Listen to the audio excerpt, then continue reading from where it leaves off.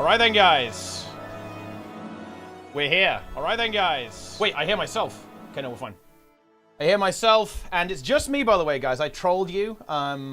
Sneb isn't here, actually. That was misinformation. I lied to you. I know this is, guys, this is not the IRS. I told you, we're running the day after on Saturday, yes? We're not running today. This is, well, actually, this is nothing, because Sneb isn't here. He actually died, unfortunately. He didn't make it, okay? He didn't survive. But actually, we have this empty chair here instead. Oh! Also, gotcha! I think that's really loud. I think that's extremely loud, by the way, which is pretty funny. But I mean, we might have to mess around with the audio a little bit. Ban all the downers. Yeah. Well, actually, guys, tell me how is the volume on that? Because we haven't. Look, we didn't test it at all. We've been told today, well, yesterday, that we don't plan anything, and you know what? It's true actually. Yeah. We don't. But we are here. Wow, I don't even know what this map is because I haven't played. Yeah, dude, you right now, guys, we have a special moment. Like you guys are going to be able to kind of experience Dude, through you didn't even 100% the tunnel map. Again. Yeah, dude, you did 100% the map. I've done 80s. I've done like 86% of the map, bro. He didn't even 100% the map. He streams this game full time. Yeah. Look, I've nearly completed. Look, fine. I'll go complete the map. I'll go do it now. He's got to complete. I feel map. very pressured now. It's crazy. Yeah, we're gonna have to go do it real quick. But yes, we are here, guys. We're gonna do kind of like I guess like a live tea time and discuss the patch, discuss Guild Wars 2, all that sort of thing. And it is extra funny because, yeah, Sneb has actually not played this content. I imagine he's seen it on stream, and obviously he's seen, you know, people talk about it. He's seen Darren's nearly mentally break because of the patch, because of the tunnel, essentially. But yeah, I mean, do you like that it does actually have, you know, it is essentially a huge tunnel. Like, that is the map, essentially. What do you think about that? You know, is there a top 10 tunnels of Guild Wars 2 video out yet? There's gotta be, right? Because there's that one guy, right? Didn't the Athos guy do it? Yeah. Didn't he kind of do that thing? Maybe he did do the tunnels, but I've seen like top 10 rocks or something. Yeah. That channel is fire, to be honest. Yeah. He just does the most random content ever, just drops it. Yeah, top 10 tunnels in Guild Wars 2. It's like what Krendor does, isn't it? Like Krendor does that for WoW, I think. He does like random top 10s. Yeah. Here, I should scooch. Oh yeah, let me slightly go to the side. I like how your headphones are just like barely the cable's not quite long enough for this situation. Should have thought about that, to be honest. I could go to the actually my cable. Well, no, I think you're good. I think you're good. You can get a little bit more in. It's just, you know, the cable is well, no, I'm just thinking like we could switch sides and I could go. Oh, that is true, actually. Yeah. Yeah. We're gonna switch. Yeah. Okay. Let's switch. We didn't plan anything. Yeah. This is because if I just put this like around, right? Slightly reduce the teeny tiny. Okay, all right. Can I get this in front of the? Yeah. Okay, there we go. Yeah, I think that's honestly. Oh, you got the dressing gown now. Do you want me? Okay. No, yeah, you can have your it. Chair. Okay. Yeah. Okay, what the hell is going on here? Listen, do you guys think we were joking? You think we weren't gonna do this? Yeah, this is far better because now if I'm cut out a little bit, it's because it's I'm on the other side of the screen. Okay. Yeah. Nice. Okay. Yeah, I think that works pretty well. I think actually. Yeah. I really should have. I actually I'm not gonna lie, guys. I was Googling snake costumes before I flew, but I thought about it way too late. And it turns out that a snake costume is far more complex than even the slug outfit. Oh really? Wait, what was the complexity? It's just I couldn't find an adult one. Yeah. Oh, so it's like only for kids? Yeah, there's like a bunch of kids snake outfits. I guess the amount of adults who want to dress up as a snake is maybe not that high, I guess. Yeah, look, guys, it is quite shocking, but it is actually a little Apple keyboard. It is. It is an Apple keyboard. Look, I can't believe people think I'm making this up. Like, not guys, lying. We're fully transparent over here. Okay, we are deeply transparent. Yeah. What would be the social consequences of Sneb in a dressing gown? I mean, look, we might find out. It could happen. Yeah. I've worn this like exact same robe. Oh, yeah? I swear I have the same one at my house. That's big, actually. I don't remember. There's like several tea times where we did that. Yeah. 70 what height check? We're about the same height, I think. I'm pretty Roughly. sure. You might be a little bit taller. Yeah, we're like very similar height. Yeah, because I'm about 6'1". Like Yeah. I'm in between 6'1" and 6'2". Yeah, yeah. So we're are you happy now? Oh. Rewarded. Oh. Gamble. Let's go. Okay, here we go. Yo. Oh. Okay. Unfortunate. Yeah, you hate to see that. Man, Black Lion chests are so bad, aren't they? Just think how awful that was. That's 125 gems, and I think we got like 2 gold out of that. That's insane, no? Yeah. That's brutal. Yeah. Turns out that in the UK, you have to go to some very like kind of shady building to do your gambling, except it's in a video game. Yep, true. Ask Sneb if he likes the nodes on this map. The nodes? Yeah. I mean, if they're made by Roy, they're very powerful. I believe Roy did. Yeah, Roy he was responsible for the gathering nodes on this map. Yeah. So that is pretty hype, actually. Well, I don't know what's going on right now, actually, because we just came back. We just went out to eat something. It was good. Yeah. I have no idea what's going on in Guild Wars 2, guys. I'm going to see if the convergence is up, because honestly, have you seen the Aura convergence? No. I haven't played any of the new content. 0. Yeah. I kind of want to do the normal. Wait, when is the normal? Let me actually look. Because I don't know if you know this, but the challenge mode is currently completely bugged. And on CM, no geysers spawn. So the boss essentially does nothing. There's no ads and no geysers. But on the public, it actually does spawn correctly, which is kind of interesting, I think. So really? If you want to actually get like the true Aura experience, you have to actually do the public. If you do the private, it's not the same. Yeah. I like how the Discord comments. Yeah. Oh man. It's gonna be React too. Sneb React. I mean, look, we are gonna be doing React content, guys. Like, we will do the new meta today. We will do the convergence, and Sneb will react to it live, and we might have a little chat about it. Also, my energy will fluctuate greatly for the. Look, I have no conception of time or anything. It's very confusing. I got on a plane and I went to bed, and then I woke up, and then I was in like this weird land where everyone drives on the other side of the road, and like they kept saying, "Please mind the gap," and please mind the gap, and you're like, "Oh, okay, I'll mind the gap." See it, say it, salt it, and I'm like, "Oh, okay." Pickpockets operated this, and you're like, "Okay, I'm like holding on to all of my pockets, all of them. Don't pick them." Oh man, that's funny. Yeah. Oh wait, there's no public Aura. Oh no. Oh yeah, because it rotates, doesn't it? That's right. Yeah. Oh, okay. Well, okay. We have to do the CM then, guys. I'm just gonna do a squad for the CM. Oh, that sucks actually. Wait, Roy, can you get on that? Can you fix Aura? Wait, actually, did you guys fix Aura or what? Did you guys fix Aura? Because otherwise he's not gonna get the full experience. He's only gonna get the shitty version where the boss does nothing.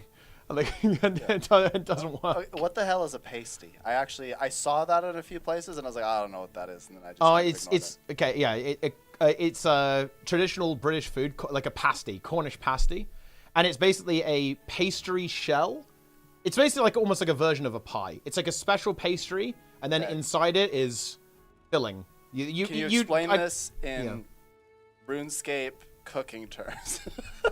I mean, I'd say it's honestly just like a pie, basically. Okay. It's like a pie variant. It was designed to be like the container was also the thing you would hold it with, right? So you would like take it to work with you, and you'd hold on to like the bit of pastry at the bottom and like eat it. You'd take a bite out of the top of it like that. And you'd like hold it. Yeah, the pastry is the container. That's basically my wife in there. Yeah? Yeah, banana freckles. Boom, there it is. Yeah, we're being spectated. Wait, what are you doing?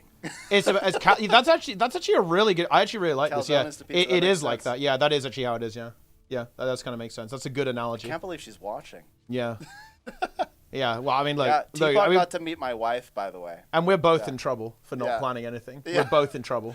My wife, she was like, "What's the plan?" And I was like, "I don't think we have one." So I was like, "Teapot, what's the plan?" And he's like, "Big content, giga content." And then I was like, "Yeah." I just said that to my wife, and she was not impressed. She's like, "But where are we going? What are we doing? Are we eating food?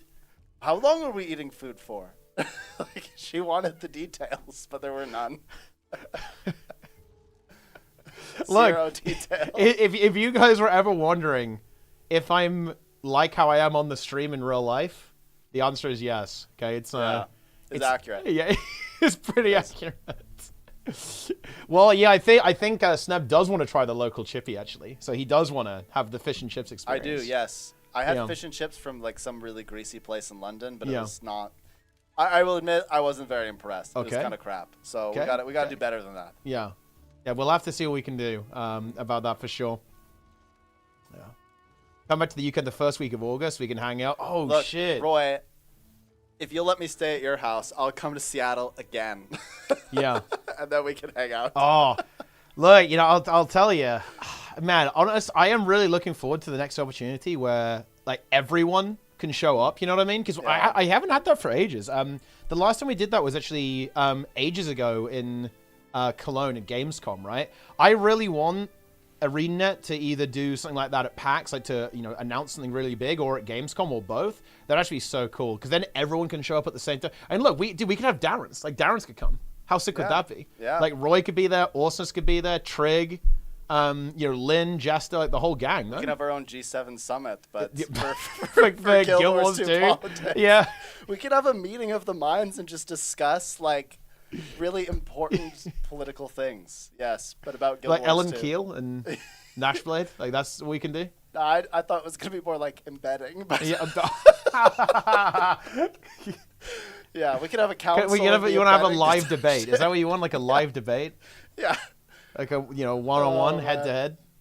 That could definitely be content. And then we can finally elect a Guild Wars 2 president, because I would vote for Darren's. I'm saying it. I would vote for Darren's.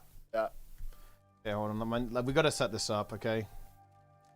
Dude, no one is joining. It was because it's the look. I was watching Darren's. Yeah. And he went. I'm gonna say this. He actually went all in. He went completely all in. Maximum effort on the NA server. They were 7 minutes overtime on getting gold. 7 minutes. Seriously. 7 minutes. So it wasn't close. And he went all in. Like, he was full tryharding. He was like micromanaging. He was like full raid leading and stuff. It was just GG. Heck W. Yeah. Wow. Yeah. Are you okay?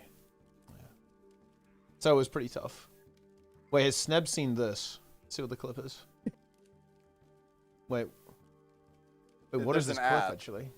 Oh yeah, this is a good. Oh no, the thing is, Sneb, he can't hear anything. Oh yeah. Because I don't have it set up. I only have the mic working. I don't have the audio working, so he can't hear anything. No, I didn't really think about that until actually just now. Yeah, yeah. So that is a slight problem. That I don't think I can readily fix either. So that's the bad news, pretty much. Keck W. Yeah. Because there was no plan. Listen, there was no plan. I can't remember if I ever. What are the headphones? Because it's got a mic. It's a headset. It's got a mic on it. Funny enough, I don't know if Roy is still using this. But Roy at some point was using that headset because I sent him one. Because the original plan, guys, for Moda 1, big leak here, was for Roy to come to the UK, actually. And we were going to do basically this, and like have a live hosting experience, basically, here. But obviously COVID happened, so it just didn't really work out well. Are you a Kiwi or an Aussie? Can I figure out where your accent is from? I'm neither. I'm from the UK. What? There's some similarity in the accent, to be honest. I can understand a little bit, no? I No? don't think so. You don't think so? No. Yeah. No. I don't think there is. I don't know how. Yeah. Yeah. Wow. I mean, fair enough then, I guess. I don't think there is. Look, people are joining. See? Look at that. 38. Remember the days when we used to hit the commander button and it was full instantly? And they were like, please, I'll pay you $200 to run. I need the turtle. I need it. I need it. I mean, I remember, on like second day of EOD, you would hit the commander button and it would be filled in one frame. Literally in one frame. Instantly. Like, immediately fill the group. Yeah, I used to count down. I used to go 5, 4, 3, 2, 1. And then I'd click and it'd be like, boop. Yeah. It was just instant. Like, just immediate. Yeah. It was absolutely crazy. It was absolutely wild stuff. Oh, look, Trig's here. Stream? Oh, wait, Trig is here. Trig is here. We got the whole gang. The crew is here. Yeah. Dude, like, honestly, though, look, Toast is a WoW player here. When are you streaming hardcore again, bro? HC, when are you going back to vanilla? Wait, when am I? Yeah, when are you going to stream vanilla, HC? Oh, I do have to get to 60 at least. You do. You have to beat Awesomeness, no? Because he hasn't done it. Yeah, that is a good point. I don't know. I'm kind of like, I'm not sure because I feel like if I don't play Guild Wars 2, that a lot of people will never beat the CMs. Somebody's got to organize these runs, guys. Well, Emmy's doing them. Emmy's kind of holding then up. They'll be fine. Yeah, Emmy is like kind of carrying NA right now. Darren, I don't know if this is true or not, but I've actually heard that Darren's hasn't even got gold on all three of them. I'm not joking. I'm going to just say I heard he hasn't done it. I'm going to say the truth here. The reason is because when Darren's plays, all of the work from home leeches come out and they attach to the appendages of Darren's. Yeah. And he drags them through the mud. Yeah. To get to get the reward. Wait, what are you guys talking about? Like Darren's broke? Like what are you guys talking about? Wait, I'm taking a break from Guild Wars 2 until further. Wait, there's no shot. He put the insanity tree, so it's hard. Yeah, to he know did. what He means. put the tree as well. It's hard to know if it would be Wait, check his insanity for him Discord? to do that, or Wait, hold on. there's no way. Wait, Darren's bullying corner? Yeah, well, it's just what I just had to find his Discord because I'm in a lot of Discords. It's hard to find. Wait, has he made an announcement, guys, or what? Oh my god, wait, dude, he's dropped a nuke. Gamers, I'm taking a short break from doing any Guild Wars 2 scheduled events, including meta trains, convergences, fashion contests. As many of you already know, I did not enjoy the latest patch, especially because of the open world content. I will still blast GW2 content on stream, including Guild Wars 3 and MMORPG news every day. he actually broke. The patch. Oh boy. Yeah, it was too much for him. Ah, see, that's the stream that I saw. The I am broken one. Yeah, I am broken. What are people thinking? I like how it's I am broken in lowercase as well, and then all caps. What are people thinking about Chrono Odyssey? Monster Hunter World, bad reviews? Question mark. Dude, look at this copium, man. Look at this shit. PoE won first time, all challenge run. GW3, all evidence in one sheet. It's actually just coping. That's crazy. Wow. Yeah. Oh, look, here's the video too. This new sheet reveals everything we know about Guild Wars 3. Wow. It's time to focus. Dude, the patch actually just the patch like messed him up. That's crazy. You have 50 people, by the way. Oh shit! Yeah, let's get in there. Yeah. Oh, I need to buy the. What is it even called? Like the motivation? Oh yeah, it's this thing. Okay, here we go. You're really helping the economy there. Yeah, we've got to buy a couple. Let's take us in. Wow. Okay, we're in. Let's see. We have to make some subgroups. Let's go ahead and do that, I guess. These are the quickness providers. Got some heralds. Chronos. I can't believe you didn't just get somebody else to do it. Well, I mean, look, I've got to do it. Look, do you know what the ultimate tactic is, though? This is actually really, really important, okay? You always put yourself in group 5, and then you say, we'll defend the camp. Because then you can just AFK. Like, you just literally just do nothing. So now what we're going to do is we say group 5 is defend. Then it's 6, 7 go north. 8, 9 go northeast. 10, 11 northwest. 12, 13 southeast. And then 14 southwest. I think that should be good. Wait, did we enable CM, by the way? Yeah, we did. Okay. I like how people are starting it before I even have the subs organized. They're hungry for it. Because the thing is, these guys have joined this, and they think they're getting gold. But you know what's actually really funny? The DPS check on this one's actually kind of gnarly, especially the CC check. I actually think getting gold here is relatively unlikely, because the DPS check's kind of high, and we have randoms from the LFG. And you have to do a lot of CC. If you guys are on the stream, make sure you take loads of CC. Otherwise, it's over. basically. We actually have some Vindicators there. You know, why don't we implement a see it, say it, sort it mentality for Guild Wars? Oh yeah? What about leeches? Yeah, about leeches. If you see a leech, say something, and somebody will sort it out. Yeah. Well, I mean, have you? Oh, actually, on Discord right now, have you seen like the stories of this person, Sim? No. Like, okay, so basically, this is a full leech documentation channel. Like, check this out. This is I believe, a Dragon's End fail. Yeah, it is, as you can see here. This is a Dragon's End fail. And they are literally spectating, right, on the sky scale, like, watching it unfold. It's like, actually, like, nature documentary. Like, they're watching it happen. As Suwon wins. Event failed. Wow. Yeah. You haven't done the strat to avoid the instance bug yet? Wait, what's the strat, actually? Wait, is Roy still here? Roy. Yeah. Roy, fix the game, dude.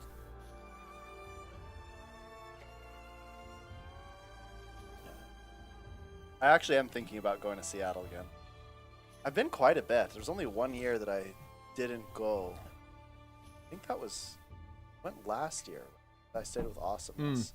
The year before that, I don't think I went because it was my daughter's birthday. I could go this year. If I can get a decent price ticket again. I'm telling people to bring CC. Flesh Golem, Spectral, Sanctuary. You want me to organize an IRL protest in front of the office? What would I do? I would just say, please. What do you want me to protest? Well, demand Guild Wars 3. Like, demand they drop the bomb. You want me? I could just bring that to the event, right? I could just demand that they make Guild Wars 3. Yeah. I could just have a picture of, like, Darren's crying and then just be like, Guild Wars 3. Yeah. Begging for it. And they have to drop it. Shut down the game. We're not shutting down the game, guys. Why would we shut down the game? Why would we want to do that? Because look, this is the thing, guys. I do not want Guild Wars 2 to ever shut down. Because in the same way that they milk you, it also indirectly allows me to milk you using the referral link. That's what you guys need to understand here.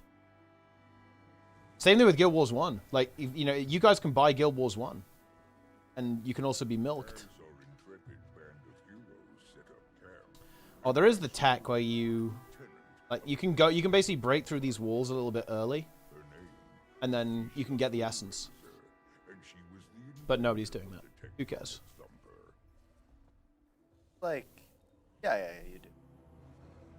Yeah, to get the audio between the machines, I have voice meter set up. Like that. And then it just goes between the two. I actually have a separate audio channel for a bunch of stuff too. Why would I not be able to hear that? Because I because I don't get audio out from the mixer. I only use that for input. I don't use that for output. Oh. Yeah. Which is weird, and I probably shouldn't do it that way, to be honest. But yeah, that's the reason why. Yeah. Because the mixer is just handling all of the input. It's because I have this like really weird hybrid approach where I have software audio and hardware audio happening at the same time. It's not great, to be honest. I want to change to full hardware at some point. That will be the dream, but I have to actually do that. And I have not done that. Oh, man. Yeah. And what do you think so far of this convergence? It's like every other one. Yeah. That's what it feels like to me. Yeah. I really don't understand why they did the pre-event like this. Because I think wasn't the biggest point of feedback they got on the Soto convergence that the pre-event is weird and kind of odd? I would really like it if, hint to any Arena employees listening, I'd really like it if somebody made a blog post, kind of maybe explained patches and like some of the logic behind things.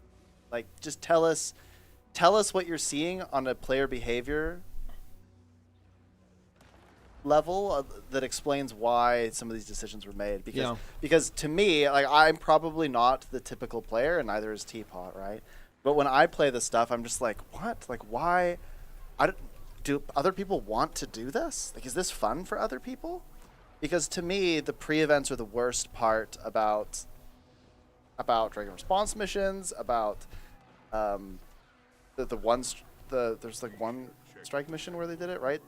Yeah, like those are the worst parts about every single boss event. It's just this crazy instance boss event is the pre. If you're in a meta, I actually think that's fine, and maybe this is supposed to be like a hybrid, but it doesn't feel like you can really speed these up, right? Yeah, you can a little bit, but it's kind of frustrating. And there is still time gate, right? There's like a random 3-minute time gate before the achievement is even complete here. Yeah, that's what I very mean. Weird. Like you're bound to that. Yeah, it's really strange, like the way they they do it. Yeah. Yeah. I mean, Marshall, you're correct here, right? The Gen 3 Wild pre-event adds a strategy to the fight, but I think that's kind of what we mean. I don't think the strategy of the fight should be embedded into the pre-event. I think it should just be a part of the event. Yeah. And also, I don't think it even is that strategic, to be honest. It's pretty brainless. Like, it's even if you do it pretty well, you can't really make it go that much faster because like you just need to carry the essence spawns ultimately in a time-gated way, right? Like the essence keeps spawning like this. You have to pick it up. I don't think it's very strategic.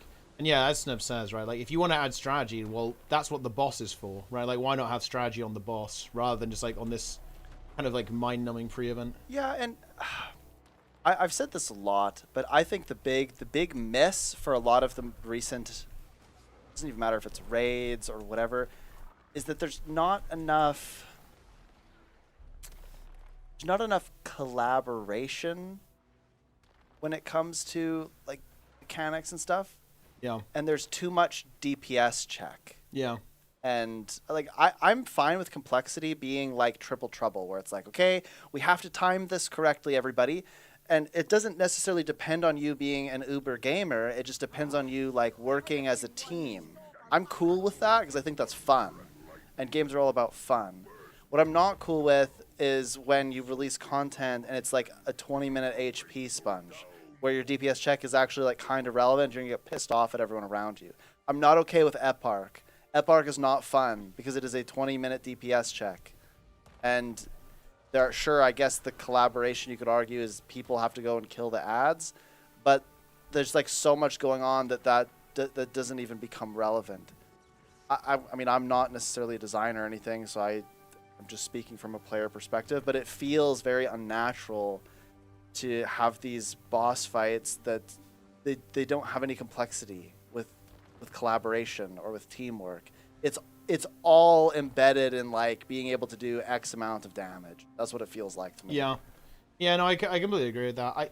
I think bringing up design there is really important because if I had to give a very one-sentence answer to the weakness of Guild Wars 2 right now, it's lack of design. Like it's very clear to me that their design resources are incredibly stretched because I think the challenge modes actually for convergences are the epitome of this. They are not different, as far as I can tell mechanically, in any way to the norm modes. All they've done is they've increased the HP number. There is no difficulty in coordination, no difficulty in actually executing the fight or strategy or anything like that. The only thing that's relevant about them is that you have to do damage to clear them. Like there's no design that's been applied to them at all. And I think that's true of the open world as well. Like, if we'll get to the meta when we get to the meta, but the problems that people have with the latest meta in the in the Bavanisos map is that the design is very lacking. It's like very, very lacking in the design aspect of it, which is I think where a lot of the complaints are coming from. And I don't really blame the devs for this, by the way. I think they're just stretched too thin. With this new expansion model, they're trying to cover all of the game and do a little bit for everyone. But I think you can really see just the resources and the amount of time they have to design this stuff really being strained. And kind of the constraints that are on the studios. But yeah. Yeah. Somebody mentioned that Eparch's only like 8 minutes now. Yes, but people still fail it. Well, they also bear in mind, it's worth knowing that they gutted that fight. I think they nuked his health by like 33% or something. Yeah, when I'm talking, like, I honestly haven't even I think I've done it once since they nerfed it. But keep in mind that alone should be very telling. It is so unfun for me to do it that I just don't go back to it because my original experience was so tainted. And I think that a lot of players will feel that way. They have that first experience, and then they go, why the hell would I go back, right? Why I didn't have fun the first time. Why am I going to go back? And what that means is that it makes it artificially more difficult for players doing it now, because players doing it now won't have the benefit of veteran players teaching them how to do the meta, doing really good damage on the meta. So the meta remains abnormally hard. Yeah. It's actually quite fascinating. I've seen people go around asking if there are groups that do Eparch regularly. And somebody said that I do, and I haven't played in like 6 weeks. So I was like, oh crap, I better log in to do Eparch for that one guy. Yeah, it's a bit of a problem. I think specifically on NA. I don't know about EU, but on NA it's a pretty big problem. I don't know. I have no idea if people do Eparch, to be honest, on EU. I have genuinely no idea.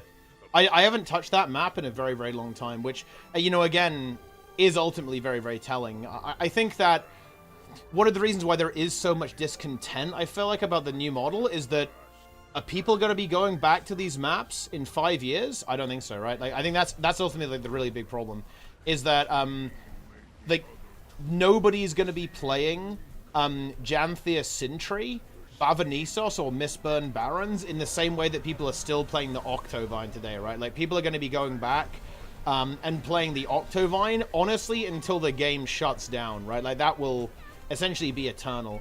But that's just not going to be the case with any of the new content, realistically. Also, yeah, our DPS is terrible. We're not getting gold here, for sure.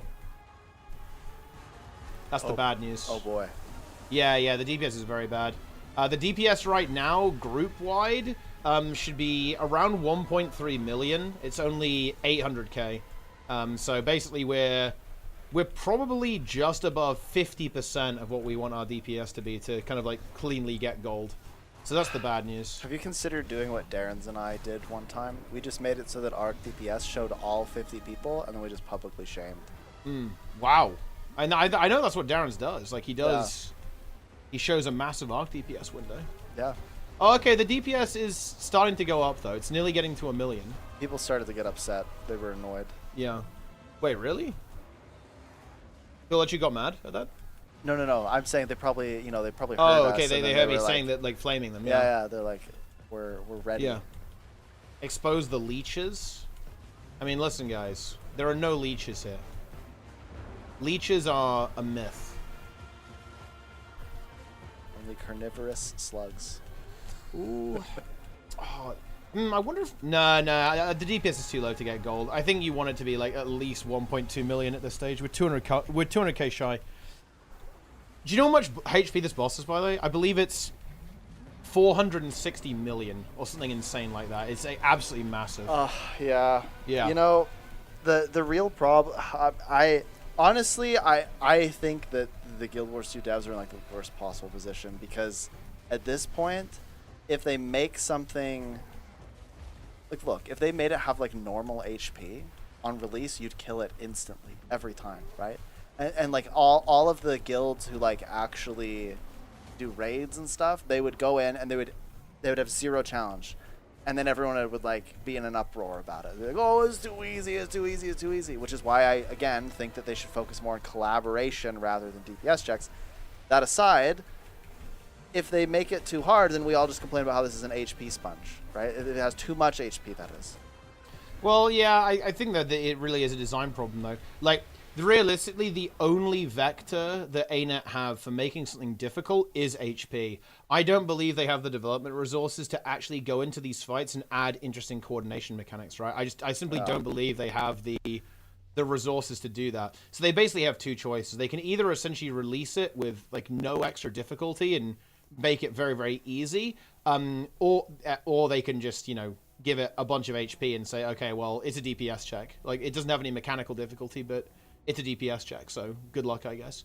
And that's pretty much the option they went with, right? Because and this is why I actually think it was... I view it as a fairly major mistake to actually commit to doing convergent CMs in the first place, actually, and also the fractal CM. Because actually thinking about this, they have said, okay, we're going to release like a challenge mode for every single one of our bits of PvE content. That is a mistake, in my opinion, because what are they saying there? They're saying that they're going to basically develop the fight twice, and they weren't able to do it, right? They weren't able to do it historically, and I don't think they've really done it here either. They weren't able to actually develop these convergent CMs because they're identical to norm mode, but they've got more health. Like, Aura is bugged, so this actually has less mechanics than norm mode. Like, for example, now there's supposed to be ads up, there's supposed to be geysers appearing everywhere, but that's actually bugged, so it's not happening. But even with that, it's ultimately identical to how the norm mode is. And I feel the same way about the fractal. Like, okay, so here's an interesting question for the chat here. Would you guys rather they put they put all of the development time they put into the CM, which is basically going to be making the boss harder, pretty much, is what it's going to be. Would you rather they put that development time into making the fractal as a whole a more interesting dungeon experience? I feel like most people would say that, like rather than like adding the CM. And I think I'm definitely in that camp as well. I will admit, guys, I will completely confess my bias here. I don't need Guild Wars 2 to be challenging anymore because I play WoW, right? So there is really good quality challenging content in that game. Guild Wars 2 for me doesn't really match that, so it's like I'd rather they just make like a really good RP experience, like rather than worrying too much about making essentially kind of like scuffed challenge mode content, to be honest. Yeah, I kind of feel the same way, but I don't play WoW. Yeah. I just have to read a lot of articles. Yeah. Dude, look at these players. They all got bubbled. Look, they're in the bubble. That's good. Should get bubbled more. Yeah. Yeah, you guys aren't getting gold. Nah, there's no fucking shot. Well, actually, it's actually a little bit close. No, I've been It's kind of close. It is kind of close. I'm though. not a believer. It's a little bit close. I don't believe. Like, if people actually continue to pump, maybe there's some potential. Because I think we actually fit. Nah, actually, there's no shot. There's no way actually. Wait, this is way too slow. Because we finished the pre-event with about like a minute extra, so I think we have around 4 minutes to kill the boss from here. But yeah, I don't think that's possible. We don't have a TPS. Yeah, okay, I'm gonna say something else that might be a bit unpopular, but I don't find this engaging at all. The running around. I actually thought in the second map in Janther Woods when you had to like run around the boss. Yeah. For some reason, I thought that was more interesting than this. But they're really similar. Yeah, I really do not understand why they did the boss, like... in fact, no, I think I do, actually. The reason they did this was because they didn't want the whole, oh, it's a DPS sponge for 20 minutes thing, right? So we'll put an intermission between each 25%, and that will, like, hopefully alleviate that. But to be honest... Oh no, I think they should just design a better fight, surely, no? Like, they just need to make a better fight. Do you remember when I had the conversation with Cam? Yeah. He said something so wise. He talked about how fights need to have these moments where you sort of like rest, right? Where you like kind of pause. They have to have this like ebb and flow. Yeah. And I think one of the places where you really see that happening is... I think there's two places. You see it in Epark. Yes? No. Yeah, like the... Yes. Is that the name of the strike? I just realized. Wait, you mean Saris? Why did I say Epark? Do you mean Saris? I meant Saris, yeah. I was like, my brain glitched there. I was like, it's not Epark. But I said, okay, anyway, Saris. In Saris, it's very clear that happens, right? Because you have to go and like kill the little illusion things or whatever. And then I think it also happens in Harvest Temple, where it like the intermission between each phase, right? There's sort of this resting point. When you're running around and like collecting orbs, I don't view that as like a resting phase for some reason. Though I think that's what it's intended to be, but for some reason it feels different. And I don't know that I can articulate why, but I don't know. I think it's because you're still fighting the boss in those other situations. Or it feels like you are. Yeah. I think the problem that I have with some of this challenge mode content in Guild Wars 2, and I'd actually put the LCM into this category, to be honest, is that they designed it to be hard first and didn't really worry about if it was going to be fun.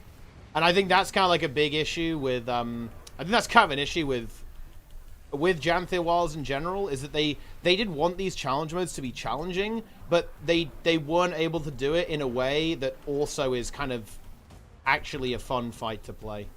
I actually think the Convergent CMs are the biggest disappointment for me in the entire expansion, because I was really excited for them. Like, when they announced they were doing like a full set of Convergent CMs, I was like, oh shit, this is actually kind of hype, right? Like, they could do some really cool stuff here. They could bring back kind of like a Dragon's End style experience almost. This is really exciting.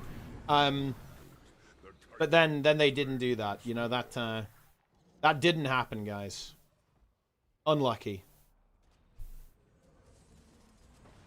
He was as bad as... Dude, look, I'm telling you, man, ever since we stopped doing meta trains, DPS has plummeted. I think this is mostly because people tend to do convergences entirely privately, but like the skill level in open world, like average DPS is very, very rough, actually, guys. It is very, very rough. Like, if you go into a map in open world on EU or NA, the DPS compared to like 1-2 years ago is way lower. It is like way lower. Which should be alarming because the DPS floor is way higher. Yeah, because the game's much easier, right? And everything's way more overpowered. Like, people, there are AFK auto attack builds doing like 32k. Yeah. Or higher. And the DPS has gone, the average DPS has gone down. Like, that is alarming, because to me that suggests a couple things. One, it suggests that people are engaging even less with those sorts of systems in the game. And it also suggests to me that the people that do engage with those systems aren't playing as much. And that should be very alarming. Or those players are still playing, but they are not engaging with the game in the same way. All of those things are bad in my mind. Yeah. And the game has become incredibly insular, right? Like, and this is, it's kind of weird, right? Because it essentially means that a lot of people are basically completely left in the cold, right? Like, essentially they don't know the warmth of the Discord server, so they're in hell, right? They're literally in hell, forced to try and pug this stuff, and be surrounded by people doing, 2k DPS, essentially. Oh, like 2 weeks ago I streamed, and I was like, oh, I'll just like hop in and do some raids. I put us in the LFG. Yeah. Somebody joins, because I said I was looking for boons. Yeah. And the guy said, boon DPS. Uh-huh. And I went, that's weird. No one has ever said it like that. And then I was like, there's no way that this person is like an imposter, right? There's no way. Okay. And so I asked them. I say, which boon? And they're like, what do you mean? And I said, well, like, which boon are you doing? And they said, well, I have stand your ground, save yourselves, and he just like listed all, like, every utility skill was a skill that provided a boon of some sort on Guardian, and they were playing like Core Guardian or something. Yeah. Or no, it was Firebrand. It was Firebrand. You surely it was a DH. Like, how was it not? No, it was a Firebrand, I recall specifically. And I went, huh. And I said, so you have no idea that I meant that you're supposed to do quickness. And you're supposed to do that. He said, no, I don't know what you're talking about. I just read that boons do more damage. I went, well, yeah, I mean, at a base level, you're kind of right about that, but like, it's not. Anyway, the reason I tell the story is like that is a problem, because no one had told this person how boons work. Boona! Wow. Yeah. Yeah. It is weird though, like Nike was remarking on this. He said that, the DPS, Arc DPS, on EU, it used to look good. Like, there was a lot of pumpers. But he says that now it looks the same as NA. It's like literally the same as NA on in terms of DPS. Oh, that's not good. Yeah. Look, I admit, like, when I get back from my trip, I was gonna like be streaming a bunch, specifically in July, and because I'll have more time then. Yeah. I'm like on a bit of a summer break. I'm still working on a research project and stuff, which is really cool, by the way. But I'll have some time, and I was thinking, oh, maybe I'll just like stream on EU so that I can like do content. But I don't know that it'll help. Oh, here we are. And EU is honestly tough. Like open world DPS in EU is extremely low. So very, very low. It's kind of wild. It is wild to think about. I do think people are less engaged with the game than ever before, which Really? is weird to say. But I think that is the case. Wow. Jamthir Wilds. I mean, look, guys. It's pretty wild, you know? Jamthir Wilds is pretty wild. Jamthir Sentry. Oh, I think wait. Oh, the meta's going, actually. We need to get in there. Bava Nisos. We might be too late. I'm how not you sure I say it? can... Yeah, it is. I'm not sure we can get in there. Try and get in. Or Q? I think you can get in. Wait, let me try the slightly deader one. All you have to do is tell everyone that you're doing a giveaway. Oh, it's the same. It's the same map. Oh, wait, we're at 3 in the queue, actually. Wait, queue size 3. Your position in the queue 5. What's up with that? Yeah, someone paid me to clean my inventory, guys. The only way I'm doing that. If you want me to do it again, You can be paid. yeah, it's 10 Can be. gifted subs, got 25 gifted subs per character. That's what's going on. Make it happen. Guild Wars 1 Titans is better than Guild Wars 2 Titans. Well, I mean, we ended up going in the fact where you go in the Foundry of Failed Creations a lot more in Guild Wars 1, so there is that. Yeah, much easier to keep cleaning it, but he won't. I mean, why would I? There's like no point. Like, why would I devote time to cleaning the inventory, guys? Makes no sense. Oh, by the way, earlier, Yeah. I was chatting with your mom, and I told her that I was your favorite mod. Oh yeah, that is true. That is true, actually. That I was just superior to all the other moderators in the chat. Yeah. I mean, Awesomeness is mod too. Yeah, I'm more. Isn't it weird that an favorite than ArenaNet dev is Awesomeness. mod? It's crazy. Isn't that kind of weird? Yeah, I'm it's a little bit not weird. sure if I should allow that. How was the tea time? Wait, you mean like the literal tea time, or like the? We haven't done it yet, I guess. Although we're literally doing We're tea kind time of now. talking about things. Yeah. Yeah. Yeah.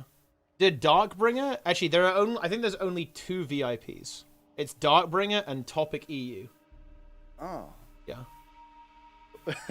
I don't really like giving VIP though. If I could, I'd actually remove them. Or it would feel weird to remove it from Darkbringer, but to be honest, I regret giving people VIPs. I think it's like a weird thing to give it to someone. It's like, oh yeah, Really? you got, like, yeah, you. Well, you know what my rule is for VIP? I give anyone that I've met IRL VIP. Oh, that's actually good. That's actually good because it has Yeah. like it has like a The good meaning, criteria. yeah. Yeah. Because I feel like if you don't have some kind of objective criteria for it, it's gonna feel really weird, and people are like, well, why am I not a VIP? Yeah. Like, why are you not giving me VIP? Right? Oh, you took away Grimm's VIP. I did, yeah. I did take away his VIP. So yeah, I need to. Maybe I should do that. Maybe I should do the same thing. We should just have a poll to give Grimjack VIP back. Yeah. A democracy for the people. You know what we could do? We could have it in channel points. So if you put 100k channel points in, that's you true. can give him VIP. But here's the thing: 100k removes it as well. Do it right now. Yeah. Do it. Do it. So do it. that actually means that you could basically like cleanse someone Yeah. from their VIP. Yes. No. You must do this right now. Put it in Yeah. there. 100k is low. 100K I is disagree. low. I think 100k is perfect because then people will fight back and forth. Yeah. You have to like wait until somebody's offline and then activate it again. Yeah. I would deny several people. Oh yeah. And the Jester is not a VIP. What if to get VIP it costs something, but then to remove it costs just a little bit more? So what if Yeah. it was less though? So you can like, But then no one you would can, ever like, have aggressively VIP. remove it No one would ever be able to, no. to sustain it. Yeah, no, it's better if VIP is like 100k, but then removing the VIP is like 150, 200k. Yeah. Yeah. So it causes people to pause a little bit and go, "Do I really want to remove it from this Do I person?" want to? Yeah. Do I want to spend and then, all those and then points? it's really meaningful when they do, right? Yeah. But what's the poll? Would you rather do core map complete with mounts as normal, or without mounts, no hearts? Oh, it's 100% without mounts, no hearts. Are you kidding me? If you actually vote with mounts as normal, that's trolling. Like, deleting every heart, but you just, you know, Yeah. you don't have a mount, that's Just actually... play on Thief, guys. Yeah, like, you can go really fast. Yeah, what do you think about this emote? Look at No way! this guy's very excited. I like that. No way. That's the face he's making right now in real life. This frog. That's very good. Yeah. Dink donk. It's a big dink donk there. Yeah. No weighing. Should we? I think you have to do this now. Like, I think you have to do it live. I mean, you're just waiting to get into this queue. Anyway. Yeah, I want to get it. I'm in one in the queue. I know Literally you have one. time right now to create this channel point thing. I think you should do it. I mean, Chat. Put a 1 in the chat. People are if not he needs getting to make VIP. it right now. I'm not right giving now. people VIP. They don't deserve it. Nobody deserves VIP. 1 in the chat if you think Nobody that we is should worthy. implement the VIP point purchase and removal system. This is a democracy. This is not a democracy. This is a dictatorship. I'm the overlord of the stream. If anything, guys, I would only add the remove option. So eventually, all of the VIPs are like drained, and are just removed. Look, this chat needs morale. They've been through like a traumatic experience when this patch launched, so they need a boost. Yeah. Well, look, here's the real vote, guys. Okay, if you guys view this patch as more nuclear than the tunnel, put 1 in the chat. If you feel the opposite, that the tunnel was actually more nuclear than this patch, put 2 in the chat. That is the actual poll. Put a 3 in the chat if you're just here to waiting for the VIP system to work. Some people are actually putting 2. Some people are saying that 2 is actually the tunnel was worse than this. They want the VIP system, man. Yeah, I mean, look, they you'll make the definitely peepos will be so happy. Yeah. The tunnel was good compared to this.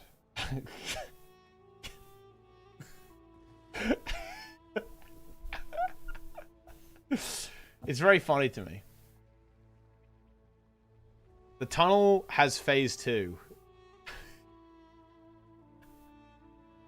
Look, did you hear the other day actually what Falco said, by the way? What? He said if Gil... And also, yo, Roy, Awesomeness, Trig, do not fuck me on this, bro. I will be very upset if you guys fuck me on this. I'm just saying. He has said that if Guild Wars 3 is good, so it's like a good game, he will gift 5,000 subs. Bro, like, there's a lot right. Like, the financial future of Teapot is really riding on Guild Wars 3 being a good game. I mean, should that come out? So I mean, look, if the ArenaNet devs fuck me on this, I feel like I can be mad at them, no? Like, they... Wait, did he define what he meant by good game? Because he could, you know, change the goalposts here. Well, I mean, I guess, like, if it goes down well, I guess, you know, it gets, like, good reviews. Well, what is a good review? Because there's review inflation. I'd say, like, a good review is, like, an 8 out of 10. If you're getting this, like, an 8, that's, like, a good review, right? Yeah. Like, 7 to 8? I was going to say that a 7 is, like, a good game. I'd say, like, above a 7 is, like, that's a good game. Yeah. Like, you know, if I saw a 6 out of 10, I'd start thinking, ooh, that's a little rough, right? But 7, like, okay, that's respectable. Like, you can live with that, I think. 5,000 subs. Yeah. Wow. 5,000 subs, that will be about $25,000. Think about all the emote slots we'll have. Yeah. We could tell a story with emotes. And the thing is, I would get a 70% cut of that. So that would be pretty good. That'd be what, like 17 grand? You could buy a lot of pasties or whatever with, with 17 grand. Yeah, you know, like, if you want to, I should have ordered you some. There's actually a place that I order pasties from. Pasties. That's so weird. When it's the Canadian accent. Pasties. Like, that's how I have to say it. Yeah, that's something very different. Is it? Yeah.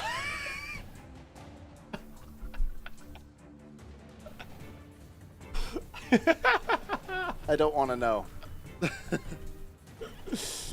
Yeah. Mushy peas? I mean, yeah, that's a fish and chips thing, yeah. Have you been to Greg's? Yeah, have you been to Greg's, actually? Have you experienced Greg's? Oh, I actually have a good story about Greg's. Oh, yeah? I hope my wife's not listening because I'm about to embarrass her.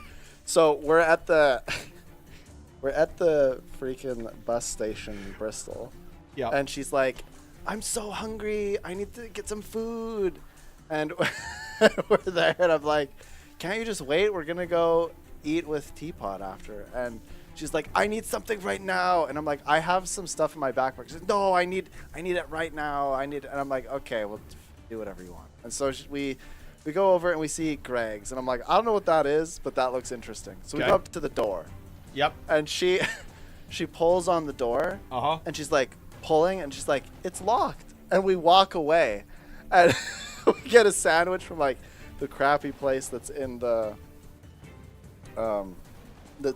bus station.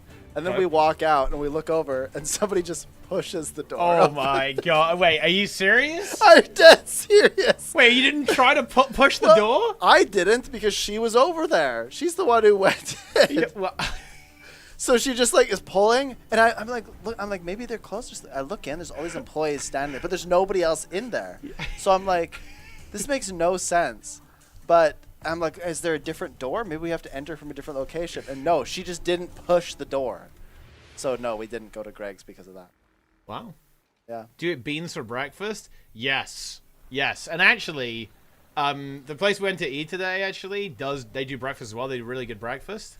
And I think Sneb is interested in trying it actually. I'll do it. We can do yeah. we can do run, and then we can do breakfast. Yeah, we can definitely do that. We can 100% do that. No Timmy's in the UK? That's false. I saw one. There you go. And I was like, what the hell? They have Tim Hortons here.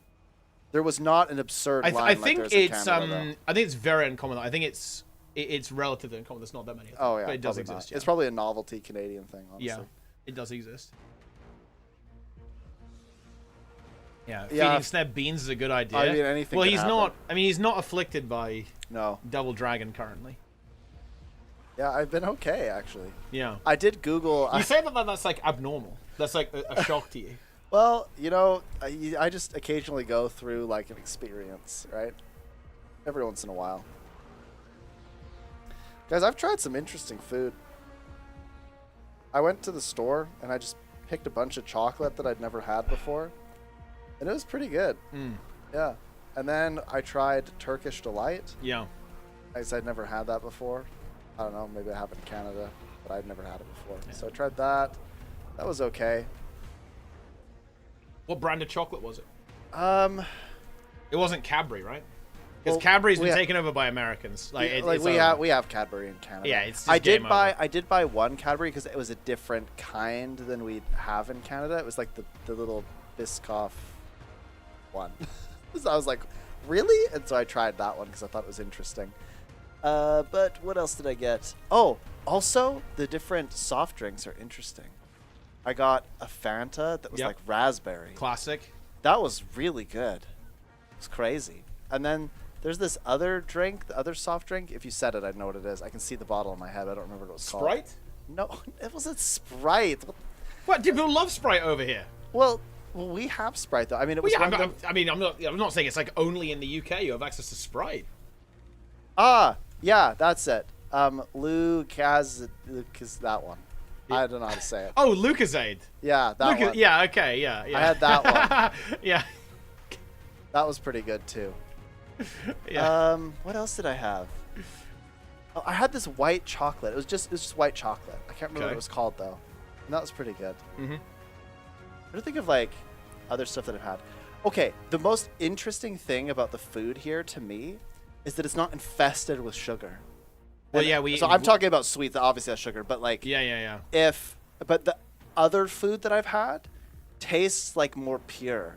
Yeah. Like I don't know how to describe it. Maybe like earthy. Like there's one restaurant in the city that I'm in that if you come and visit next year, I'll take you to. It's Yeah. really cool. It's like built in an old water tower, so you get like a full view. You can see the Rocky Mountains in the distance. Really cool. But they have like a lot of local ingredients, so their food tastes very like pure. Yeah. And that's how pretty much all the food is tasted here, Yeah. which is very interesting to me. Like we've gotten like pizzas at a couple places, because they're like the like really thin crust, like stone fired pizza, and it just like the tomato sauce is like it's not just full of sugar. And like the ketchup that we've had at different places is not loaded with sugar. Yeah. It's crazy. Canada is probably better than the U.S. as far as food, but like in general, but it's still loaded with sugar. Yeah. Yeah, I think that's pretty common in I think Europe in general, but definitely in the UK. Because we have kind of like a bit of a war on sugar I here heard in the about UK, that, you know? yeah. Like it's like, oh, we gotta reduce the sugar, like, reduce the We salt need to and do that in stuff. Canada, That's kind of like honestly. the vibes. I think it's interesting, right? Because I think in the UK we're okay with fat, right? Like, you know, we're in the UK, we love fried food, right? Okay, like we love it. Okay, but sugar, it's like, we're gonna shut that down. Okay, we're shutting that down now. It's super interesting. Yeah, I just Yeah. the food is so much better, so much better. Yeah. I'm really enjoying the food here. Yeah. Oh, I mean, yeah. Look, see, like, and the thing is, the UK has a reputation for having bad food. Feels Really? bad. Yeah, it's true. I'm True. sure It's like because of the slop, okay? Because I will admit, there is slop that exists in the UK, especially, you know, because of the, you know, what happened after the war. There wasn't a lot of food, so basically everyone ate slop, and some of that slop has kind of persisted to an extent. Yeah. yes. Yes.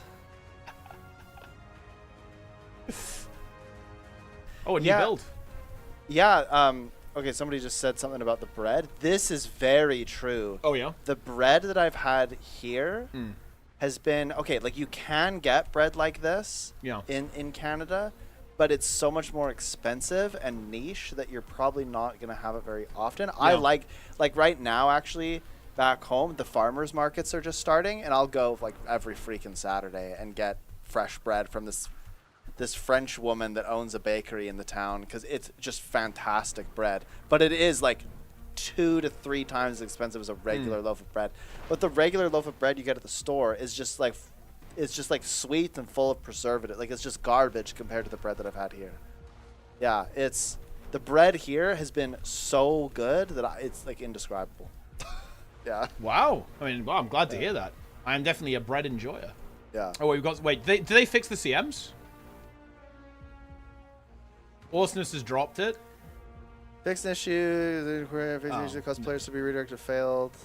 They didn't do it. Weekly this challenge is- mode. Achievement from progressing correctly. Removed an unintended item from the gem store. Wait. Oh, That's this is old news. Wait, why did you link? Why'd you link this? You got Awesomeness? debated. He literally linked the wrong You're thing. cached. He He said. actually linked the wrong thing. He said you're cached. Okay, fine. Refresh. Traders Sacred use purchase more than once per week. Oh, it's the Dragon Bash thing, yeah. Like the exploit, yeah. Man. Yeah. Tea with milk? Yeah, tea with milk is definitely a thing in the UK, but I mean, I drink black tea, and many other people do as well. But, I mean, yeah, so a lot of people do drink tea with milk. Actually, that is true. What part of Canada still living in? I was so fortunate food-wise living in Calgary. I mean, I'm probably in a pretty good. I'm from Calgary area. I'm from south of Calgary, so yeah. I'm not saying that our food is trash, but like it's interesting the difference in food. Yeah. Yeah. Is rye bread in the UK? Yes, rye bread does Oh, I exist. love rye bread. We have access to it. You guys don't like rye bread? I love rye bread. Yeah. Yes. OMG. Okay, here's an interesting comment from YouTube. Yeah. OMG, Teapot and Sub together. This is a signal that we have 15 more years of Guild Wars 2, or that the game dies tomorrow. There's no other option. It does. Which one do you think it is? Like, is the game dying or? No. See, no, I heard about the patch. I couldn't play it because I was traveling, and I went, oh my gosh, I've got to fly to the UK and talk about this. Yeah, it's so apocalyptic. that's pretty much the motivation for this.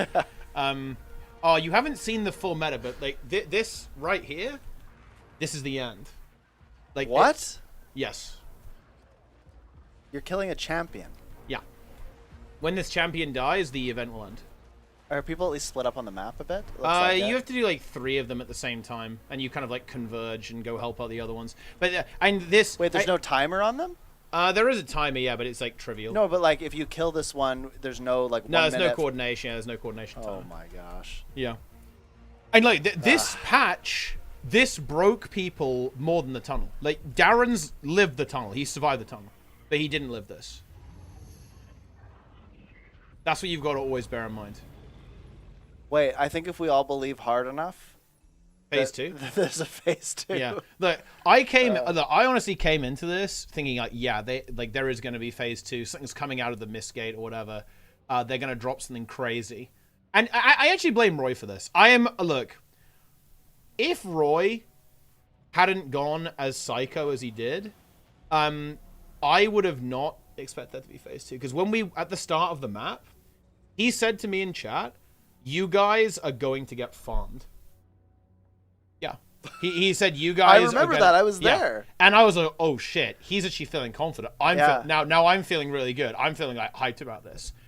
That was the greatest debate of all time. Yeah, and he just baited us. I forget where I was, but I might have been traveling and stuff then too. Yeah. No, I definitely was. I think I was in Toronto, or I was maybe in the airport or something, and I was like, oh my gosh, I have to stick around as long as possible to see what happens, and then nothing happened. Oh well.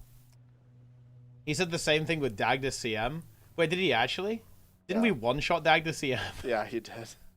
He did. Yeah. Dagda CM was really interesting though, because I think people found it quite difficult because I had a bit of a DPS check on it, so it did win. Like Dagda CM feasted on the community, I think. A fair bit. And I think it still does, although there's been a lot of power creep, so I think lost a lot less so now. How did you have 3 computers and 5 monitors in here? Okay, so for like the motor setup? Yeah. Okay, so it's a little bit difficult to kind of express it, but so I was here where you are now. Yeah. Angels was here. Okay, I had like an extra desk here. He was like over there, essentially. Then my brother was behind the green screen. Okay, so it was like that. Also, the setup was a different desk back then. So this PC. Oh yeah, this is the new desk. Yeah, this is a new desk. So this PC was kind of a bit more over here. It was like under the desk as opposed to on the. And so Angels was in there, like in his tiny space. Very funny actually. It was very cramped. And then my brother was behind the green. Like it was very, very cramped, and let me put it like this, guys. The stench was close to intolerable. Because it was basically the 3 of us. It was a really hot summer's day with 5 monitors in here, I think, and 3 PCs running. So like the amount of sweat was, I mean, it was close to unbearable. You could almost like see the steam in the air. It was like being inside a sauna, but with human sweat liquidating onto you. Wow. Yeah, gamer juices. That's pretty intense. Gamer juice. Yeah. I just stripped down. Right? Yeah. I had to strip down? Have like a gachamuchi wrestle? When the room tour? I mean, look, you guys are going to see mild doxing tomorrow. Because basically we don't know exactly when, guys. We might... I mean, I'm not going to lie. Okay. We probably don't want to run at like midday because it will be very hot. Yes, we need to do it somewhat in the morning. Do you want to go before or after? That's the question. Because like we could either like run at like 10 a.m. I think we should run at like 10 a.m. 10 a.m. Okay, yeah, that would be fine. That would be quite pleasant. Because if we do it at like midday through to 2 p.m., that's not going to be good. Yeah, that's going to be rough. Well, I guess it depends on how hot it is going to be tomorrow. But have you checked? I actually have not. Okay, let's. It was like 28 today or something. Okay, maybe that's more at Bristol. Okay. It's actually fine. It's gonna be great. It's actually fine. That's perfect. Yeah, it's 18. It's gonna be 18 degrees tomorrow. Like 18 is very high actually. It is crazy seeing 77% humidity because yeah, where I live it's like 30% or something. Like it's pretty low. Yeah. See, that's actually fine then. It's not a big deal. A step tracker on your phone. I mean, for counting steps, yeah, I just use like the scuffed phone implementation. I have the watch. Yeah.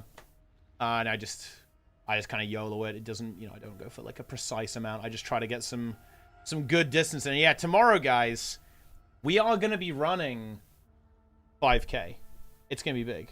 But is your wife running with us, by the way? She was thinking about it, but then she was like, I don't want to be on stream. That's fair. That is fair. She thinks you guys will pick on her. which Wait, would be mean. what the fuck? Wait, why? Dude, the chat would not do that. Wait, why would the chat do that? I feel like somebody might. Wait, really? She's just really self-conscious. She wouldn't That's want to fair do it. enough. Yeah, I mean, yeah, I'm not saying Yeah. we're not going to force that. No. But I think she was thinking about it. Maybe she'll want a like. Maybe she'll do it, but she'll just trail far behind. Yeah. Dude, like the thing is, like, if you know what would be really fucking funny, is if my mom runs with us, because she's actually quite good. Oh, she would like own us, actually, yeah. she would fucking humiliate us. I'm not even joking, dude. Yeah. We would actually get completely humiliated. Yeah. Who wins in a race? Oh, Teapot would win right now. Yeah. Naru, for context, like you guys aren't allowed to make fun of me either because I'm running. This will be like the first time I've tried to run. Oh, okay, I've tried to run for the last like 6 weeks. Yeah. But I have to stop because at a certain point, because in October I broke my foot, remember, and then I was in like a boot for 2 months. Then I did physio for a few months. So the last few months I've just been trying to like walk more. But even walking, like I get to a point where my foot has pain, right? If I'm not careful. So yeah, I used to be like quite a runner, but I also used to be like 50 pounds lighter. So, so you know, you get married and you have kids, and then you get like. Yeah. So now we're back in it. The goal initially, the goal was to like around now try to run a half marathon, and I was training for that when I broke my foot. Yeah. So then we had to divert, you know, to just like, let's start now, do the 5K, and I'll rehabilitate for next year. Yeah. Yeah. And I think that's the goal that we've kind of got penciled in right now, is we want to run a half next year. So what we can do is we can say that like this is our starting point, and then in about a year from now we can do a live stream in Canada. Yeah. And we can run like the Calgary half and live stream it, which would be sick. That would be fun, yeah. Wait, what time of the year is that actually? May, okay. Ish. Yeah. So that'll be almost like a year from now then, basically. Yeah. Yeah.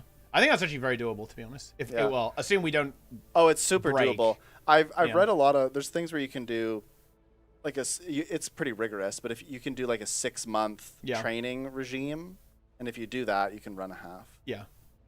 It's definitely doable if we put in effort, put some grind in, get it done. That would be good. That would also be good content. It's like a 5K. It's actually not going to take us very long. The stream's not going to be that long, right? Yeah. But Naru's 6 foot, 155. That is slim. That's pretty lean, yeah. Yeah. Yeah. I'm gonna get wrecked. Oh, by the way, everybody, I don't know if everybody knows. I haven't streamed in a while because I've just been traveling for conferences. What's up with that, dude? I tried to stream before I left for Toronto. I think I did that once. But in July, I'll be able to stream again, which is great because I'll be home for 2 months. Yeah. Yeah, okay, for context, everybody. I traveled to Banff, Toronto twice. Now here, I gave 3 other presentations at various conferences around kind of my hometown. Started a new job and took 2 classes and finished teaching 2 classes all in the last 3 months. There was actually one night where I didn't sleep, and there were a few nights where I only slept for 3 hours. So I'm finally like, you know, I'm getting back into it. Oh, you say Toronto differently? What are you talking about? Oh, well, I mean, how would Nanny pronounce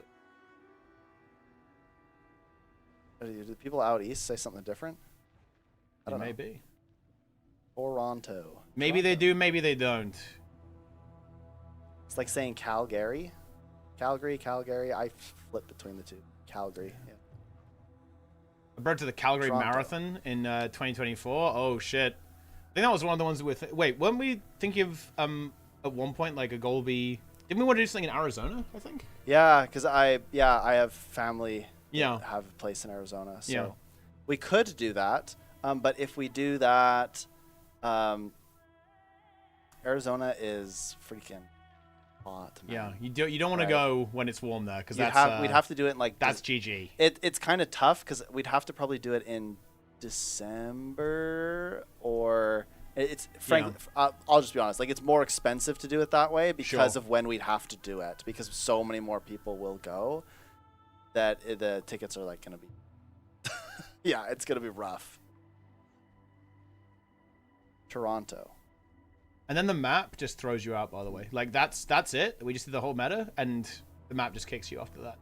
This was when I mentally broke, because I was like, okay, here we go. I even thought it was a bait, because it's like critical immune response. Like, this is it. It's going to unleash some kind of, like, giga horror to come and fight us, and then nothing happens. Like, this was brutal. This was, I will admit, guys, this was tough. Oh.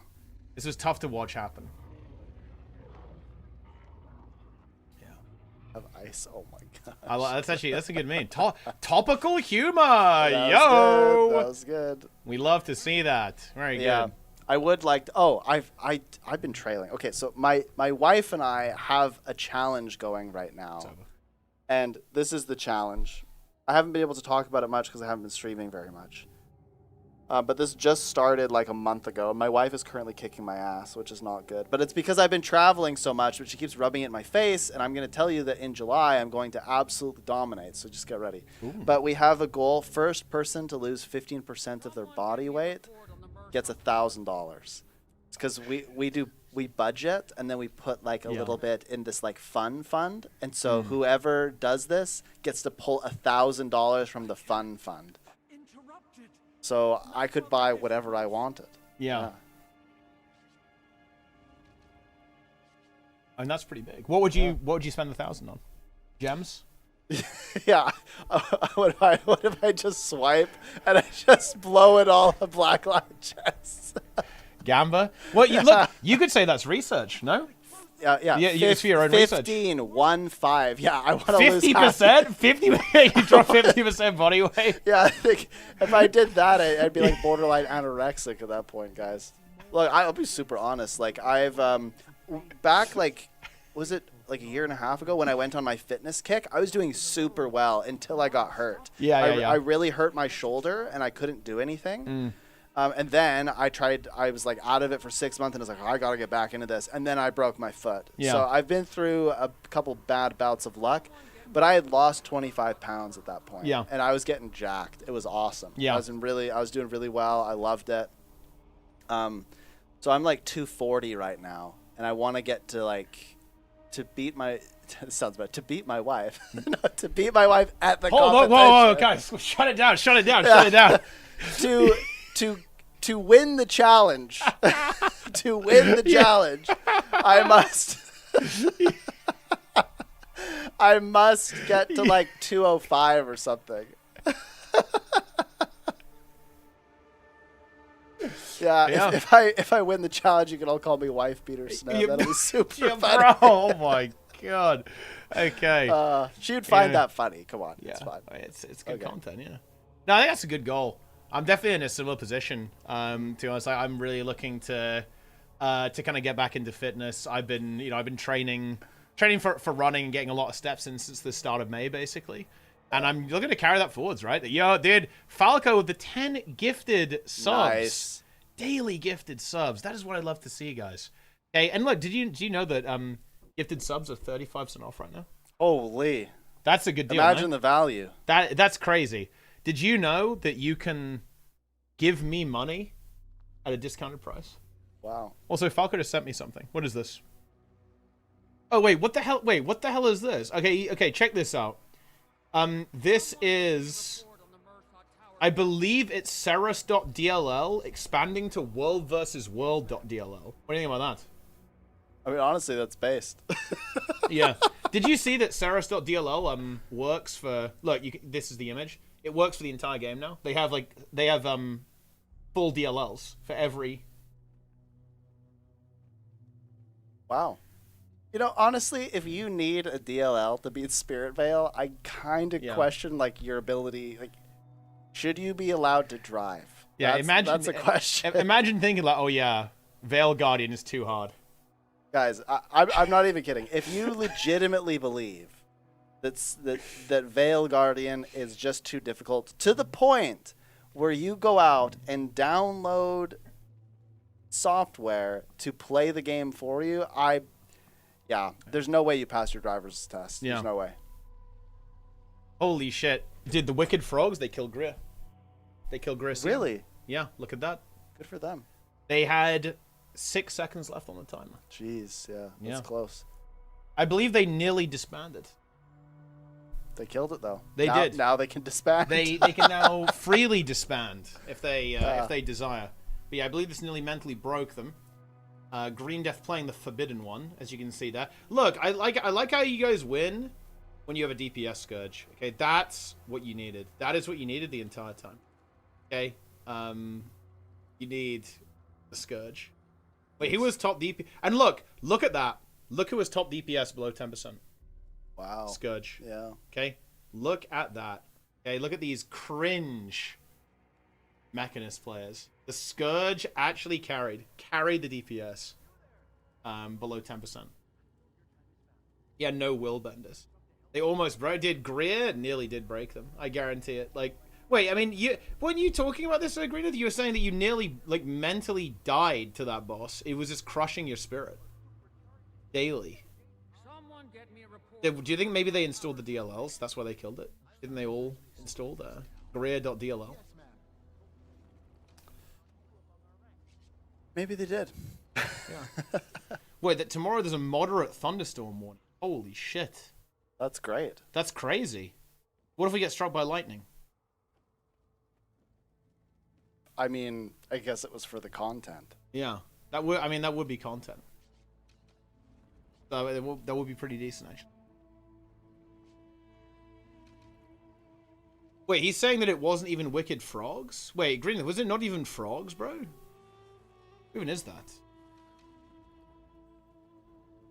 My Greer logger today. Okay, let's compare them.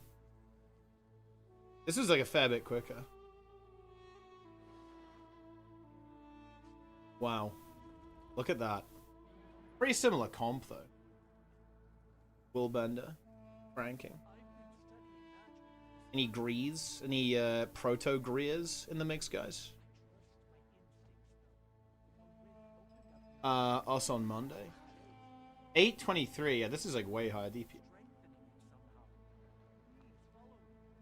Look at that.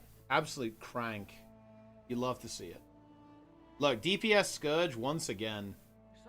Putting in the work. Oh, okay, I'll give that. The Renegade kind of pumped there. Holy shit. 40k. Yes, ma'am. You love to see that. Career is piss when people kill. Yeah, if you kill E-Reg, obviously like the fight is kind of piss. There's like no damage on it.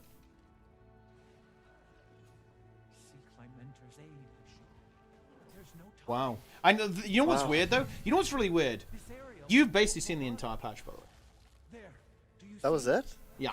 Oh. Yeah, there's like a weirdly low amount of content in this patch, to be honest.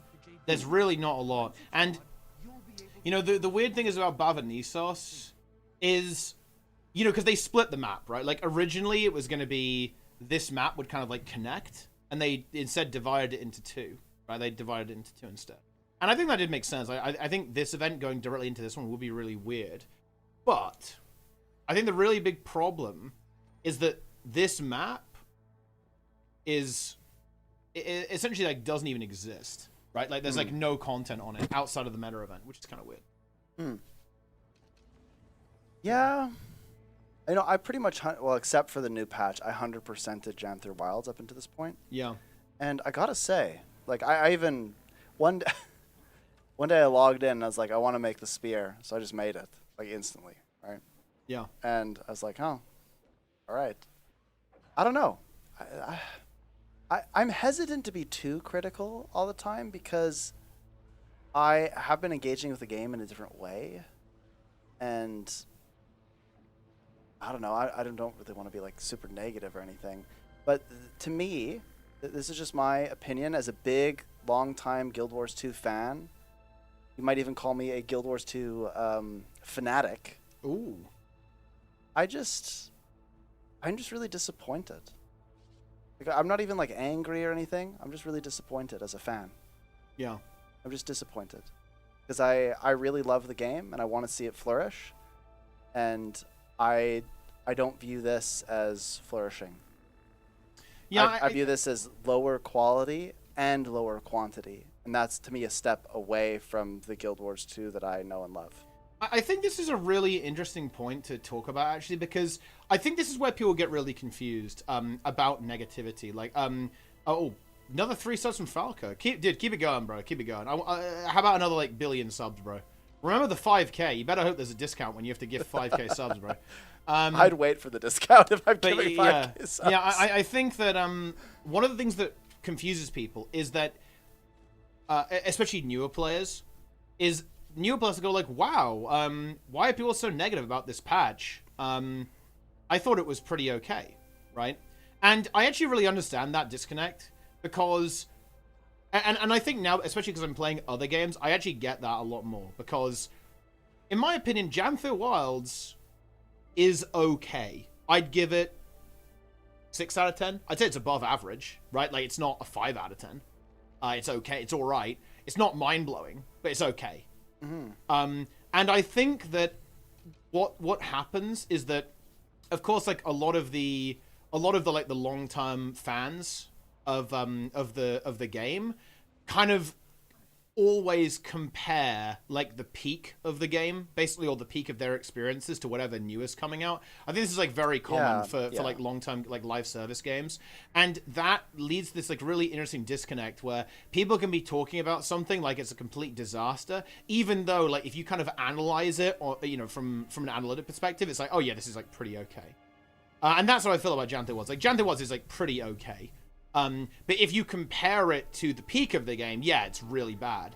But I think it's important to keep in mind that you have to look at it in both senses, right? You have to go, okay, well, you know, you're talking about how you want the game to flourish. I really feel that 100%, like big time, yeah. Like, I wish that the game would drop an insane patch that would, like, get everyone excited for the game again. Like, that would be, like, a huge dream for me if they do that. And kind of wanting that to happen is where I think a lot of the negativity comes from, is that people really believe in this product, right? People believe in Guild Wars 2 as a product, as a, you know, and ArenaNet as the company, right? And when the studio and the game doesn't reach that almost like perceived standard, there's like a lot of negativity that comes out of that, right?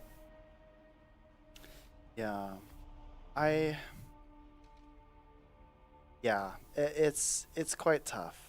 I think if you play the game very casually, you'd probably be fine with jumping in every once in a while. It's to me, it's the expansion thing. It doesn't work for me. That doesn't mean it doesn't work for everyone or it doesn't work for every purpose or whatever. But the way that they have the expansion schedule, it just doesn't work for me. I used this sort of comparison before, and I think it's a good one. It's kind of like if I went to watch Breaking Bad. Yeah. And I watched the pilot, and they're like, all right, come back for episode 2 in 3.5 months. And I was like, whoa. No, that was pretty good. You come back, you're like, oh, episode 2 is pretty good. But like, you start to forget about it after a while because it's just so slow, right? Like, it's just one episode, 45 minutes an hour every 3 months or so. And you're like, it's just dripping too slow. It's not enough. This is just my personal opinion. I would prefer every 2 years and a whole lot and double the content all at once. I would prefer that experience. Yeah. The problem is, or you do it every year, but you have double the content on release. Like, all the content happens all at once. Because the issue with this is, if you strike out at any point with the patches, at any point, if it's just not enough content or it's full of bugs or whatever, then it's just so obvious. Yeah. But if you release everything at once and something's kind of bugged or it's not tuned properly, whatever, people can ignore that because they will focus on the other parts of the game. But it's just too in your face when a mistake is made, because there's just not enough content. It's just dripping. It's the only thing to focus on, right? Yeah. It's like the only thing that's happening. Like, look at what's happening right now. All anybody can think about are the like extreme game-breaking bugs that are happening. Right? Yeah. And keep in mind, I feel like I'm not being harsh when I say that the bugs were really bad on release for this patch. Were they not? Like, they had the extreme game-breaking LCM thing where people were bugging that, which they fixed to their credit. But they had that. Then they had the like weird economy stuff that happened for a few hours, where people were going like insane, and then and like just duping gold, basically. And then there were a couple other like minor things, right, that prevented you from progression. I mean the convergence CMs aren't working. Yeah. So there are all these things, and and if you think about it, it's really not that bad, right? Like all in all, yeah, there's some mistakes, whatever. It's not that bad. But what makes it really bad is that there's just not enough other content to think about. So it literally is blocking like half the things you would do for this patch. And to me, that's the issue. It's not that there are bugs. It's not that they're not fixing them fast enough, really, even. It's just that the drip of the content is so slow that when you finally get that drip, you're like so dehydrated. You try to consume it all at once, but then it's poisoned. Yeah. Yeah, if I had to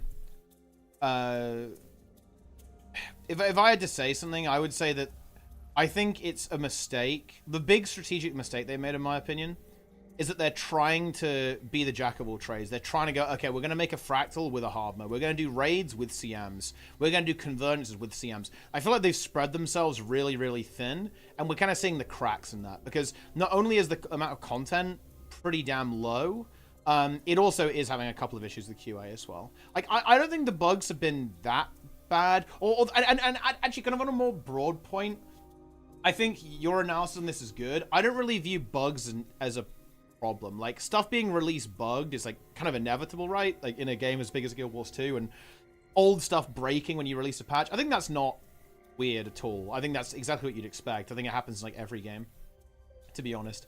But the fact that, yeah, like there is a limited amount of activities that basically get presented to the player with every new patch, and if those have issues, then yeah, it can feel a little bit rough, I guess. With that. Yeah, and it's not even necessarily that everyone's engaging with those content, because Grim brings up a good point. Like, there's like 20 people playing or LCM. It's not even necessarily about people playing it. It's the perception, right? When people see other people playing it, or they hear about it, it's like, oh, like that's one of the only things they just brought out this patch, and it doesn't work, right? Like that's what people will think, and I don't think that's necessarily super fair, but it's just the reality of the perception. Yeah. Yeah, and I think that is definitely a problem. Like, it's one of these weird things, but I would almost say I would like to see ArenaNet do an expansion that doesn't really have instance content in it. Seriously. Well, if they do that, they have to have repeatable content, and that could be metas. They need to have solid metas with every map. Yeah. Yeah. Yeah, I just don't. I think that the raid was cool. Wing 8 was cool. And, you know, I respect ArenaNet for having the balls to do it. Like, it was a cool thing to do, right? Yeah. But I think it came at a price. I think the price is probably too expensive.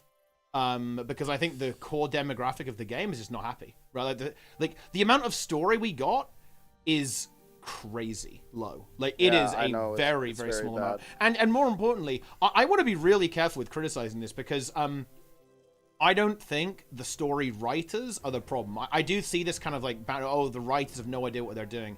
Guys, I think that is a really unfair criticism. Like, bear in mind the job that these guys have to do. They have to tell a follow-up story to the main expansion, right?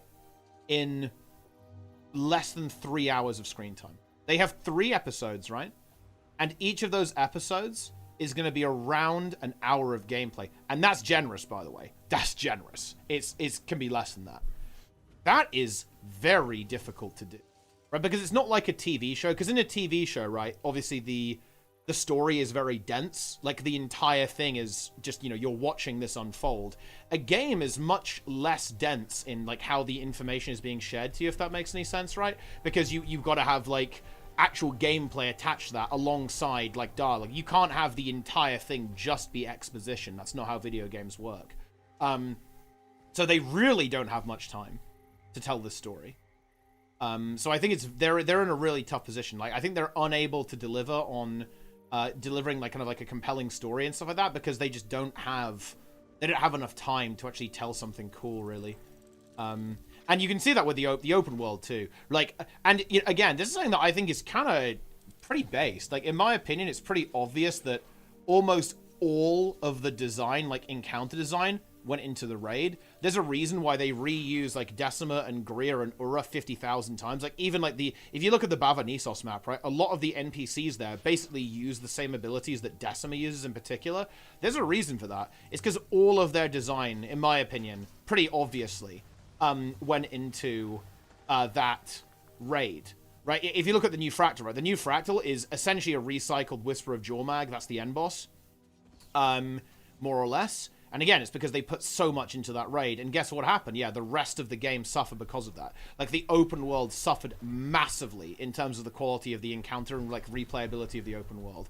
I think that's a major issue. I don't think they should do that again.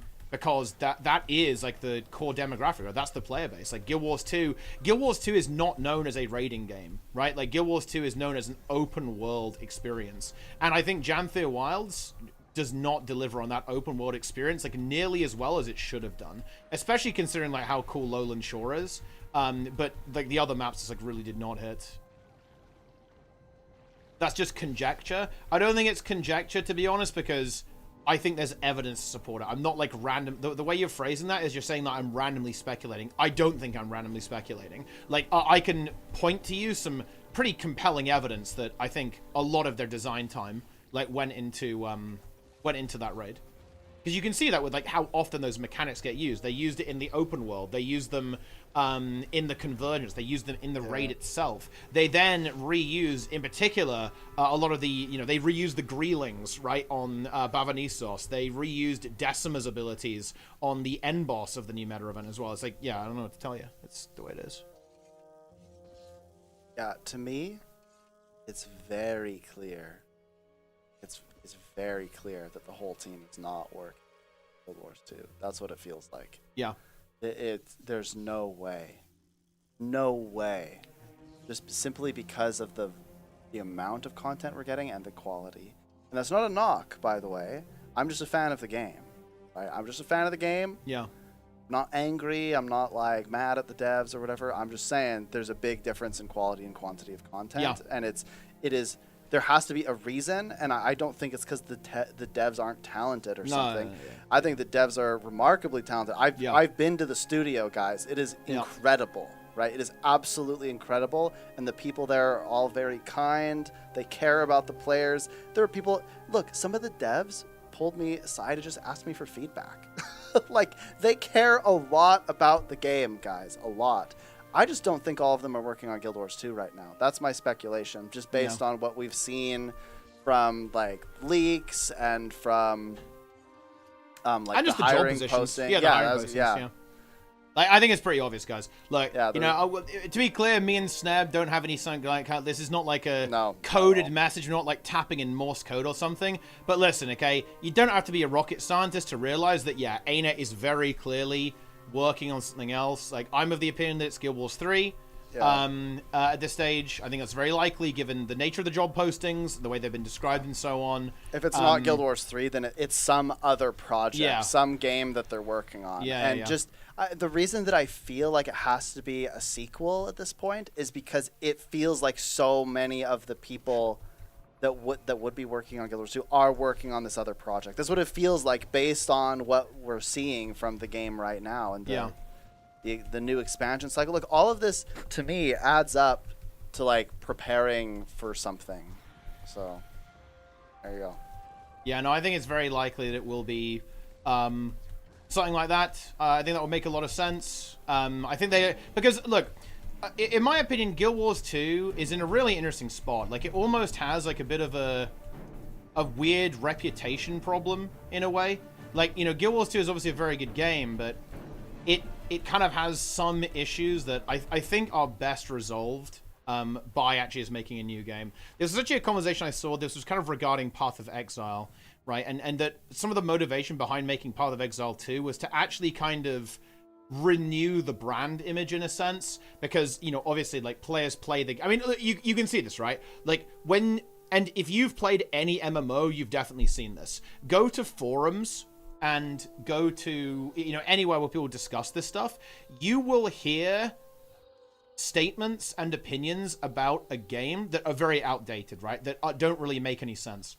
Some like classic ones about Guild Wars 2 would be the game has no end game, right? Like it's a pure casual game with like no content. Does that game even have PvP, etc., etc., etc., right? And of course, it's not really the case anymore, especially on the PvE side. But it was true at the time, right? And people have kind of taken that information, disseminated it. And this happens with all of the products there. Like all online games like this, in my opinion. So Guild Wars 2 is no different. So I think that's why it makes sense to kind of do that. Like the only game that I've seen kind of get away from this, funnily enough, is WoW. Because they have the ability to like scream from a megaphone, right? I think WoW is in a unique position to kind of continually renew and recreate its image because it is such a massive product and Blizzard Entertainment is such a big company. But yeah, it is what it is. I want to address a comment. Oh, yeah. Well, there was a comment that said being at the studio I wouldn't be able to know if the devs were talented. I talked to the devs, and no, I don't understand code, but I think when we talk about devs, we're not talking specifically not programmers. about, yeah, about not just programmers. Yeah. I don't feel like I have to be a programmer to understand that the people who work on the game in general are talented by me experiencing conversation with them and being in the studio. When I went in the studio, I went into like the sound room, for example, and the lengths that they go to and how creative they are to make every element of the sound in this game is incredible. I also went to a PAX. This was years and years ago when I was on my honeymoon, actually, in Seattle. We went to PAX and we went to the Guild Wars 2. There's somebody, at least, the Guild Wars 2 devs, the people that work on the sound, they did like a panel and they showed us how they make all the sounds. Same thing, incredible.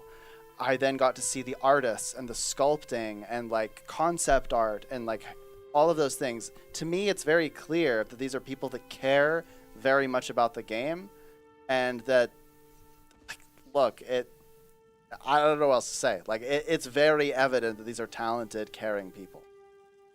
Oh yeah. And I can only echo that. I obviously haven't had that experience actually going to the studio, of course. But every interaction with a dev I've had, going all the way back to HOT, by the way, guys, right? Like, from talking to Paul, who was kind of the lead designer on the raids in HOT, right? To Bobby Stein, I've had some really awesome interactions with him. To interacting with, the EOD developers, right? Like the people who created like Dragon's End on Twitter because they were watching us. It was like, man, they ooze passion, right? Like they absolutely ooze passion. Like I think anyone who's having a go at the devs is kind of a fool, to be honest. I think that they have some crazy energy and make some incredible stuff.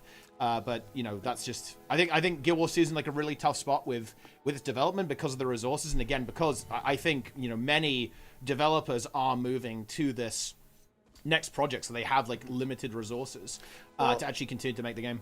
Well, does it really matter if the devs are talented or not? Either you're happy with the amount of content or you're not.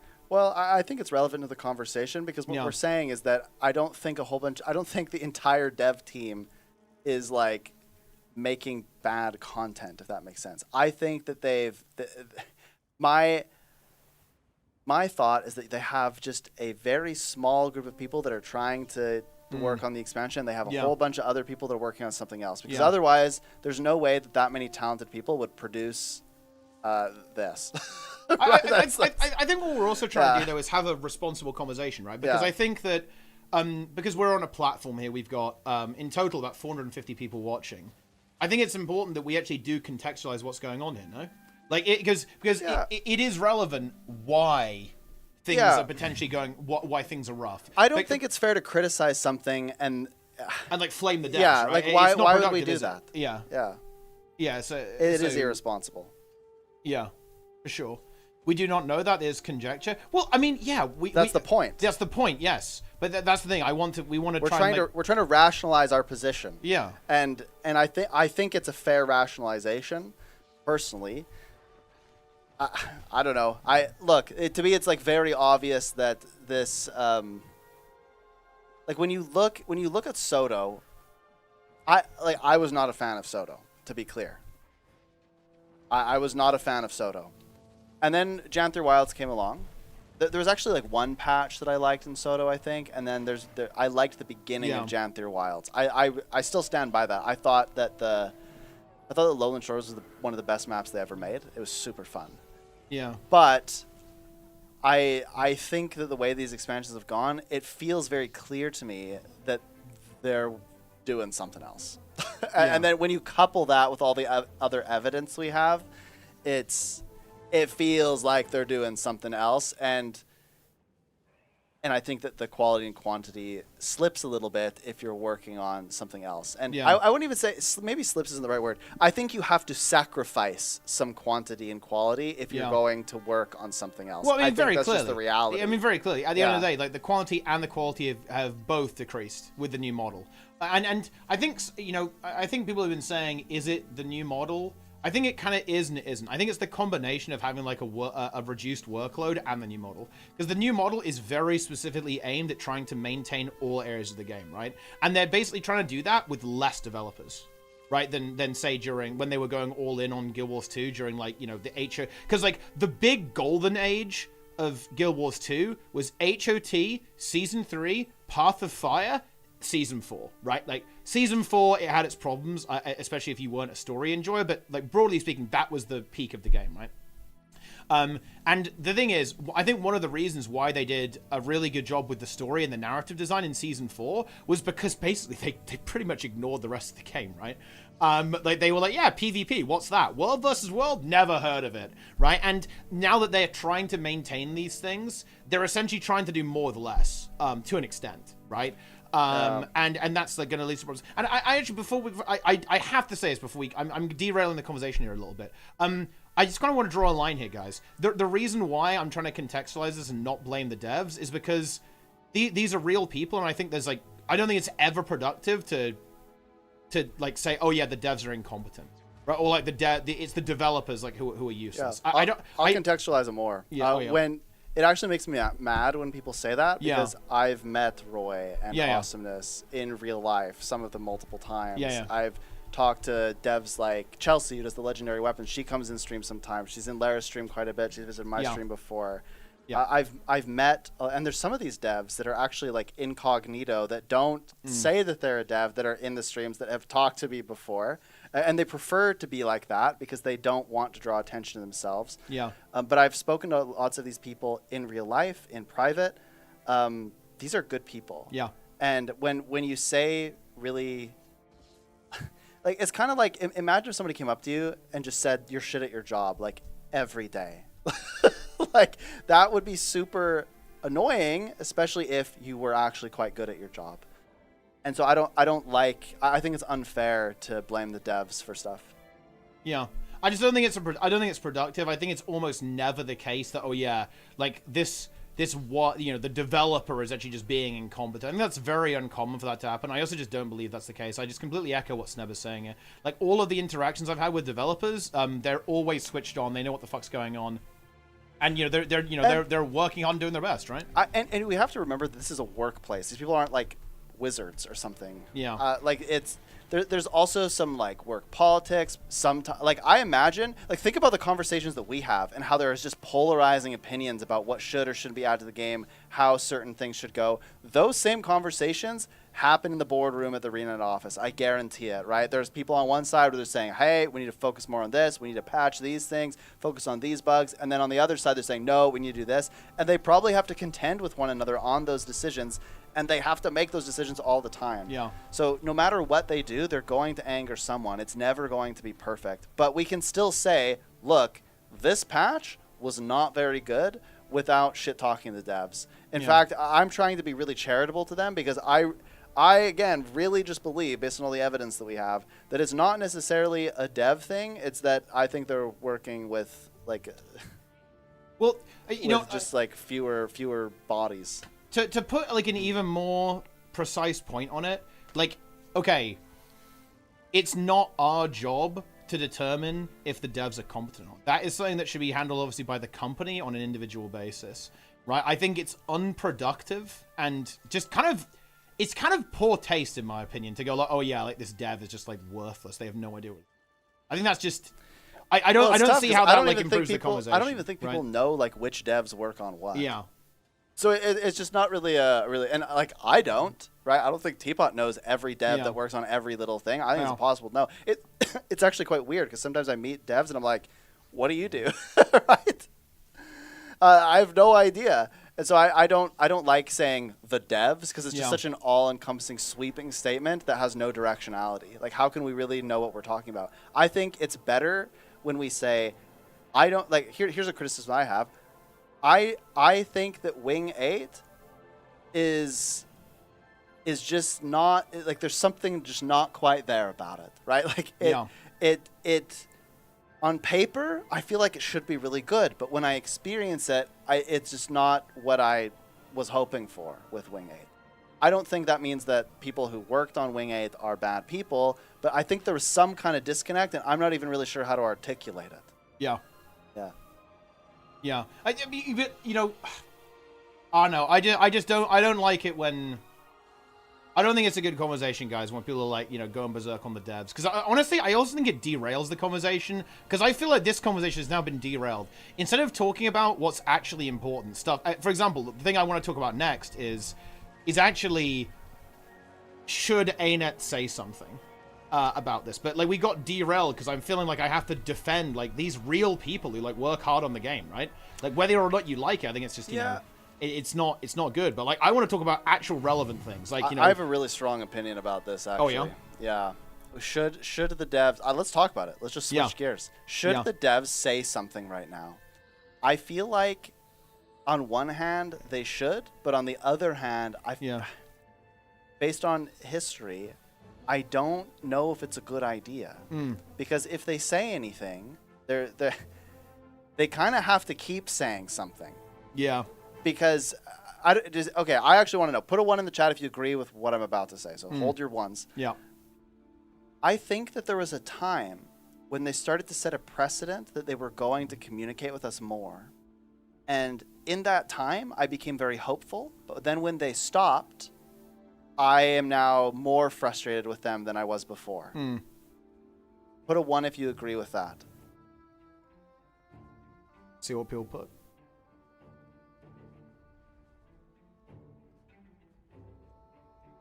Yeah. So here's the risk in conversing with us. If the devs start, let's say they do kind of like community management similar to what RuneScape does, where they're like really engaged with the players. If they do that, they have to sustain it. Yeah. They have to. This doesn't mean that it needs to be this like constant faster and faster treadmill where they have to do more and more and more. But if they do something, they need to keep doing it. They can't just do it once and then stop and go completely radio silent, because I think it actually makes the problem far worse, and I don't want to see that happen. So on one hand, I think the right thing to do would be to acknowledge some of the problems, which they did. Here's the other issue: is they did that with Soto, but they didn't really act. Again, my perception, it feels like maybe they tried to act on it, but it didn't really work out. So now you've got this problem where they're kind of saying one thing, but they're not really kind of, maybe following through to the extent that the players were hoping for. Yeah. So it's like, does the conversation with the players make it better or worse? How PR is it, right? When I read the PR statements, I don't really get anything out of it. I just wish that, like, I saw the devs on social media more, like, responding to players, and not in like a corpo way. Because I don't know what it is, but that really turns me off. I think it's because I view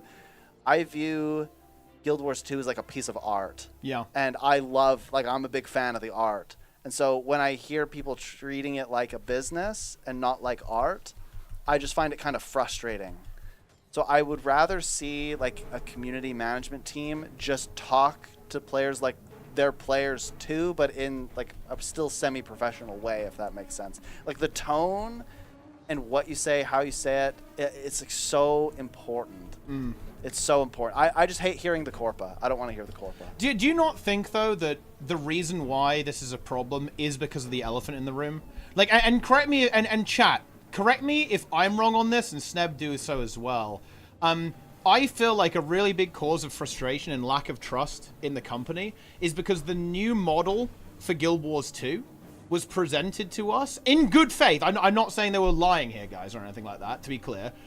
It was very much presented as like, yep, we're refocusing, we're making it more financially sustainable, we're going to be bringing you that quality content, that Guild Wars 2 experience. Like, it was presented to me like Guild Wars 2 is back. And 2 expansions deep, it's very clear to me, and I think everyone, if I'm being real, that is not the case. And I will admit, they haven't been helped by the NC leak with Guild Wars 3. That's really not... That fucked them. And honestly, that was a huge, horrible thing that happened with that NCSoft shareholder meeting.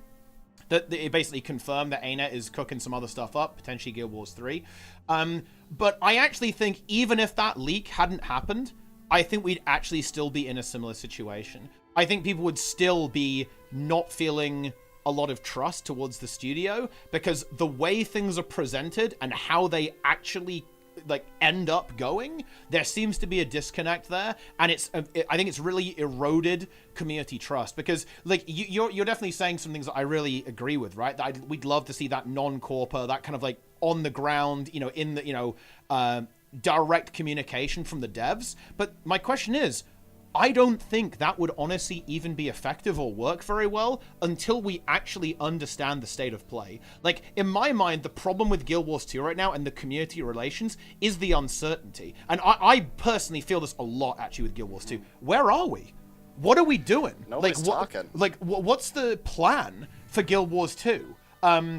How does it fit in with these other projects? Like, I genuinely feel like, and maybe I'm just dumb, maybe I'm not paying attention, maybe you guys get this and I don't, but I feel like I genuinely do not understand the state of play with Guild Wars 2. Like, where are we at with this? Like, where are we going? I have no idea. And I feel like a lot of the statements have not ended up kind of comporting with how things have actually gone with the framing, and I just don't know what's going on. And as a result of that, like, a lot of the... I'm with you on this. Like, that's why, for me, a lot of these studio updates, I don't really know how to interpret them. I just wait to see what happens, you know? Yeah. Yeah, I actually think, you know, going back and analyzing the original restructuring news feed, that would actually be quite interesting. Because I remember reading it and going like, hell yeah, brother, there's gonna be an Xbox every year. Like, that's sick. Like, I'm gonna take my money. But now...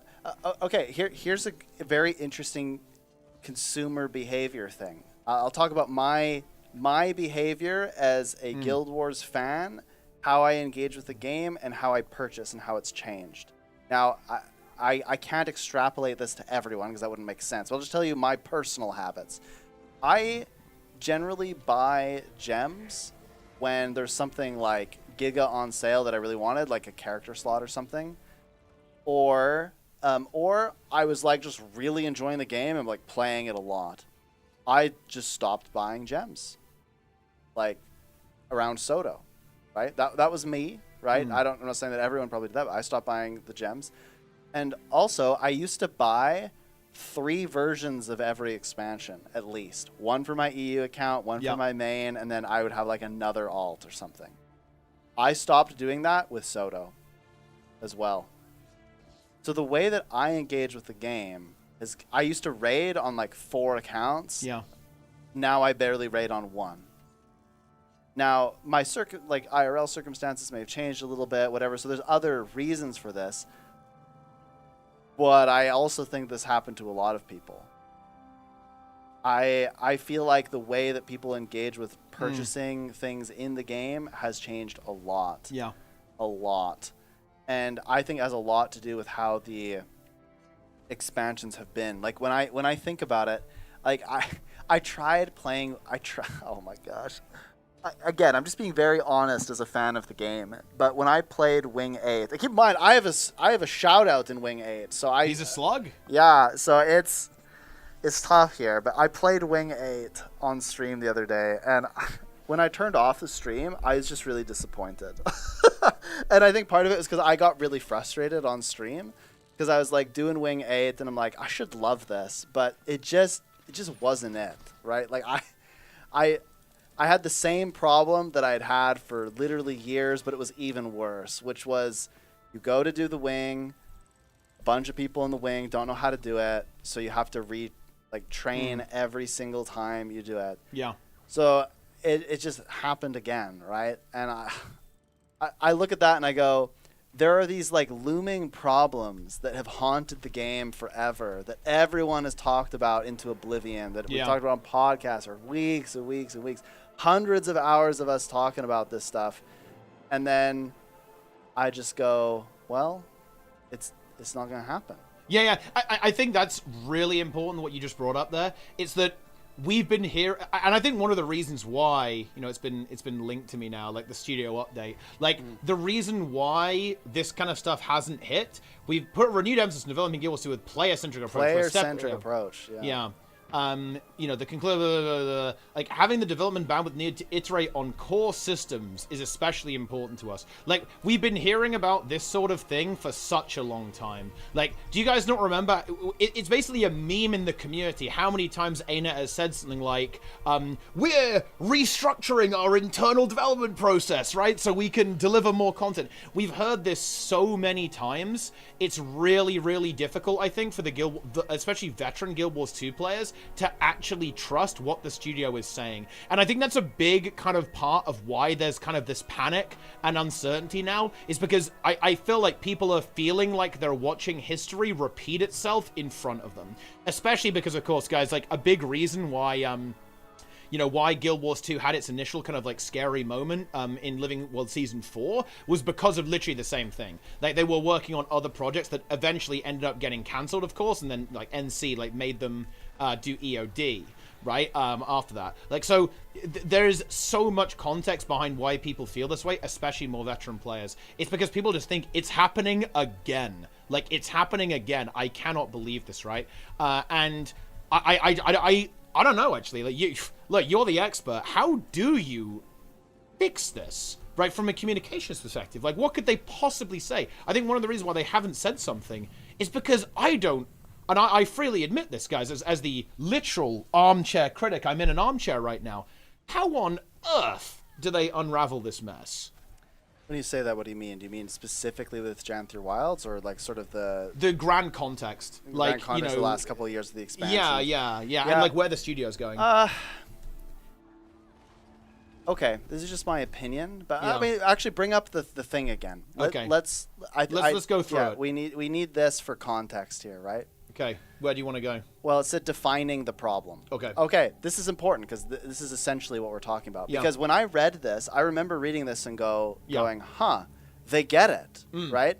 And I felt like they had an understanding of how I felt as a player. So I'll just read this quick. Since 2021, we put a renewed emphasis on developing Guild Wars 2 with a player-centric approach, where step one in our development process is seek out and understand the problems and frustrations that MMO players face. This approach was first adopted at Arena over 20 years ago as the core of continued success of the Guild Wars franchise. The conclusion of the Elder Dragon Saga, a story over the course of a decade, was an opportunity for our team to reflect on our past before moving forward. This was very good, right? Because there were a few problems with EOD, right?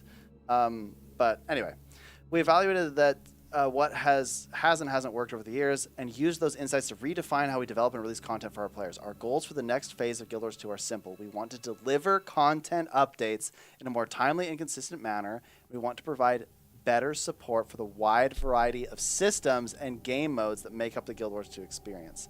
Having the development bandwidth needed to iterate on core systems is especially important to us, and it's something we've been making headway on over the last year with our quality of life improvement initiative.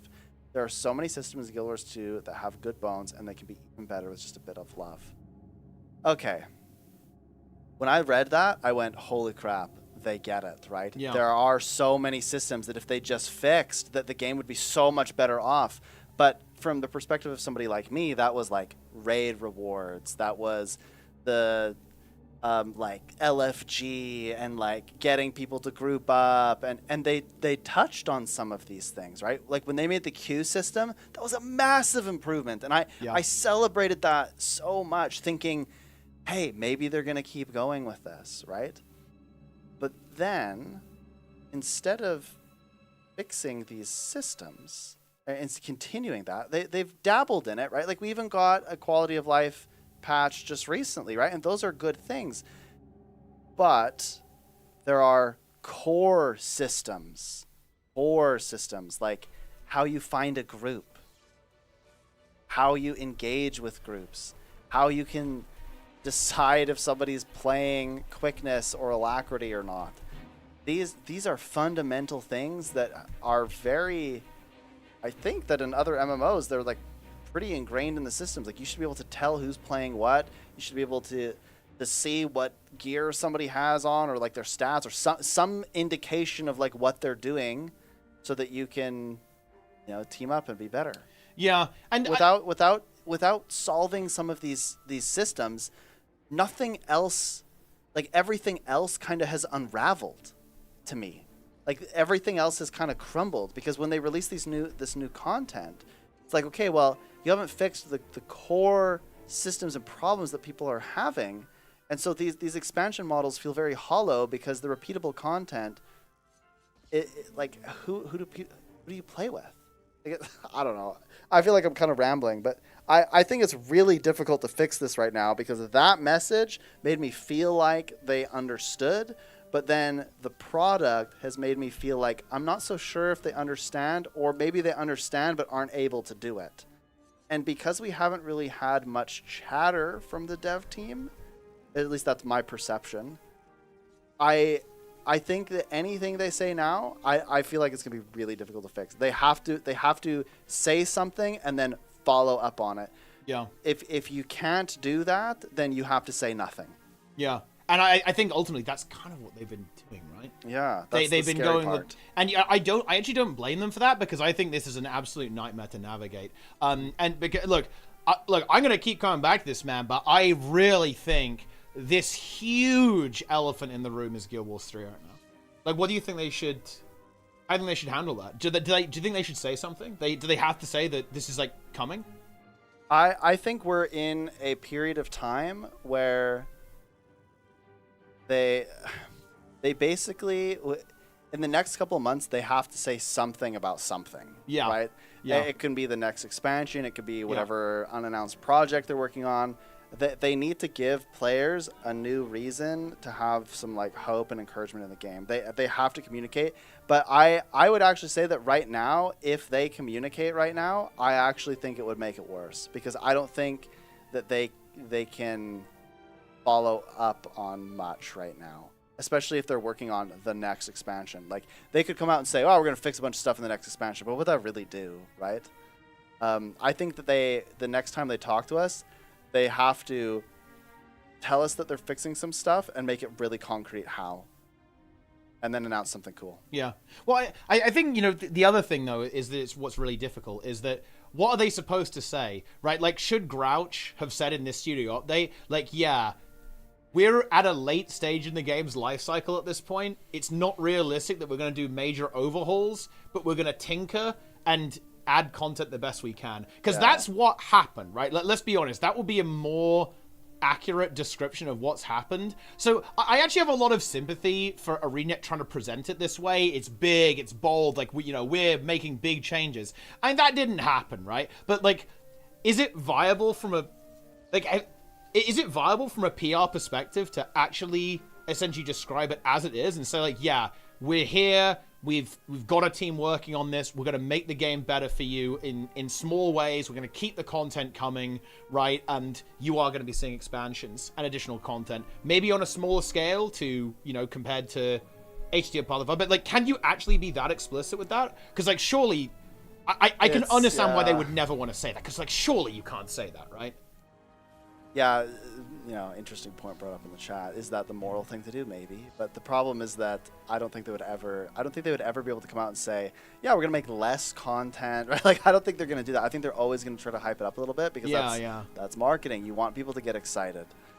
It's tricky though, because eventually, and I think, well, you're gonna have to come clean, right? Yeah, they have to I at think, some point. Yeah, I think we have a big problem right now because I think the numbers tell us a story.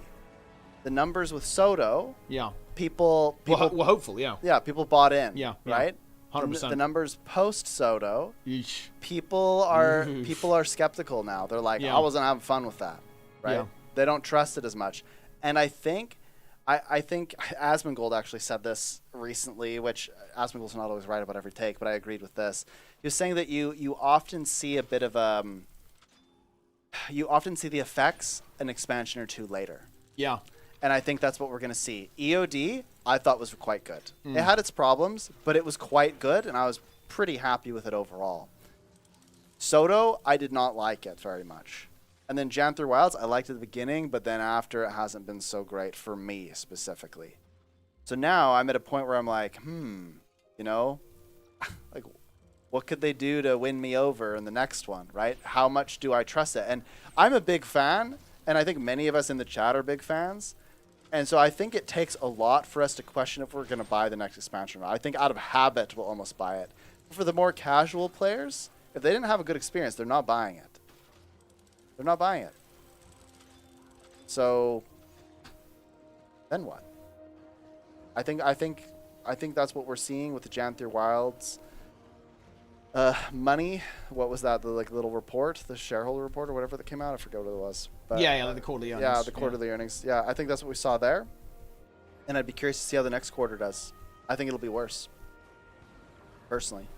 It definitely could be tough. And I think looking at X-Pack sales will be interesting as well. I'm hoping they do have something big. Like, my guess would be they might do Elite Specs again. And I think that would honestly really help with sales, to be honest. And this is where I think Guild Wars 3 honestly could really help. Because, okay, and this is like, this is a bit of copium here. Because let's assume that Guild Wars 3 is actually like pretty far along in development at this stage. So my theory would be they probably started developing Guild Wars 3 or like, you know, sorting it out during that Path of Fire, that initial Path of Fire nuke era, where the game was on the back burner. And then they probably picked it up kind of at the end of EOD.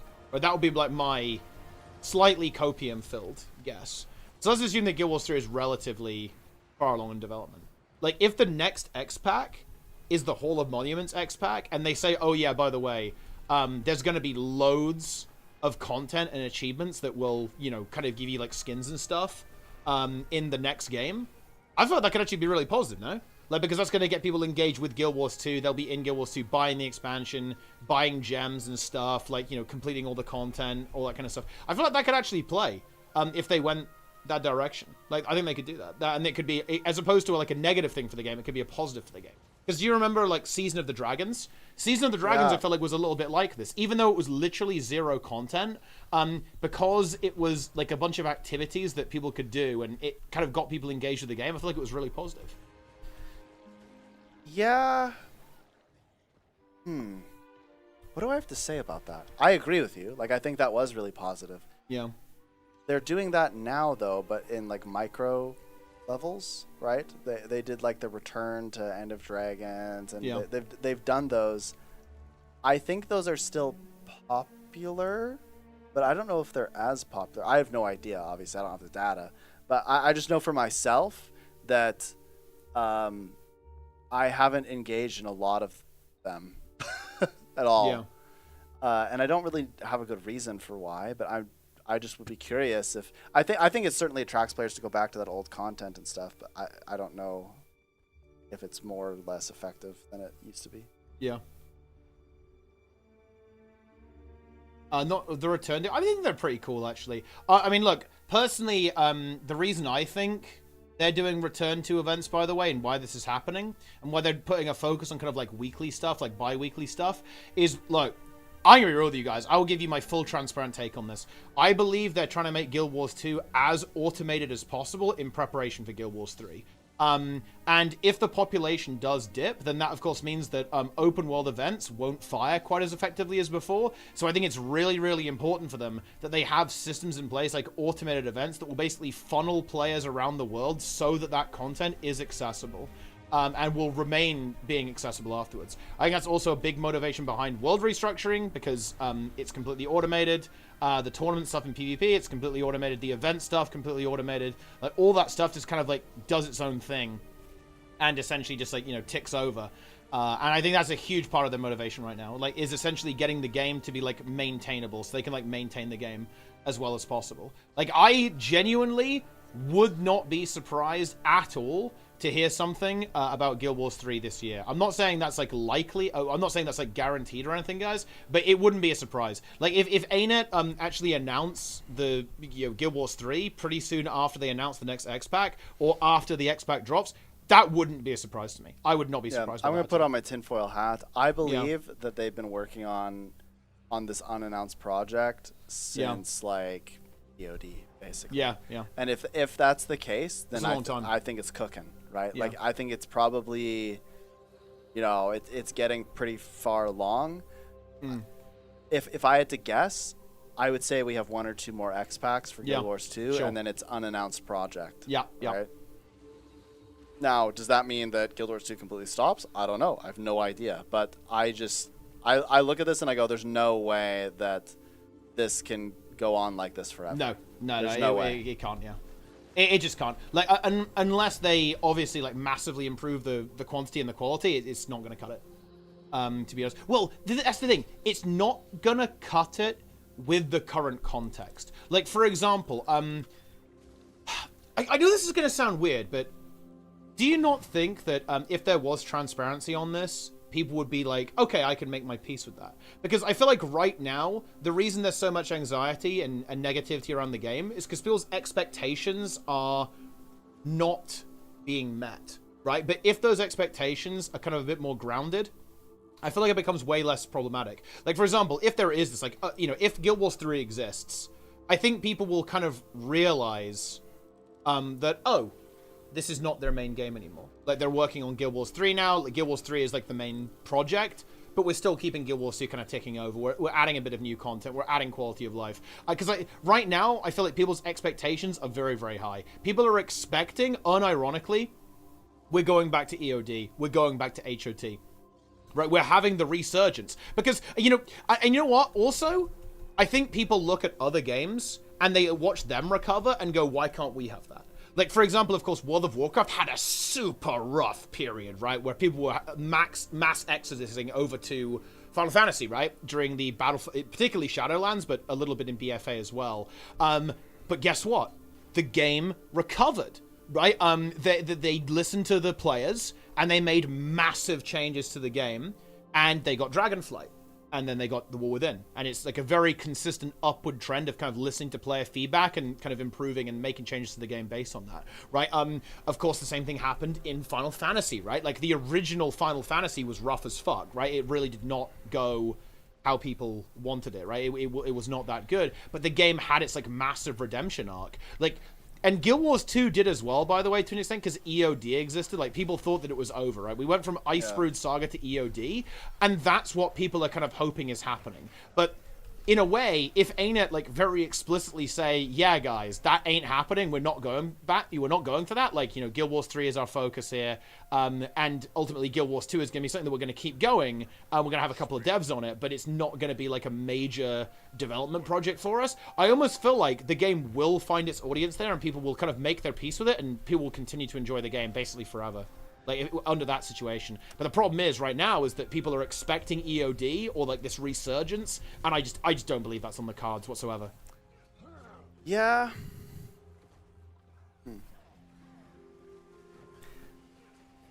I don't know if I 100% agree. Oh, yeah? Oh, yeah? No. What do you disagree with? Because I spoke for, like, 15 years. Yeah, no, there's one specific piece. Yeah. I don't think if they were like, oh, yeah, this is where the game is at. And this is like, I don't think if they lowered people's expectations that people will just magically come to peace with it and be okay. Yeah. I think they'd go find something that's more hype and just do that, right? I think you naturally have to be a bit hype about the game. And that's why pretty much you never see anything like super negative. The most negative thing you'll see is like when they said, hey, we know we made a bunch of mistakes and this is how we're moving forward. But it's very PR speak, right? I don't know. Look, here's the truth. Here's how you revitalize Guild Wars 2 in an instant. Oh, yeah? Instantly? Instantly. Yep. You announce a Guild Wars 3, and then you say there is Giga Hall of Monuments. Yep. And it's in every part of the game. Ooh. Here is an infestation of achievements that will transfer to the next game. And many are gameplay focused, some require materials. The game would explode. Yeah.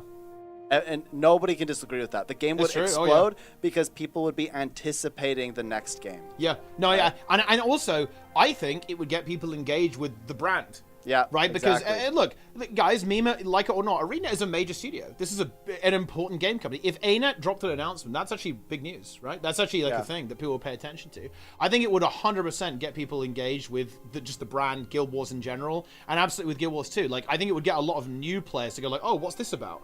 Right, like, oh, Guild Wars 3 is coming? Like, I might try Guild Wars 2. I actually do think that, yeah, like, if they play their cards right here, I do really believe this. I think Seb's absolutely right here. Is that they can have like a really bit of good positive marketing, get a lot of like new eyes and like new people paying attention to the brand.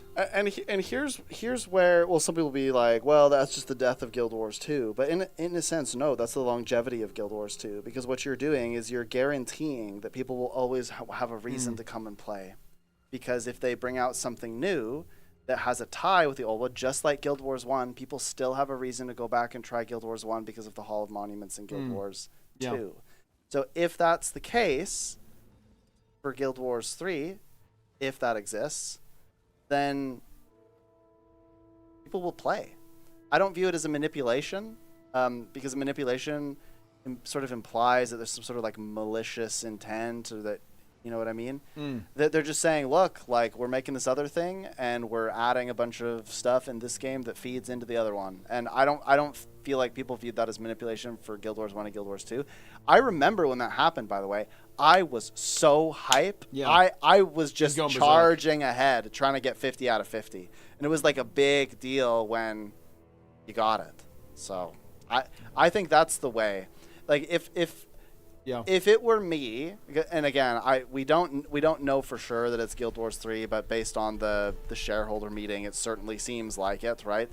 So if it is Guild Wars 3, and it is coming out in the next 1 to 2 years, and there's one that would also maybe suggest that there's like 2 expansions left, maybe. Here's what I do: if it's 1 expansion left, then what I do is when I announce the next expansion, I also announce the unannounced project, or at least like close proximity to each other. And then in one of the patches of the next expansion, I release the HOM. Yes. Yeah. The Hall of Monuments then comes out, and the Hall of Monuments is essentially content that will carry for a long time into whenever the unannounced project comes out. To me, this is like the most logical marketing move, because everyone will forget this. You're all going to hate on me for saying this, but everyone will forget every flaw that Guild Wars 2 has, and they will only focus on whatever big achievements and stuff there are that will get them the Hall of Monuments. That's what they will focus on, and they'll be happy to do so because they'll just be talking about the next game. Yeah. And people might view that as like a betrayal or whatever, but that is the correct PR marketing move.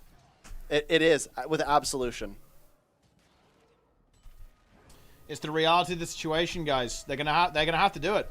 And yeah, I totally agree. I think that doing that would be really, really interesting. And kind of on the comment about, like, it works with Guild Wars 1 because of heroes, but not in Guild Wars 2. Yeah, why do you think they've put so much effort into making these automated events that direct players around? PvP Rush, World versus World Rush, World versus World restructuring, so the system is just entirely automated, like with an algorithm. All this kind of stuff. Like, why do you think they've done that? Like, very, very simple. What about the seasonal model? The fact that the game has become seasonal is huge. Because, look, guys, they aren't, look, just to clarify here, I don't believe they'll ever fully drop Guild Wars 2. In fact, there's no way they would ever do that. Like, this product is very successful. Like, it's an MMO that is still generating, like, millions of dollars in revenue. They are never dropping this game. But what they can do is essentially create systems and structures in such a way that they can like maintain it and still essentially keep it alive with a lower development budget and a small development team. And I think that's their goal, though, with a lot of this automation style stuff and this event style stuff and the seasonal approach of the new model. Because if they still make updates, which I believe they will, I think they will continue to release updates for the game. I'd be really surprised if they weren't.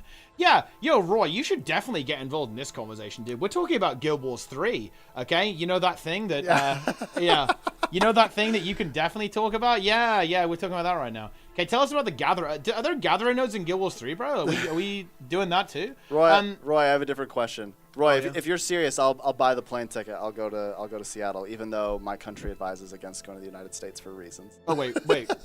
What was what were you serious? What was he serious about? Oh, I was jokingly said, Roy, if you let me stay at your house, I'll I'll fly to Seattle again. Okay. Well, there However, you go, the problem though is that if I go to Roy's house again, I might have another child. Who knows? Because you remember the last time I went to Roy's house? Yeah. My kid was born while I was there. Yeah. So. Oh yeah, then that was quite the chaotic situation for sure. Oh, yeah, that probably sounded weird. But no, guys, for context, like 3 years ago, my wife was 8 months pregnant, and she was like, you have to go to PAX. You have to go. And I was like, I don't think I should go. You might give birth. And she was like, no, like, you're so passionate about this. She's a great companion. But she was like, you have to go. And so I stayed with Roy. And while I was there, my second daughter, Willow, was born. And I was like, oh my gosh, what are the odds? And there's nothing we could do, right? Like, we then drove all night, and I got home and everything. But yeah, it was a crazy experience. Honestly, one of the strangest experiences ever, because when I had my first daughter, I was in the hospital with my wife, and I was like the first one to hold her and everything.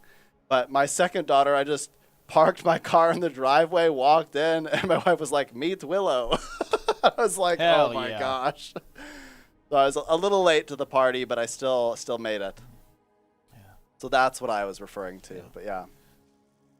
And yeah, guys, to be clear, if this happens, if we are doing Going Guild Wars 3, which I think is honestly likely at this stage, I want to be clear. Yeah, development would obviously slow down. I'm not saying they could maintain the game at its current level of aliveness indefinitely. I imagine that Guild Wars 3 will be like their main, it's going to be like their big project that they're going to go. But I just don't think there's no reason for them to shut down Guild Wars 2. And the reason I also think that this is pretty likely that they'll keep going is because there was this live stream, right? I know this is like a very, very off-the-cuff remark. It was on an Extra Life stream. And yeah, it was Colin. I think Colin said, it's like, yeah, I think if we could go back in time, right, we would... we wouldn't just like completely abandon Guild Wars 1. Yeah, that would be kind of cool. Yeah. Yeah. Look, I think my strategy is pretty good. Yeah. I really do. I think if they don't do that, I'll actually be kind of surprised, because to me that makes the most logical sense, what I explained before. So yeah. we'll see what they end up doing. But yeah, we'll see. Yeah. We will absolutely see. It's a massive risk or anything new. I think it's a risk. It is definitely a risk, and this is something that is a little bit spooky. But I mean, look, if Guild Wars 3 doesn't work out, that's pretty bad. People always act like it's this massive risk, but we have to keep in mind something very important. The risk is mitigated by the brand. If it wasn't, if it's not Guild Wars 2, it is a massive risk. If it is Guild Wars 2 or Guild Wars 3, did I say Guild Wars 2? If it is a Guild Wars 3, then the brand carries this forward, right? Like, people who have played or play Guild Wars 2 will at minimum check out Guild Wars 3. Yeah. You could argue it was a massive risk to do Guild Wars 2 when they had Guild Wars 1 so established. Yeah. And it was, but again, the brand carries it. It's funny actually, because I think New World was kind of a bit of a fail, right? Okay, no, pause for a second. Oh, okay. This is getting annoying. Okay. The Rebeza AOM. Oh shit! Snap's activated. You keep He's calling activated. out as like a bad business model, but look, I'm just gonna tell you. Yes, past behavior does help predict the future to some extent.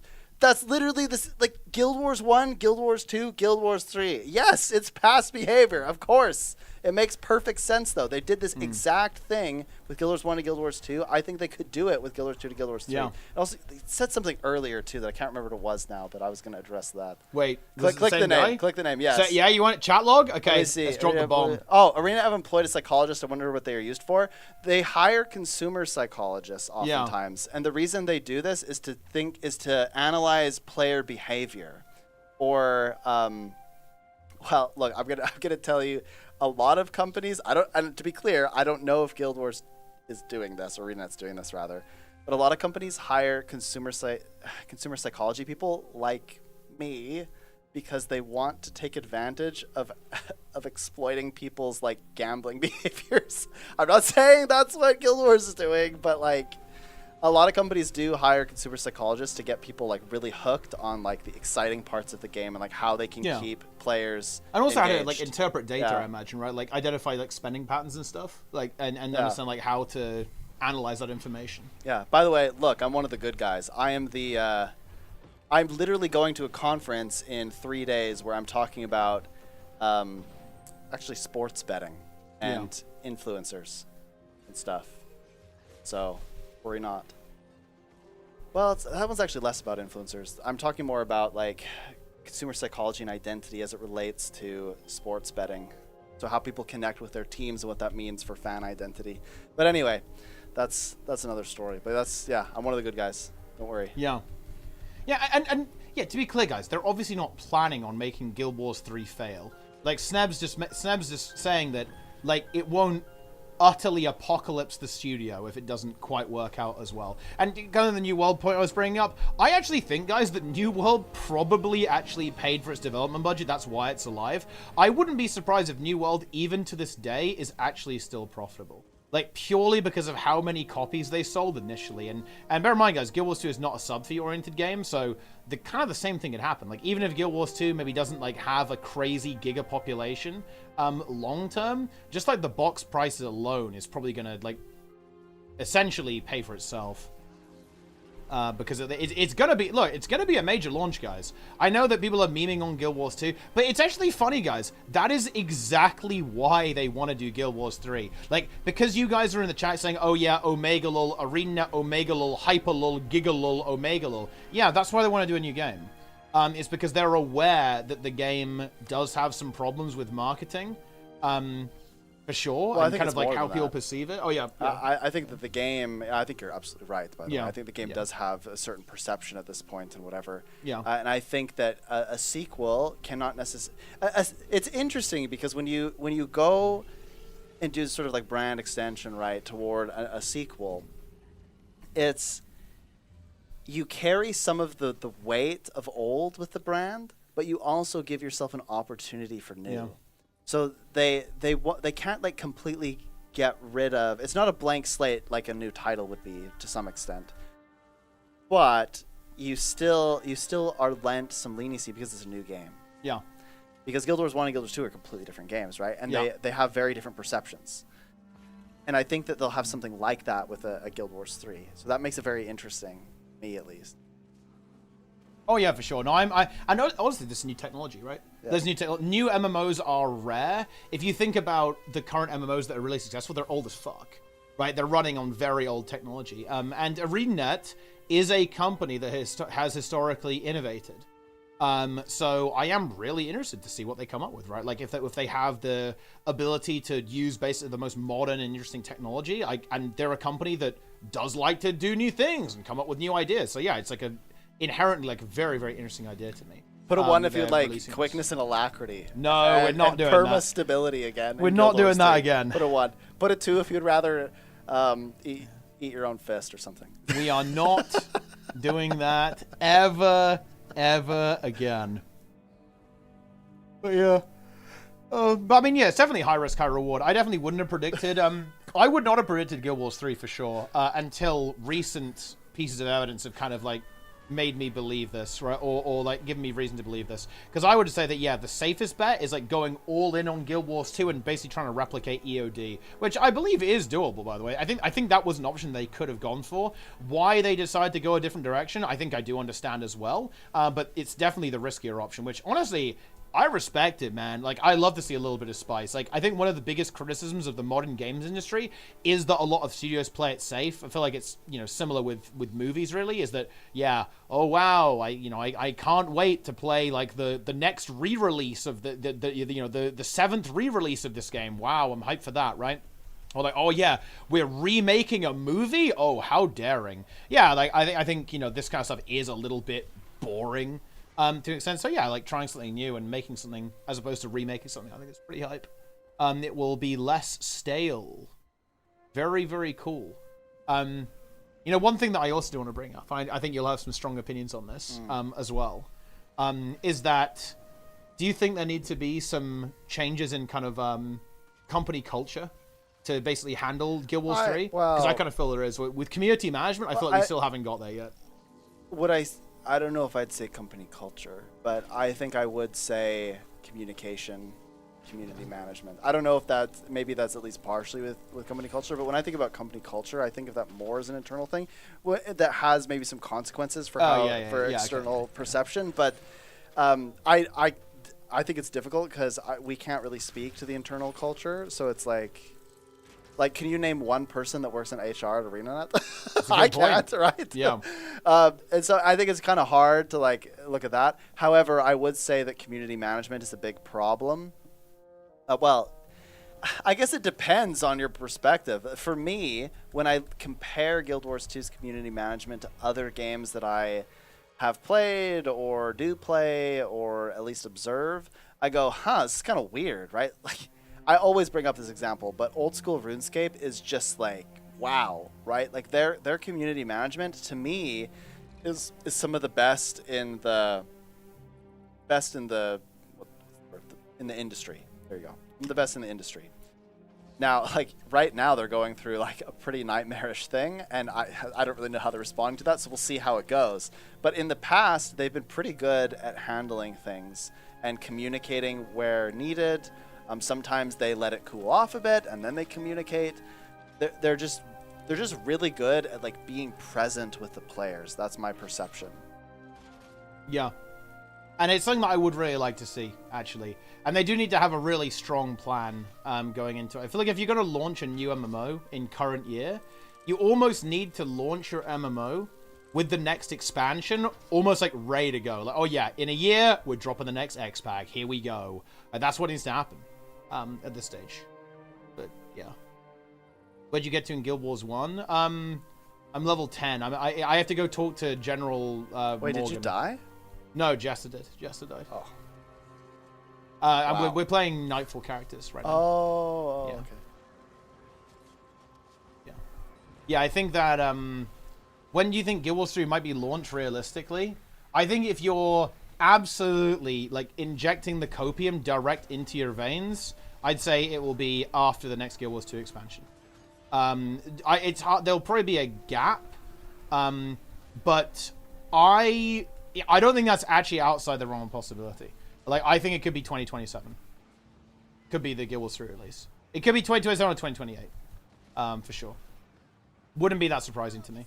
I think the next... Oh, guys, holy shit. Stay tuned for July. Let me tell you this. This is a big deal. And I actually have to give credit to this, because Apehawk pointed this out to me. Who was the Twitch chatter. Twitch chat is very high intelligence. Yeah. I'm sure you're aware of this. They're very smart. Put a forehead if you have an IQ that's at least above 3. And he pointed out that they confirmed Janthea Wilds very, very early, that there was another expansion after Soto coming. And I think it's actually very noticeable that they haven't done that. Like, we know there's an expansion coming in October, but we don't know if there's another one after that. And I think if when they drop the next studio update, which is probably going to be in July, right? Mm-hmm. With the expansion, if they don't mention another expansion, so not the expansion after the one coming in October, that is like the smoking gun right there. That is them saying, "Holy shit, that's the last Guild Wars 2 expansion. We are now going into Guild Wars 3, and you're going to be seeing Guild Wars 3."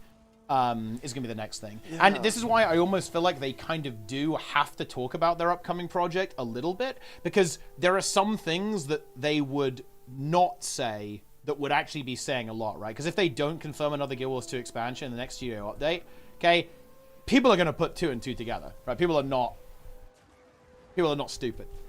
But yeah. Yeah, I agree. I think that's going to happen. Yes. I knew Guild Wars 3 was coming when as soon as I found out Guild Wars 2 was 30k. Oh, okay, look. This conversation is like very triggering to me. We're not doing this again, okay? But like, okay, listen, Bezalm, okay? A lot of people. This guy was saying that only having like 30,000 people logged into your game at the same time is like a small amount. Doesn't that put you in like the top 1% of games? I mean, I think maybe even top 5 on Steam that would put you in like. Actually, we can go check now, but that's huge. Like if you have like 30k people logged into your game at the same time, that is absolutely massive. So if we look here, if you have 30,000 people playing your game at the same time, that's basically top 40 on Steam. That's insane. Yeah, that's very, very good. That's like a massive amount of players playing, for sure. And obviously we don't know like how many people are logged into Guild Wars 2 at any given time, but that means you're a top 1% game, right? Yeah, 100%. Yeah, big time. Compared to the highest game? Yeah, but I mean, compared to the but you know, the highest games are like crazy, like League of Legends and Fortnite and stuff. Those what are games we doing huge. here? Why are we comparing this to like the biggest game? Yeah. Like why? Like what is the purpose of this? Yeah, it's useless. Who right? cares? Like, How is that even relevant? what's relevant is the game fun? Is the game fun to play? Right, that doesn't matter really. And is the game playable? Does it have enough play? Because suggesting that implies that you like only want to play the most popular game or something. Yeah. Like I'm not really sure I'm following the argumentation. But I get that a little bit. You know, for example, I think Guild Wars 3 existing is going to put people off Guild Wars 2 because it's like, why would you? Because this is what Doroya said. Like, Doroya said that the only thing that would make him lose interest in Guild Wars 2 was Guild Wars 3. Because you're no longer playing, like, the freshest thing, like the, you know, the newest thing. So there is a little bit of that going on, I think. But, yeah. Yeah, I think you should be concerned about how population can affect your play. Yes, but 30,000 people is a lot of people. Yeah. And I'm going to say something that people won't like, but I don't think that it's I think in some cases, because I think PvP suffers from population, but I think in some cases it's actually less about population and more about systems to find players to play with. Yeah. And that's why it suffers. And then those things are those compound each other. So if there are fewer players and the systems to find people to play with are poorer, it makes it even harder. Like, yeah, harder to find people for raids, strikes, metas, etc. Yeah. Yes, I'm in the same room. Yeah, wait, yeah, he's actually here. Wait, you guys think it's like some kind of weird, like, green screen technology, guys? No, look, look. Ouch. See, give him a prod. He's actually here. We are in the same room, guys. He's here in the UK. Look, we're literally going for a run tomorrow, guys. We are running 5 kilometers. It's going to be exciting. It's going to be pretty brutal, to be honest. Who is taller? Why are you guys so obsessed with that? We're actually very similar. Yeah, we're very similar height. Yeah, we're about the same height. Yeah. My wife was quite surprised. She was like, man, Teapot? Because I told her, she's like, how tall is Teapot? I'm like, it's like roughly my height, maybe a bit taller. And she was like, really? And I was like, yeah, everyone seems short on stream. But yeah, no, I'm like 6'1", 6'2", like around there. Yeah. And yeah, we're like very similar in terms of height, I think. He's on a slightly higher chair right now. Yeah. And he's got a hat on as well. Yes. I don't have a hat. But yeah, we're basically the same height. Oh, I was walking in London. I was wearing... Okay, so I'm wearing a Toronto Blue Jays hat. Shout out to Mike. We got this when we were at the Blue Jays game in Toronto. But anyway. I was wearing this hat, and I'm wearing it partially because he has a maple leaf on it, right? I didn't want people to think I was American. There's reasons. No offense, guys. What? But Okay. But I was walking around in London, and some guy just screams, "Blue Jays! Blue Jays!" at me. And I was like, is he talking to me? But there's so many people around, I just like kept walking. Yeah. Yeah. Okay. Also, I'm allowed to say that because my wife's American. Yes. Well, and even she pretends that she's Canadian here. So it's fine. I wouldn't want people to think I'm American either. Dude, Roy he's mentally boomed. Yeah. That's crazy. Even if they don't confirm Xbox 7 in July, unless they have a Hall of Monument system, there's no way it's the last one. I mean, they might skip Hall of Monuments, but I mean, I don't disagree. But the thing is, do you not think if they don't announce another X-Pack, that is like a huge question mark? That's like a huge deal if they don't do that. Why would they... Because why would they not do that? Why? What would be the reason for not announcing another expansion? And kind of on the point that Unique Control is making here about MMOs being momentum-based, I definitely agree with that as well. And that's a problem that Guild Wars 2 has. Guild Wars 2 has, like, negative momentum right now, to be honest. It's actually why, it's why New World sucks, by the way. New World is actually, unironically, not a bad game. I logged into it a little bit, and you know what? I genuinely had fun. I did a bit of PvP. It was actually kind of fun. I did the dungeons. They're actually really, really cool. But do you know why New World sucks? Because nobody gives a shit. nobody cares because the studio has let them down a bunch of times. People aren't really feeling hopeful or engaged or hyped up for the future. And even though the game is fine, the population is actually okay. I didn't have any issues getting into PvE dungeons whatsoever. I think I did try to queue PvP. It was a little slow, but that's because I was playing at weird hours, to be fair. So, you know, like that does happen. And they also have a weird system with like level bracketing. But the reason why that game sucks and why it's boring and why nobody cares is because nobody cares. The game has no momentum. Even though the game itself is actually pretty good. It is fun to play. And it has some really cool things about it. But it doesn't matter. One of the most important things in an online game, like online multiplayer game, is you need people to care about it. You need people to be engaged and to be invested in the future of the game. It's one of the reasons why I struggle a little bit with Guild Wars 2 is because I just don't think many people are very invested in this game, right? Like, people play this as like their side game. They have it on their, you know, third monitor while they're, you know, watching a streamer and watching a movie at the same time, right? Like, they play Guild Wars 2 in their downtime when they're done with like their main MMO, you know? Like, there isn't that level of investment, and I think it actually makes the game much less interesting to a player like me. It doesn't, that might not matter to everyone. I think that's obviously, you know, it's different people, right? I think I am more susceptible to kind of wanting to have that level of engagement, that social side of it, that meta element that comes with like an online game. Not everyone cares about that, but for me, yeah, for sure. If a game doesn't have momentum, I find it very boring, for sure. Yeah, I mean, here's something to think about too, and I'll preface this with influencers, content creators, streamers, etc. are not necessarily the greatest pulse for if a game is alive or not. However, they do tell you something. Look at how OnlyFans completely revitalized. Like, It made hardcore a thing. Without it, hardcore would have yeah. been totally different, right? Like, it would have been completely different. I logged into WoW, right? Because OnlyFans made me feel like it was so much fun. Yeah. Right? And I mean, here's another thing. This is interesting. Grubby was such a big part of OnlyFans. Grubby's viewer base doubled. Yeah. And then he brought all of them to Warcraft 3. Enough that Blizzard gave them like big, I think it was like $10,000-$20,000 to do a tournament. And then Blizzard also put Warcraft 3 on sale right after. I wonder why they did that. Think about how many copies of that game they sold, right? And how many people are still playing because of that, or still playing at least sometimes because of that. When I look at Guild Wars 2, one of the big things I look at is, are people talking about the game? Are people making videos about the game? What kind of videos are they making about the game? What is the general sentiment about the game on social media? What are they talking about? How are they talking about it? What do they care about? Are people excited about it? Are they making fan art about it? Like, what are they doing? And this is just my perception. So this is just what I see. The game has changed dramatically in like content creation engagement since EOD. Yeah. Dramatically.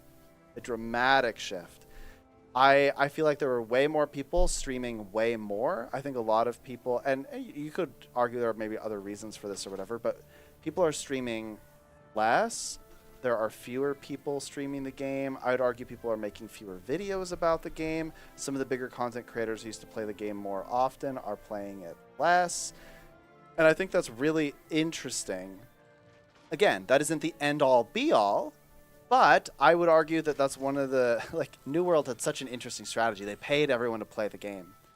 And and the problem with paying everyone to play the game is, well, it didn't last very long because they got paid to play the game and then they stopped playing the game, right? It just wasn't very natural. It can work if people actually like the game. Yeah, but they didn't really like the game, yeah, right? Exactly. So I guess what I'm saying is, it turns out that right now, I think people are probably playing Guild Wars 2 a bit less and not streaming it as much and not talking about it as much because they're not super happy with how things are going, or maybe they're just like, you know, it's not that they're like angry or anything, but they're just like, I just don't have anything to talk about right now. Yeah. So I'm not gonna just like make up conversation. So they just take a step back to play some other games. There's no malice or hard feelings or anything. But the reality is that if you want content creation scene to be alive, which will maybe is one strategy for getting other people into the game, then you have to sort of like make content for people to engage with, right? There has to be like a bit more to it, right? Yeah. So I think that in particular, Soto and Gen3 Wilds have been very poor for content creation. At least like, but sort of like ongoing content creation. Like it's good for people to like play through the story, and guess what happens? Every single time they bring out the expansion or they bring out a patch, a whole bunch of people play for like 2 days, and then they log out and go play something else. Yeah. It's because there just isn't really enough fuel for that type of thing, and also it's weird to say this, but it is true. I think the game just doesn't change very much, right? Like there's no shake-up. The Guild Wars 2 I think is very stale. It's been stale for a very long time. It doesn't change in the same way that other MMOs do, I feel like. Something like this happening in OSRS, they're adding a new skill, right? Sailing. Yeah. That's a huge deal. Like, there's going to be so much content creation around, like how to level it up quickly, like talking about the design and so on. It's contentious. Right? That's the beautiful part about sailing. Yeah. It's actually somewhat contentious. Some people aren't for it, right? They don't want a new skill, yeah. But I'm going to make an argument that people also might disagree with, but I don't really care. I actually think that's good. Right? Well, it's content. It's definitely content, right? Announcing sailing was content. Think about that. Yeah. Like, just talking about sailing is enough content to it's been going on for over a year. People are still messaging the community manager on Twitter and flaming, right? Like, they're so passionate. There's always a conversation. And I would challenge you, like, right now, what is the conversation about Guild Wars 2? I'd say there is none. I'd say the only conversation right now is that people are dooming about the patch, which isn't necessarily productive, or they're thinking about what's next. Yeah, pretty much. It's not a good conversation. It's not one that's fun to participate in. I'll tell you a little secret, guys, and I've been pretty open about this especially the last couple of streams, actually. But one of the really big reasons why I kind of want to move away from Guild Wars 2 and why I don't do stuff like TEATIME anymore, this is like a rare return of scuffed two-person TEATIME, is because the conversation is horrible around this game. It is so toxic. It is so miserable to be a part of the conversation. I don't want any part of that in my life, man. Like, I don't want to be a part of this conversation. It's just not good. And I think that's a big reason why a lot of creators aren't doing stuff in Guild Wars 2, because it's just not a fun conversation to be around. And after that, all you can really do is stuff that I think isn't really that exciting to a lot of creators. You can basically do like guide content, right? And like guide content is good for, you definitely get good engagement on it. Like, look, guys, if I ever start making guide content, you know that I'm looking for some ad revenue. But at the end of the day, I don't think everyone finds that particularly creatively fulfilling. I know I don't, right? Like, I don't really. I like to do things that are, more about like conversation style, like TEATIME and discussing the game or tournaments and stuff like that, and it's like very hard to do that in the current climate of the game, for sure. Yeah, it's really interesting. Like, the only guides for Guild Wars 2 that I would watch is for like a jumping puzzle or something, maybe. But everything else, it just feels kind of weird. Yeah. And I've struggled with this for years, because people will ask me if I'm like super good friends with a bunch of people that make guides and stuff, and I'm like, I don't really know them because I don't engage with their content. Not in like a mean way. I don't watch all those guides. And I'm curious as to who is, right? But I think if you play Guild Wars 2 pretty casually, then you're probably watching a lot of those guides just because you're not naturally picking up like how to do things from other people in the game. Yeah. Yeah. Why are you weirding me, Roy? Why are you playing Guild Wars 2? Well, I mean, I still enjoy streaming and hanging out, especially when, we're doing a special live TEATIME. But I mean, that's the thing. That's the thing, Suguzi. I don't. My playtime for Guild Wars 2, I think, has dropped. I want to say 85% since Soto basically started. I want to say around that sort of region. I have basically been playing WoW at the end of the day, is what I've been doing. And yeah, that's the game I plan on streaming a lot for the foreseeable future, yeah. My most played game right now is Warcraft 3. Yeah. But I still am playing Guild Wars 2. But again, this is more of like an observation, right? We are engaging with, and I think a large number of people are engaging with the game in a very different way.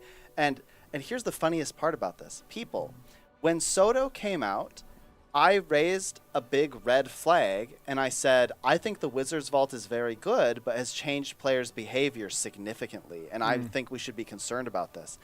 And you know what people said back to me? They said, Sneb, you're being like mean to these players that just want to get their free gold and stuff. And, you know, not every player is engaged as you, and so they are blah, blah, whatever, Yeah. right? And I was like, no, I'm happy that these players have a new way to get ascended armor and stuff, but I'm saying that this is fundamentally shifting the way that we engage with this game, and that we ought to have a conversation about it. Nobody wanted to have that conversation, and it was like fundamentally rejected. But look what has happened, right? The game is significantly different now. And I would argue that these little shifts, whether it was the content drip, the Wizard's Vault, it's changed. People are way different now. They engage with the game way different than they used to. And for me, like I was telling Teapot earlier, like I logged in the other week, didn't play any of the new content, by the way. I just played World versus World for an hour, got all the weeklies done, and logged out. And that was just so that I could like get a little bit of gold so that I could buy the next reward, right? And I think a lot of players, like a lot of people that I talk to, are playing it that way. I don't know if that's how everyone's playing it. I think the Wizard's Vault has just made it so that people like effectively raid log, but with extra steps. Yeah. No, I think that's another reason why I think it's definitely put you off a little bit, and definitely me as well, is that there's a lot of hostility to criticism in Guild Wars 2. There's a lot of toxic positivity, I think. So if you want to criticize the system like that, it's very hard to do that without being attacked, right? For it, really. And yeah, I do think that, you know, like player behaviors have absolutely been shifted by the Wizard's Vault. I think the Wizard's Vault, funnily enough, has made people engage with the game less, because it's made like the reward gaining process to be so streamlined and so easy that people don't really feel the need to engage past It's that. also shifted the economy quite a lot too. Yeah. And I think you can tell, like, look at amalgamated gemstones. Now, of course, there are other factors to this, right? But amalgamated gemstones are like crazy because you need so many of them, right, for the new stuff. But those were like, what, 40, 50 silver around EOD? Yeah, the price is much lower. And I think you do need them a lot more, but to be I fair, think though. more, They've added a lot of sinks. Oh, yes, and I stuff like agree. But I also think a contributing factor to that is that people are playing those metas less because they can get gold. Okay, there's a couple factors here. Economics. They're probably playing some of those metas less because they can get raw gold and mystic coins and stuff. And then they raise the price even more because they can straight up buy them with those other rewards that they've received from the Wizard's Vault. Yeah. Right? Now, I'm not saying that's the entire thing, but I think that is a contributing factor for a lot of the price increase on a lot of different things. Incredible. You disagree? Yeah, and that might have been the case for you, but we're not talking about you in particular. We're talking about the trend, and the trend is that player engagement has absolutely gone down since this system was added, right? Yeah, you can say that your experience is different, and in fact, I know that lots of players' experience are different than my experience, but I'm saying for the subset of people that I'm talking to, it significantly changed their behavior. And actually, you know what? I don't even think that like you disagree. You get gold from World versus World, and you can do another activity or complement the gold to get what you want, right? I don't know if you played Guild Wars 2 before the Wizard's Vault, but you're effectively telling me that you now heavily use the Wizard's Vault to get rewards in the game. And that's exactly what I'm talking about. I'm just saying that people now use the Wizard's Vault as like their primary way to get rewards and stuff. And so, I mean, here's something that was affected as well, like raids. They made open world legendary armor, and then they made the Wizard's Vault, and raids did not get any sort of reward buff. What happened, right? Well, it made it so like people just don't raid. Raids got annihilated. Yeah, because open world there's legendary no, armor was tough. Yeah, and I It knew reduced that the was people gonna doing happen, raids. but everyone was like, "Oh, snap! No, people will still raid because they want to like learn the raids." And I'm like, guys, people Nah, are they weren't. heavily Yeah, and they didn't, right? They Yeah. didn't too. Yeah.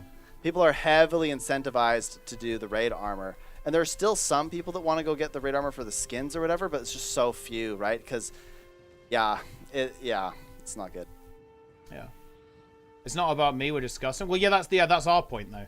Like you're saying, you thing is, you're saying that you're saying that you disagree, but I don't think you actually do. Like, because we're not saying this is the case for everyone. We're saying this is like the general trend. Yeah, I'm not sure what they disagree with. Yeah. Yeah, if you can say exactly what you disagree with, I'll probably be able to.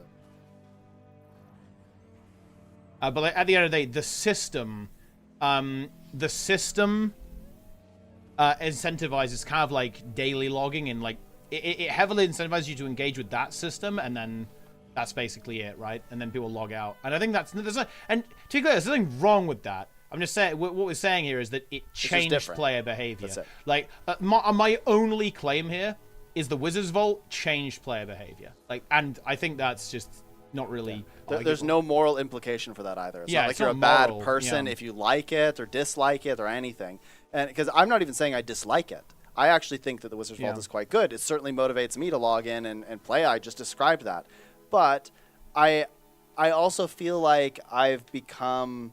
I used to just play content because I kind of liked it, and now, and now the Wizards Vault, it's like so good that I'm playing content I normally wouldn't, and that I probably don't even like that much, because World vs. World I kind of like shit, but you might be kind of like pushed into playing something because the reward, it's like you can't turn down the reward, guys. Like the reward is so good from the Wizards Vault that you'd actually be kind of stupid not to engage with it, right? And that's why so many people do. And again, it's not a bad thing, but it's certainly changed the way that I like see the game and see content in the game. And I'm kind of just conflicted on whether that's a healthy thing or not. World versus World. World versus World is pretty based, yeah. I log in to do achievements where I did not do that before Wizards Vault. I'm not sure what you mean. I think that's the purpose of the Wizards Vault. I'm not saying the Wizards Vault disengages players. I think maybe this is getting a bit confused. To be very clear, I think that for a lot of players, it heavily encourages players to log in. And the goal is to get them to log in and just play the game at least a little bit. And it fundamentally fulfills that goal very well. However, this has had sort of some side effects where people that would do raids and stuff or other content or maybe like raid log, now they're like, well, I can just get like even better rewards from just Wizards Vault logging. So a lot of that social element of the game that you might get from instance content and such has been lost because those players no longer need to do that to achieve any bigger rewards. For some context, can I say these are perfectly correlated? Maybe not, but we shut down over 20% of the static groups in Scan Gang, which amounts to over 250 players worth of raid and strike teams. We did that a few months ago because a lot of teams just completely died. Yes. So like it's super interesting, guys. Like it has really changed how people play because the rewards are so good. Like why wouldn't you do it? And that's positive in some ways for the game, but it also means that players will just maybe like if you kind of man, I feel like people won't understand this. Look, the reality is that I have everything in the game. I have all the legendaries, have everything. So if there's any kind of side goal I'm going after now, and people like completely criticize me for this when I said it in a YouTube video once, but if there's any side goal you go after now, it's just all gold. So you can swipe or you can just do whatever's the most efficient to get gold, pretty much. So what I do is I just do the Wizards Vault because it's the best way to get gold, hands down, easily. Yeah. And so, of course, I'm just going to do that because it enables me to do the other things in the game that I wanted to do, like collect Black Lion weapon collections and those sorts of things. If I've done everything else, the Wizards Vault is just, you just log in and log out after the Wizards Vault.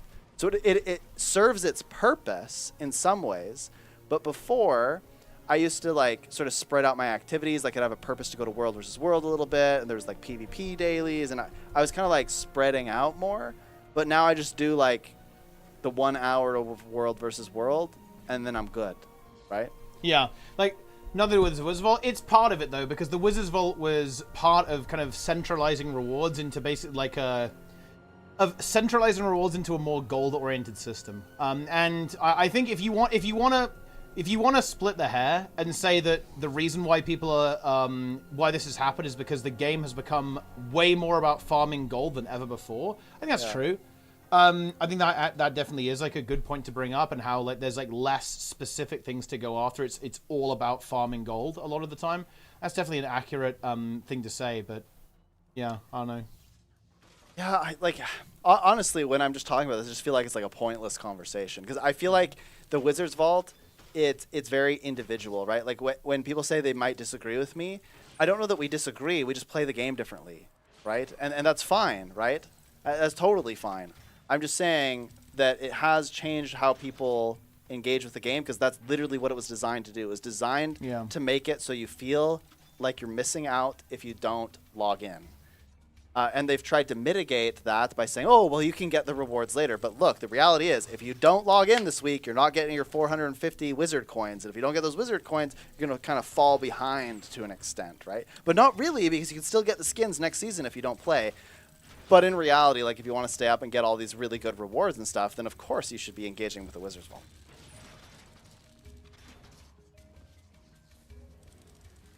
Yeah.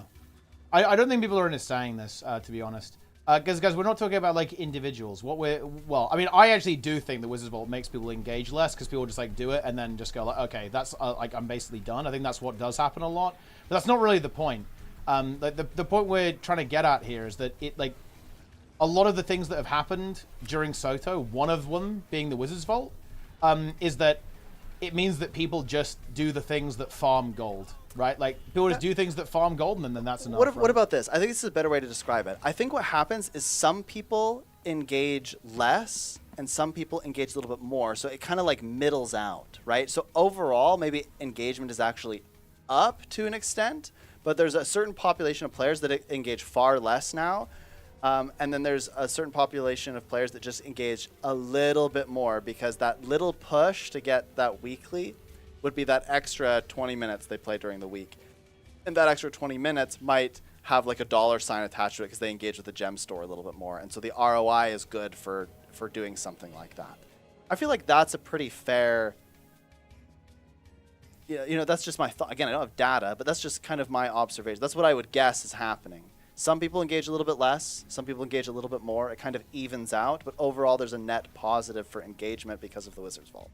And we're just saying that people engage differently now because of it. That's it. And I would say, in particular, I'd say that the end game scenes have shriveled a bit, essentially. Well, I can say my observation of anecdotal. Like, my anecdotal experience suggests this, right? What I just said. If we want to be very clear. Most of it, I actually think this is also, I think that's a dumb comment. You do not need to know the data to determine, is the LFG more active than it used to be? Is PvP more active than it used to be? Or does it feel more active? Is world versus world more active than it used to be? Like, you don't, look, I can tell the difference in the raid community now to 5 years ago. Like, it's very different. Well, and I do have data. I just told you data. Right? I do have data. Now, my data is sort of internal, right, to my community. So you have to, you can't give like a broad generalization with that. But what I'm saying is that I shut down 20 to 25% of the raid and strike statics in Skein Gang. That equates to over 200, 250 people that are no longer actively raiding. Now, there could be a number of reasons for that. I don't know that that's exactly because of the Wizards Vault, but my assertion here is that player behavior has changed since Soto, and I think that has a large part to do with reward systems as well. And in fact, like I talked to players about this, and like and they're like, well, I just kind of like log in, log out now. Yeah.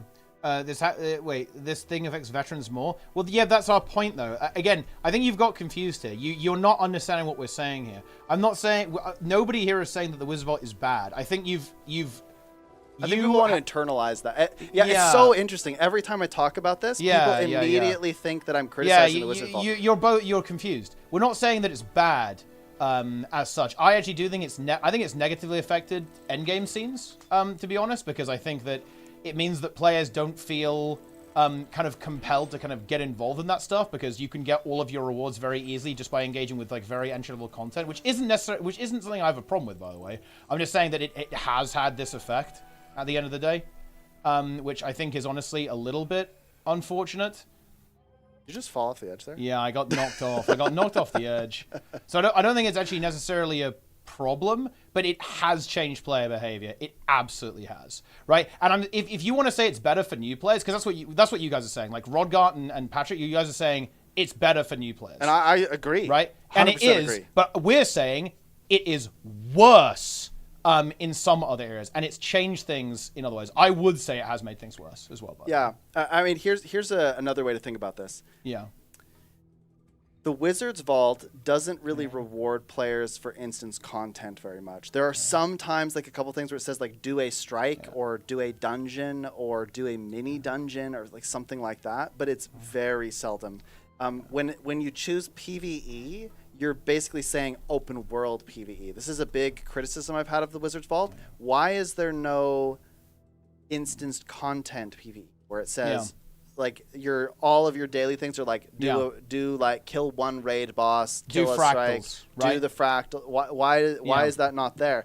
Because what that means is that if you have a limited amount of time before you might log in to do a fractal real quick, like you might do like your just do the vault, right? Yeah, you'll do like T4s in like an hour or whatever. I don't know. Like maybe you're like semi-casual, but you like instance content, and you might just go do like T4s, no CMs. You'll get like a pretty good amount of gold. Now, if you're kind of like an attuned player, you're gonna go, well, I'm just gonna go like forget the stress of like having a group and whatever. I'm just gonna go do the Wizards Vault stuff if I just have a short amount of time, which again is not inherently bad or anything. It just has shifted the way that people play with the game. And so that means that instance content is not as focused on. It becomes harder and harder to find groups. And so that's just perhaps like a side negative consequence. The reality is that affects like a very small minority of players, right? So overall, the Wizards Vault has perhaps been a net good for engagement, but it has shifted how people play. That's it. I think it's been very good for new players, especially with like gearing, with ascended gear. I think it's helped people get their first legendaries with the legendary box. I think these are all like kind of positive things, but you can't deny that it has shifted the way that people engage with the game. Yeah. That's what it was designed to do. That's why it exists. And again, the problem is like I can make that assertion and then everyone can say, well, that's not my experience. And yeah, like everyone's going to engage with this very differently. Exactly.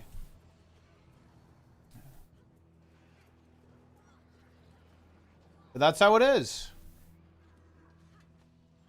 May want to raise his rights. Yeah, but that isn't what's happened though. And you can say that again. I find I find this goes over frustrating, Rodgart, because you seem to be struggling to separate you from this is not how it played out. Right? No. Like I'm not talking about you, right? I'm saying that these are the changes that we have observed, right? Yeah, and granted, to be very charitable here, they're anecdotal, right? But I would like to think that Teapot and I have at least somewhat of a pulse on the community because we're pretty invested, right? Yeah. So these are just our observations. But again, everyone's going to individually feel motivated differently, or like, right? It's really hard without.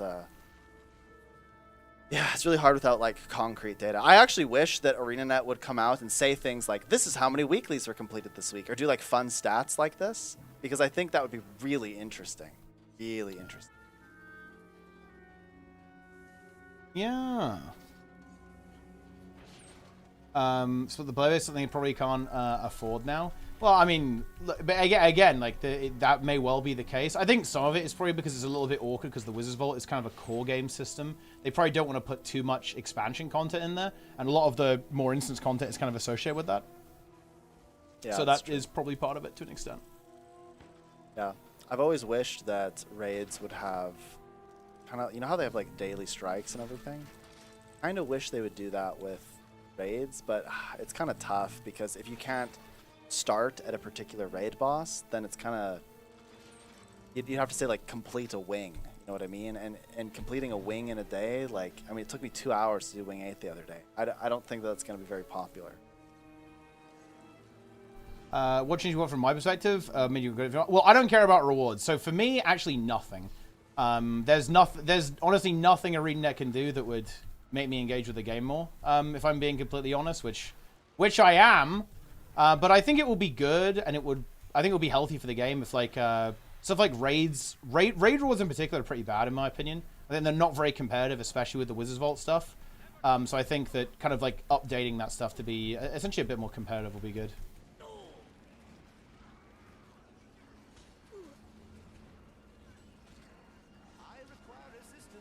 That's how it is. More goal for doing raids. I think that'll be a good change, yeah. Because like right now, I just don't think there's really much of a draw for players to try this stuff out, to be honest. Because like the reward, you can basically get everything in the game trivially for doing insanely easy content with a very low time investment, right? And that's obviously going to like disincentivize you from like potentially trying something a bit more challenging, right?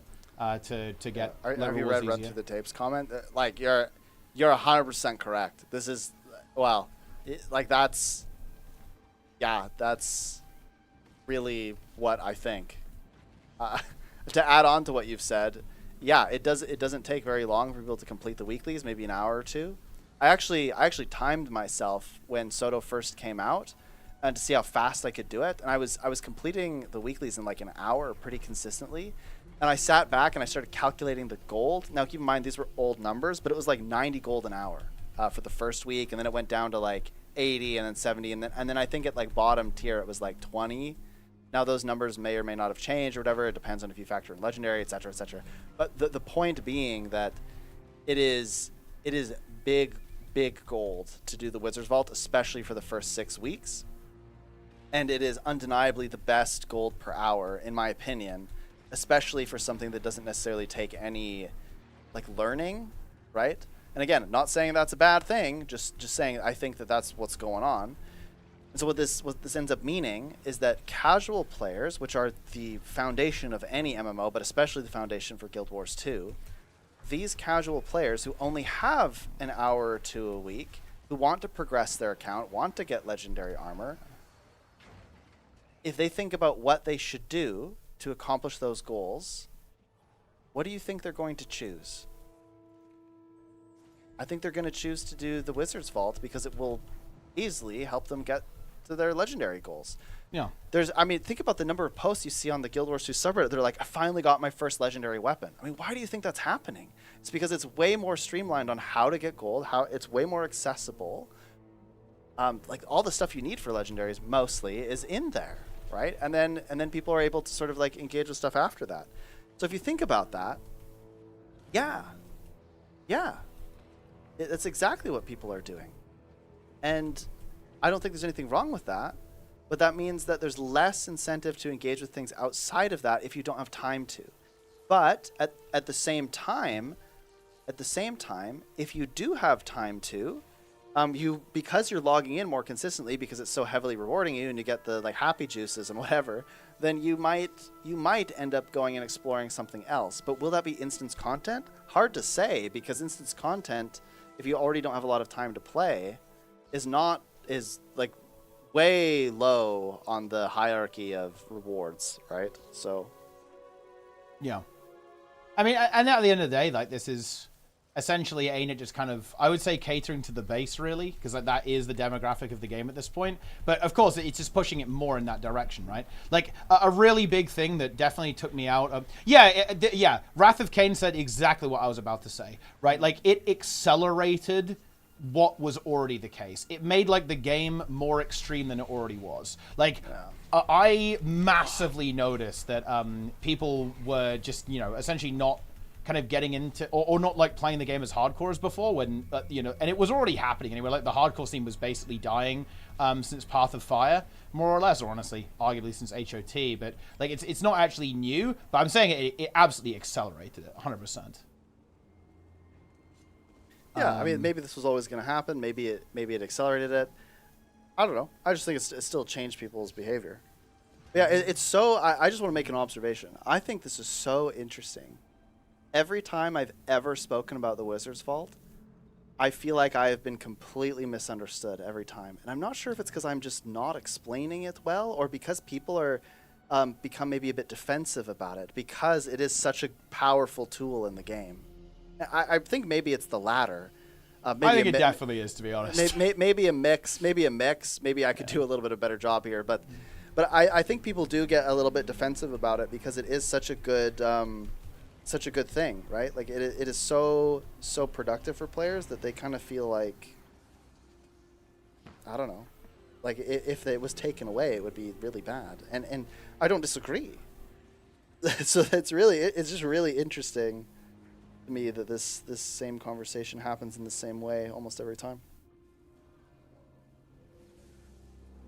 Even the old daily system is dog shit. I think, if people think that, then they're really extending what I said. I'm not defending anything. I actually think that Wizard's Vault was like a net good, but I still think that it hasn't come without consequence to some extent, right? There are certain things that have happened because of the Wizard's Vault to some degree. It's not entirely the Wizard's Vault's fault or anything, but I think the Wizard's Vault pushes players to play in a specific way, and at least to some degree. And again, nothing wrong with that. That's what it was designed to do. But that's just a really interesting thing to me, is how it has done that and accomplished that goal. Yeah. I was a big advocate for like expanding the Wizard's Vault system to some extent, right? Like I always thought, like, why are we not? Because it's so good, why does it not cover more parts of the game, right? Why is it not even bigger? Like if people like this so much, then why can't we just make like systems that incorporate things like raids and strikes more, so that raids and strikes feel more rewarding? Because the reality is that raids and strikes just don't feel... Okay, I'm kind of going all over the place here, but World versus World actually feels so much more rewarding because of the Wizard's Vault. So much more. You can go in and play like some casual World versus World and get all of your dailies and weeklies done and get like giga rewards for that. And Wizard's Vault, like you just kind of like, you don't even have to do anything specific. Like obviously there's specific goals, but if you just like run around with a tag, you'll just like get it done. Right? Like it's pretty easy to get it done if you do that. And then when you couple that with like the weekly rewards as well and the weekly chest, you have like a triple weekly in World versus World now. Yeah. It was, I think, really good for World versus World and PvP. I think it was really, really good. Yeah, I think the fastest Wizards Vault is actually from PvP. Yeah, that's why people who have ults, what they'll do is they go in the custom arenas and farm. That's what they do, right? Yeah. I just think World versus World, like if you're a World versus World player, Wizards Vault is great. Like you just like freely get all these rewards, and then you're also completing the other weeklies at the same time. So you're just like juicing up. Yeah. Well, is it slow? I've never really found that, but I guess maybe the other one's just even faster. Like well, that's the others, if you're like really intentional about it, are super fast. But World versus World, you just kind of play, and it just happens. Yeah. There might be like, you might be like, oh, I haven't completed the Wizard Vault yet. You look and it's like, oh, I got to capture like one more keep, right, or something, and it's like whatever. But if you already enjoy World versus World, you just like get it done. Yeah. Yeah, pretty much. But yeah. I don't know why we talked about this, to be honest. This conversation is dumb. Yeah. Yeah. But yeah. I don't want you to do raids. I don't care if you do I don't want you to. No. Wait. Okay, I'm not gonna lie. This is annoying. I don't want you to do anything. I want you to do whatever makes you personally happy and fulfilled in your life. Like, the thing is that the probability Like, let's be real. Okay, people play this game to watch the number go up, right? That's what we play these games for, right? Like, in some way, to make some kind of progress, right? That's what we do. Like, we play the games to progress. And if you make it so there's a really, really easy way to progress, people aren't going to choose the hard way, are they? Right? Like, it's not about you or I want everyone to raid. It's that, no, I want people to feel rewarded for doing things that require effort. Like, that's the ultimate thing. And I think that when very, very easy stuff in the game is really, really rewarding, then players are going to feel, like, less rewarded, right? Like, when they do something that's, like, potentially more challenging or, like, requires more time investment or coordination. Like, so obviously, if you basically make something very, very easy, very, very rewarding, it's going to change player behavior in relation to things that are more challenging, right? Yeah, no, Rodgard, here's the thing. I just want you to do whatever you like to do. I mean, it's a game, right? You should just have fun playing it. I think that's kind of it. I think it's really good that you raid led in the past. I mean, look, I'm in the same boat as you. Was it you who said that you're a new dad? Like, I have two girls. One is 5, just turned 5, and the other is 2.5. I'm a busy dad. The way that I played 5 years ago and the way that I play now are totally different as a consequence of, like, my available time. Also, like, work and we were kind of joking about it before. I haven't streamed in like 6 weeks and stuff because I've been traveling and working and doing all these things. And so I totally get it, by the way. Yeah, I totally get it. I know exactly where you've been, and congratulations, by the way. It's really, really hard, by the way. I feel like I'm kind of going on a tangent, but it's really, really hard being a new parent in general. So just give yourself some grace. It's really challenging. And yeah, I've been exactly where you've been. I think when we talk about casual players, everyone defines it a bit differently. And I think people use casual as a bit of a pejorative, and that's not how I meant it. When I was talking about more casual players, I was just talking about that in terms of, like, play time. So, like, if you say that you're playing only an hour, that means you're probably more casual. Like, it's a bit of a spectrum to me.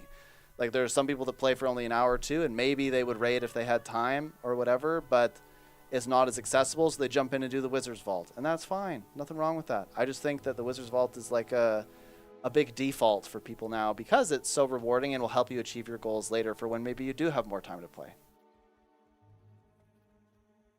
Yeah. But yeah, no, I mean, what would I do to resolve this? Well, to be honest, I'm not gonna lie, guys, at this point, I wouldn't do anything. I don't think, this is another reason why I stopped making Guild Wars 2 content as much. I just don't really feel like...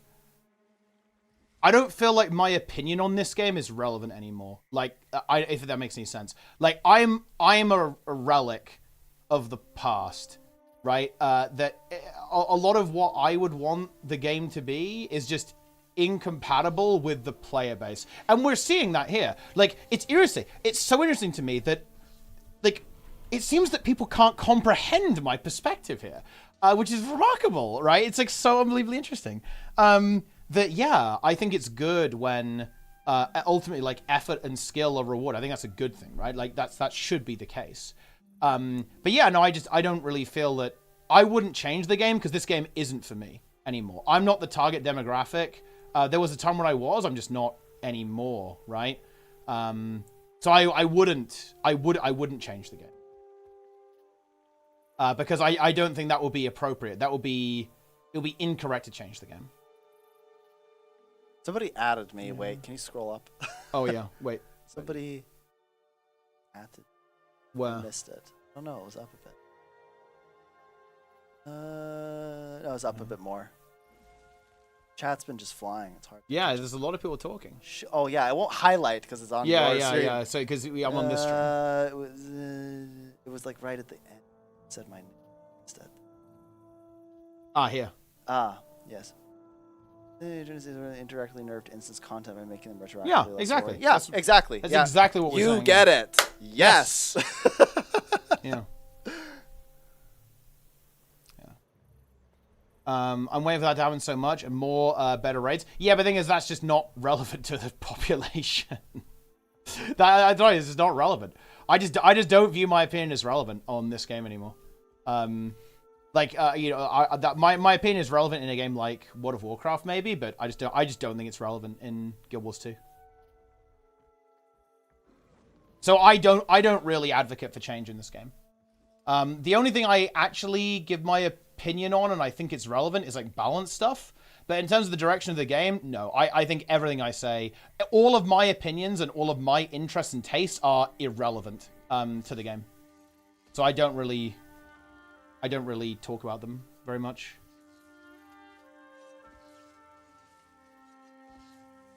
Mostly for fun gamers. Yeah, of course, but that's not how most people play. Like, guys, I really find this very, very annoying. We all know this, guys. People play MMOs to watch the number go up. There's nothing wrong with that, by the way. I don't use that as like a pejorative. Like, it's fun to see the number go up, but that is why people play these games. It's like to farm and make progress, right? That's why people play them. Everyone's like expressing this sadness. I don't think Teapot is trying to say that like irrelevant in the game or anything. I think what Teapot's trying, and you can correct me if I'm wrong, but I think what you're trying to express is like the dominant position in the game is not as in alignment with what like we used to talk about all the time, right? Look, I think this is actually a very good example of it. Whenever we bring up these things, they become like so abstract. It makes me start to question like I actually already questioned it, right? I'm like, am I not explaining this well enough? And like I actually do end up finding it a little bit frustrating to talk about too, because it feels like everyone's just trying to challenge the point to the point where it's like the point's actually lost. Like it's not really like. I look. Isn't it interesting that people can't even comprehend what I think, right? I think that's very interesting. That's how far diverged I feel and how alienated I feel from the Guild Wars 2 community. I feel discouraged to the point of giving up. Well, I'm not discouraged. It's, look, I'm not discouraged to the point of giving up. It's like, I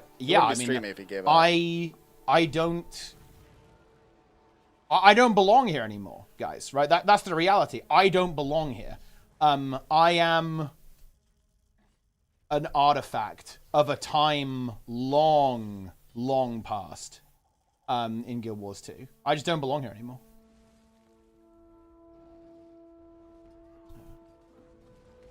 Like, my opinions don't make sense. Like, I'm basically, look, I'll give a very extreme example here. Like, I'm basically someone saying, man, this mobile game should be way more hardcore. This mobile game should be a lot more skill-oriented, right? Like, it's like, it doesn't make any sense. Like, saying that is weird, right? It doesn't, I don't know how to express it. I'm not sure what the right words for it. But making that criticism of a mobile game would just be odd. It wouldn't make any sense, right?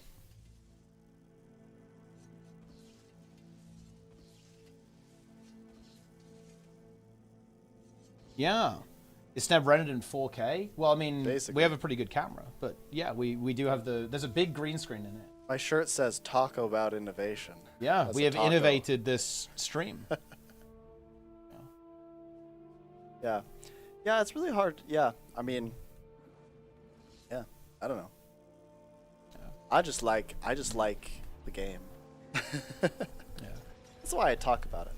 Yeah, it's this has reminded me why I stopped talking about things like the Wizard's Vault, though, because it was like I always felt like no matter what I said, I couldn't qualify it enough or like put it in a tight enough box that people would understand what I was trying to say, right? Like it never made sense to people. And so I felt like super alone in explaining how I felt. And like at some point, if you're like cast out on an island with your opinion, like people reject you, right?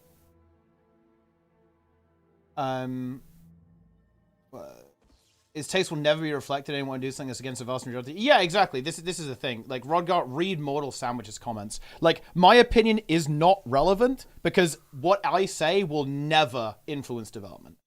Outside of maybe balance, I think that my opinion on, let's say, balance could be a thing. But outside of that, like my opinion is not something that it will ever be reflected in the game, because I'm fundamentally incompatible with what I want, right, with the game, right? The awesome Fup. Yeah. That's a funny name for some reason. But anyway, as a seasoned player, I don't feel the Wizards Vault has changed things for me at all. I already had everything I wanted in the game when it came out. There's no reward besides titles that would be interesting to me anyways. Yeah, I think that, I think that's a really interesting comment because I think that's true for quite a few players, right? It just gives you a means to get gold, which might help you get some legendaries or make more gold or like advance your account in some way. So it has a use for everyone, but it's most useful for newer players because it enables them to get stuff. Well, I guess maybe that's a bit of perception. My perception is that it's more useful for newer players because it enables them to essentially advance a little bit faster. It jumpstarts your account faster. Yeah. What is hardcore? You basically want mythic raids every 3 months to go to do anything anyone would mind if the content for casuals there. So I have. Wait, where did that come from? Yeah. If they're going for casuals there, like as well. Yeah, but the thing is, that's not what we're talking about, though. That's not my point. My point in saying that, like, my opinion doesn't matter is because, like, that's not going to happen, right? Like, yeah, obviously, you're kind of describing what would be interesting to me, and, you know, if PvP was more alive and World vs. World 2, yeah, but that's just not realistic, right? Like, there's no point in talking about it. It's not going to happen.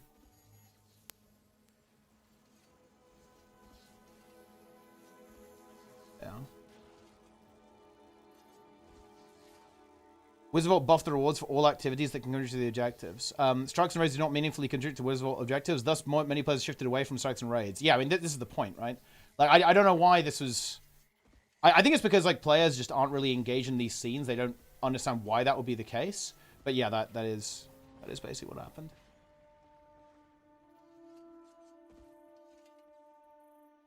You don't expect push to have an impact? Push is not for me. Push is just not for me.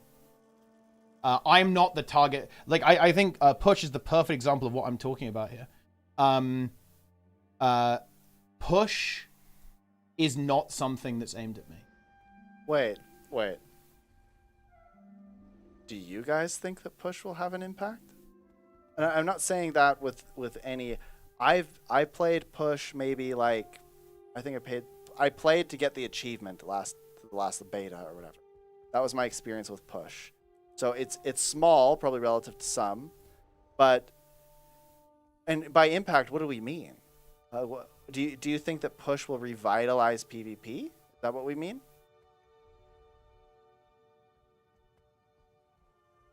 I'm curious. I think it's weird. Push is really weird to me because they're not planning on making it the main game mode, and I don't know what to make of that. Yeah. I'm really curious on the data that they have, actually, like the data, but yeah, we'll see.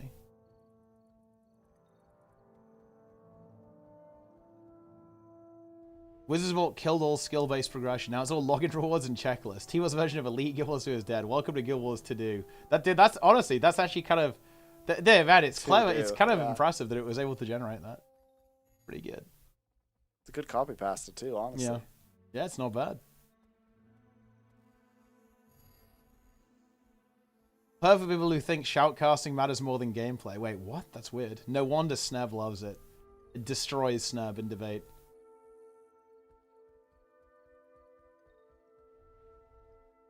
Yeah.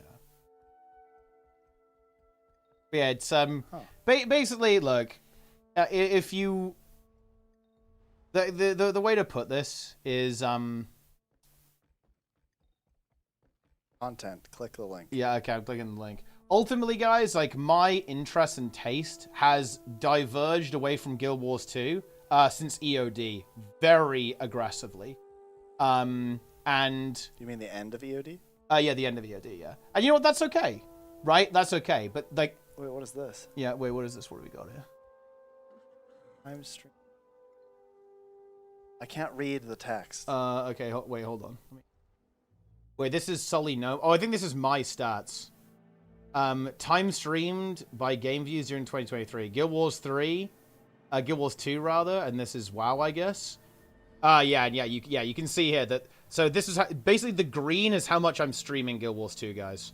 So it's like this, almost all of it in 2023, and then 2024 it's this, and now it's this in 2025. Like half the time. Yeah. It went from like 80% to like 70%, or maybe that's more like 80. It's also worth noting, though, that it's a little bit more complicated than that, too. Because look at the amount of hours I streamed. So in 2023, I streamed for 1,500 hours. Then of Guild Wars 2, so I did 1,500 hours. And then in 2024, I did 1,000 hours, but significantly more World of Warcraft. And now I've done 400 hours. Oh, wow. Yeah. Huh. But that's the situation. And then WoW is like... WoW is... I actually haven't streamed that much this year, but that's kind of why. But yeah.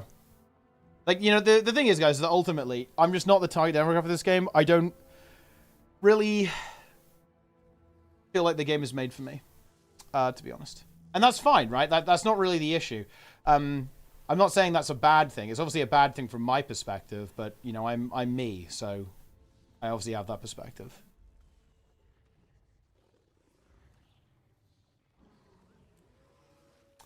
Yeah. You know what the greatest part about I being last an played NA in for core NBU before is- Hot. Oh, Game whoa, seemed anonymous. harder back then and I $3. quite enjoyed it.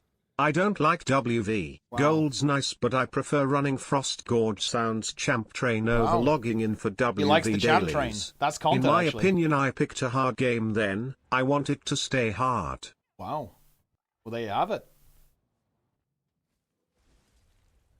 My only disagreement is that's not a problem. Well, I mean, it depends on your perspective, though, the losing name. Would you not say that it is kind of a problem? Like, if it affects player behavior because, like, some content essentially got less rewarding as a result of a change, that's potentially a problem, no?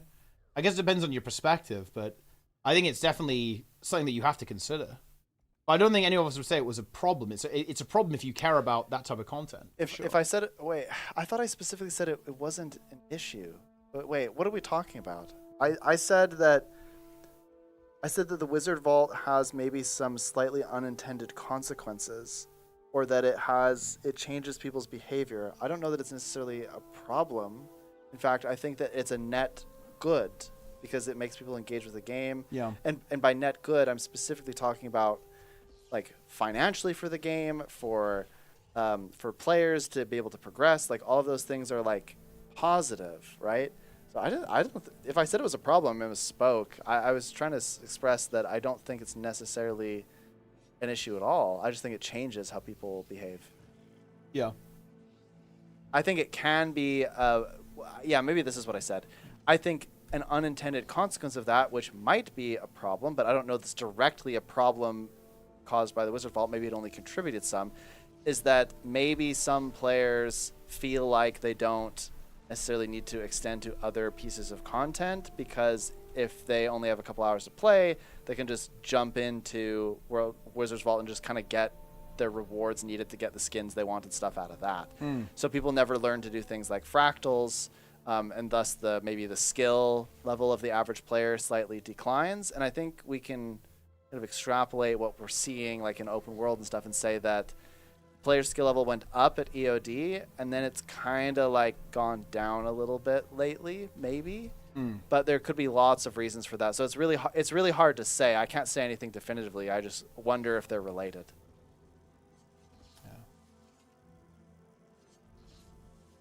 Yeah. Would I quit WoW if my friend group leaves? What happened in Guild Wars 2? No. It's very easy to meet new people in that. It definitely sucks. Like, you know, a lot of my friends are, you know, getting a little bit burnt out on WoW, and that's obviously fine. It definitely feels really, really bad, but there's like loads of new people I can meet there. It's like easy to meet like-minded people in that game, so it's like it's less of an issue. So unless that becomes like literally impossible, then it shouldn't be too much of a problem in that regard. This is a really interesting comment. You got to have fun too. Summit is turning point. It's event laws. Yeah, but this is remarkable. Maybe I am just like a really big freak on this. But I view it. I have lost something. I have lost something that I really liked, right? Because I really like playing Guild Wars 2, and the fact that it's over makes me sad, right? Like I hope people are kind of do people not understand that? Well, let's put it this way, guys. Yeah. I mean, let's see. About 5 years ago, I met Teapot. I'm now sitting in his room. Right? I met Teapot because we played Guild Wars 2 together. right? Like that's like a big, like I don't know if you guys realize how much this game, I mean, and this will vary for some people, this doesn't affect them at all, but like for me, Guild Wars 2 has dramatically changed my life. Yeah. Like dramatically. Yeah. I fell in love with streaming. I've met people from all over the world. I went to Chicago and met up with folks like Danny, who's one of my mods. Maybe he's even watching this because it might be work from home time for him still. Yeah. Like I can't unsee what I just saw. Oh my gosh. Oh, you gotta show it.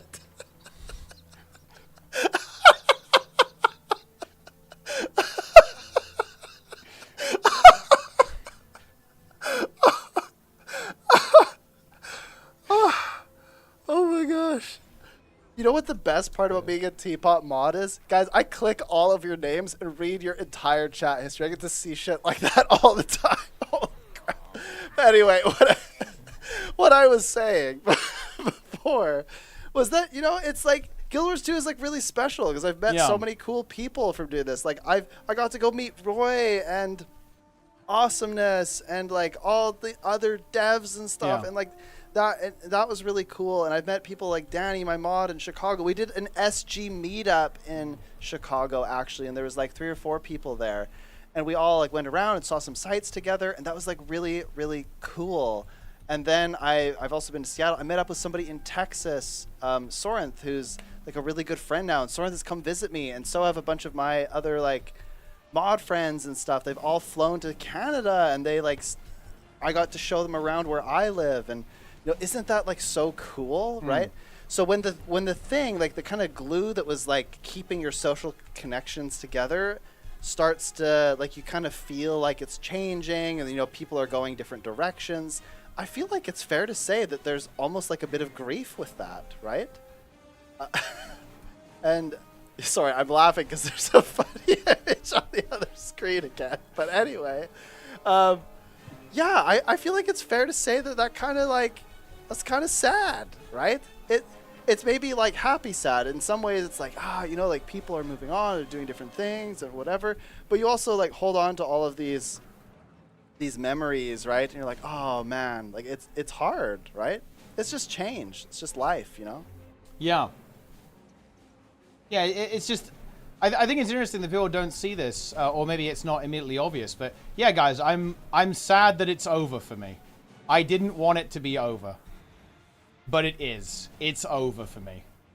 It's not over for everyone. That's not my claim, but it's over for me. Yeah, it's just different. It's changed. You know? Do I play OSRS? Hell yeah, brother. Yeah. I play it from time to time. I'm like mega casual, like omega casual. I do have 99 fire making though on my hardcore Iron Man, by the way, just saying, and 94 fishing. But I played 2004 Scape a bit, which was really fun. Secret WoW source, it is what it is. Yeah, I mean, that's the good news. The good news is I have WoW, and again, like if WoW continues, I can play that game for the rest of time, assuming it continues the quality at the level it does. There's obviously no guarantee, right, that continues as well. But yeah, as long as that continues, I can play that game for the rest of the time. Yeah, guys, the Tigress pillow is just over there. It's behind the green screen. There's like a whole bunch of like anime posters on the wall. That is true, actually, with various levels of blue. That, you know, that has been hidden, but now it's revealed.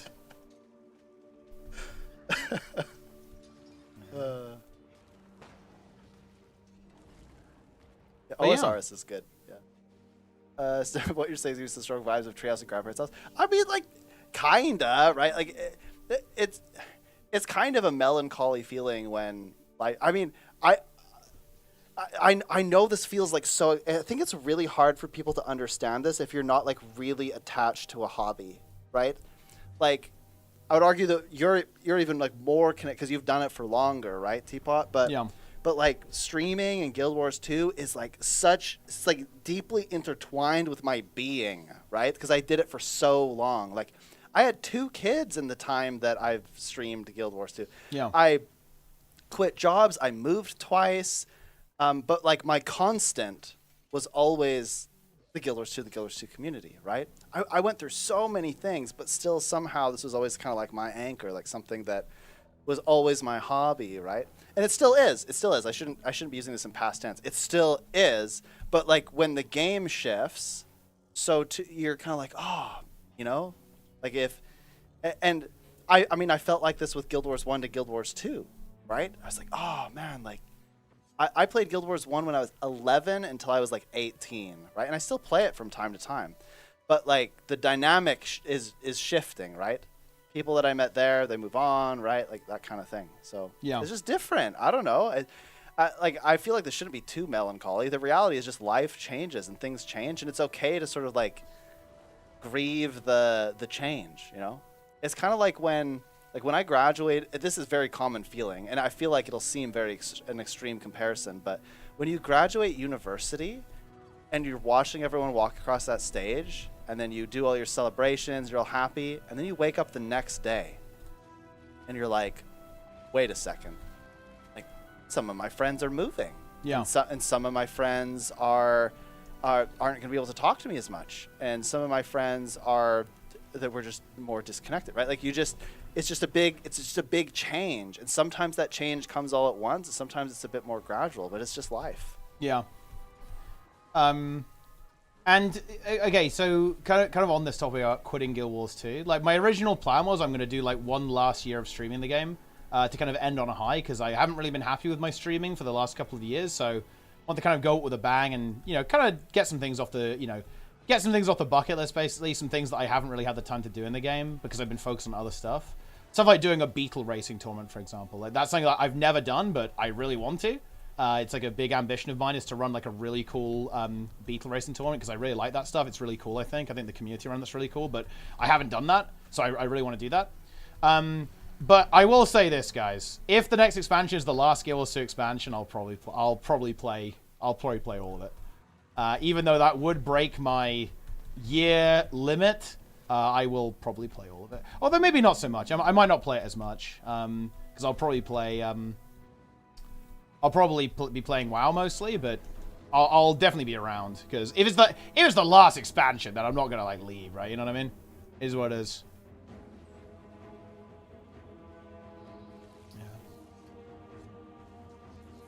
I'm feeling bad right now, thank you. Don't because of your opinions with the situation in general. I'm really sad. Well, I mean, look. I don't think you should be sad. You shouldn't feel sad just because I'm a little bit sad. Like, if you're having fun, that's the only thing that matters at the end of the day. Like, I appreciate the empathy, though, you know? Like, it's actually very refreshing. A lot of the time when I express my concerns, people say, just quit, loser, right? And nobody cares about what you say. So, I mean, look, we take those, you know? Yeah, that is very kind. Oh, crap. There it is. Oh, is it the systems in game that changed? Is it the community, or is it yourself that changed? All of them. It's just, that's life. I don't think I need to even pinpoint one of them or anything. The way that I engage with the game is very different because of a lot of reasons. The game has changed. I've changed as a person. I talked about this on my stream a couple of weeks ago, but I have had like some big like shifts. This is very personal, but I'll talk about it. I don't really care. Like when I first started streaming Guild Wars 2, it was during the pandemic, and I was in a very bad state. Yeah. Like I was actually a bit unwell. Yeah. I was just very unhappy. I was very stressed. I was a new dad, first-time dad. My wife had just had a C-section, and so she was hurting, and all of these things. And I was so overwhelmed. It was the pandemic. Like 2 months into the pandemic or something, I felt very alone. My family couldn't really help with the kiddo because of the COVID restrictions and stuff. And so it was just a very isolating and lonely time. And I found a lot of joy in connecting with people through streaming and Guild Wars 2. It brought me a big amount of peace. And life went on. I graduated from my master's degree. I started a job. And I was putting a lot of time into the game because I had felt so much. I was a lot of escapism, right? I was able to escape my problems because I was just in the game. And the community was so great. But there was a point in time where one day I woke up and I went, I kind of got to do more, right? And that wasn't because of the game or anything. I woke up and I went, I'm kind of better now. And I love the community and everything, but I want Yeah. more out of my life. And that was when I decided, like, I had always wanted to do a PhD, but I kind of thought it was over, and that had, long story, but it had something to do with how I was feeling. Anyway, I decided to put all my effort into, like, doing the tests and whatever, and I applied for PhD programs. Long story short, ended up getting in. And over the last year, my life has dramatically shifted, right? I now am spending a lot more time studying and doing my research projects. I got a new job at a startup while doing my PhD, and I also was like teaching classes, and I'm doing all the things that make me so happy, right? And a happiness that I can't really get out of Guild Wars 2. And that's not because Guild Wars 2 is a bad game or the community's bad or anything like that. It's just simply that those are things that Guild Wars 2 can't give me, or like any video game or anything like that. They're just like life things, right?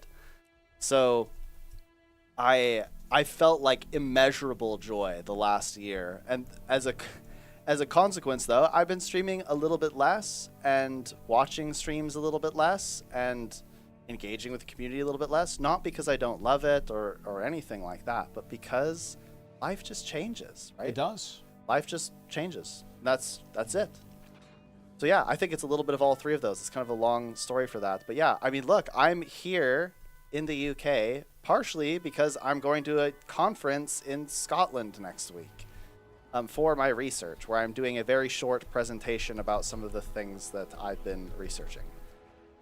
So yeah, like this, like I always wanted to do public speaking, and streaming was like a huge thing for me because I get so much pride out of doing sort of the speaking. Not that that means that I'm super good at it or anything, but I just like it. I've always loved public speaking, and recently I am about to get paid. Like I signed a contract and stuff for September to go and do an hour seminar on some of my research findings stuff for a more practitioner focused group.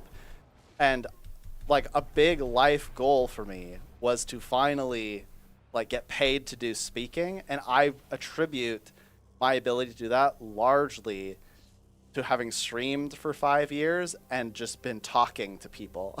So I have like a great deal of gratitude for having done that. But like anyway, all of that to say, life just changes. That's it, right? And that's great. So the way that I feel maybe is partially because the game has changed. I've changed. That's life. Pretty much, yeah. And speaking of which, actually, it's getting pretty late. Oh, Do yeah. I need to release you? Oh. Do you need to be released, or have you got more time?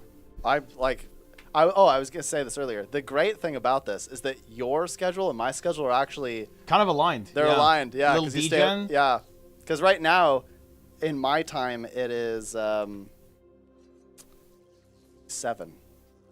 or something. Or no, So you're basically you're just warming up. I think it's actually even earlier. Hold on. No, it's like 5. Yeah, like 5 for me. Is it your brother? We look alike? Do we though? I don't know about that. No, I don't think we look alike. I don't think we look alike. But no, it's not. I'm not related to Snab. Or are we? No, don't think so. Likely. Yeah. I mean, we're all on the demon time.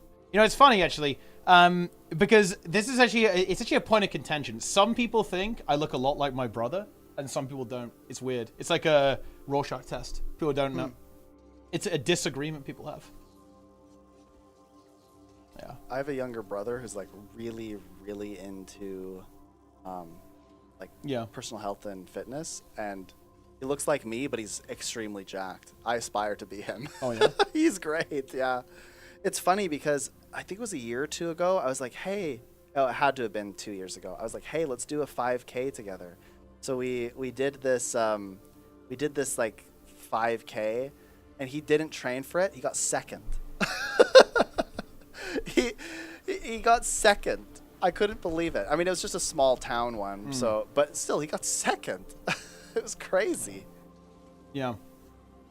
If Guild Wars 2 is an artifact of its time, not a timeless piece of entertainment, rather this disruptive piece of innovation that did away with MMO systems old, and we realize well, but here's the thing though, like that's actually why it's so sad. Because look, I'll be very, very blunt here. Guild Wars 2 should have been, in my opinion, the next World of Warcraft. Instead, and very unfortunately, it genuinely pains me to say this, Guild Wars 2 is the game you play when you get bored of WoW, okay, or like in between WoW patches, and that to me is brutal. Like, I hate that that's where we're at.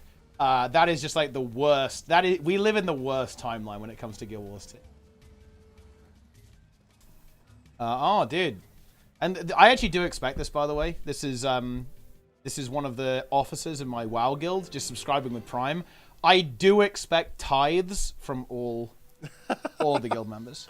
Like, if you're in my WoW guild, if you're on my Mythic team, you do actually have to subscribe to the stream. You do have to do that. Otherwise, you don't get any loot. You get loot bound. Yeah.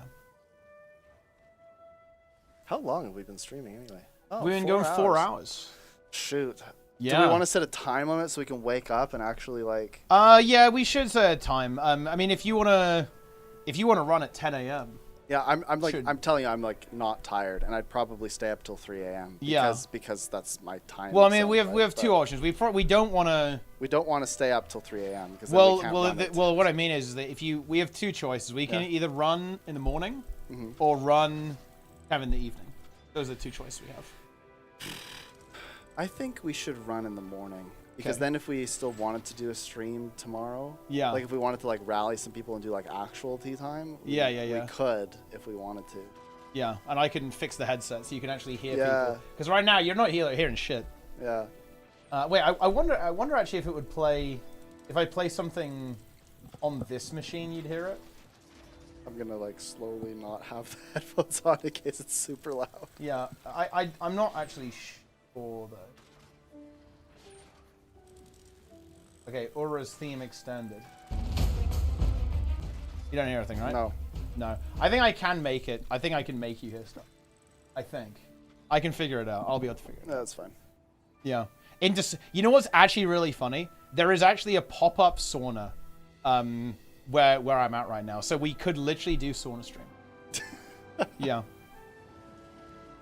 Again, stream. Yeah. Well, the signal where I'm at is a little bit patchy, but I will absolutely try. I'll be streaming from my phone tomorrow. I have a chest mount thing for it, so you'll be getting like the chest POV, I guess, as we run along the land. But yeah, that we will try. I will definitely try to stream. Yeah, we will run 5 kilometers, guys. Very That's exciting. the goal. Yeah, that is the goal. Yeah. When are you going live again? So I think in approximately 10 hours. Yeah. I think the goal is if we're going to run morning, and I think we're going to run morning, it's going to be a very weird stream time for me. But yeah, it might be in 10 hours and 15 minutes approximately.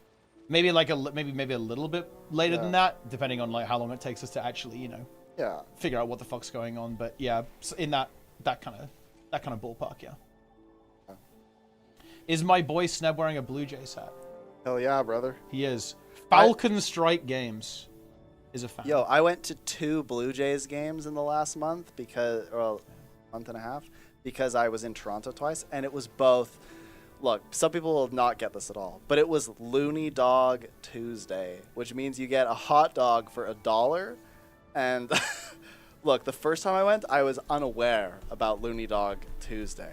Okay, so I had no idea. So I ate before, and then there were the Looney Dogs. But the second time I went, I was very aware of Looney Dog Tuesday. So you know what I did? I did not eat anything all day, and then I went to the game and ordered as many hot dogs as I could. It was great fun. Don't want to walk around with a selfie stick? Well, I figured that it would just be really awkward to use a selfie stick while running. No, I just don't feel good. Like, it's already going to be a little bit weird. I actually haven't tried doing this. It's going to feel quite strange. I'm going to have to run with a backpack on because I'm going to need a battery pack, basically, so my phone doesn't just implode, because, like, encoding video is going to be pretty rough on my poor iPhone.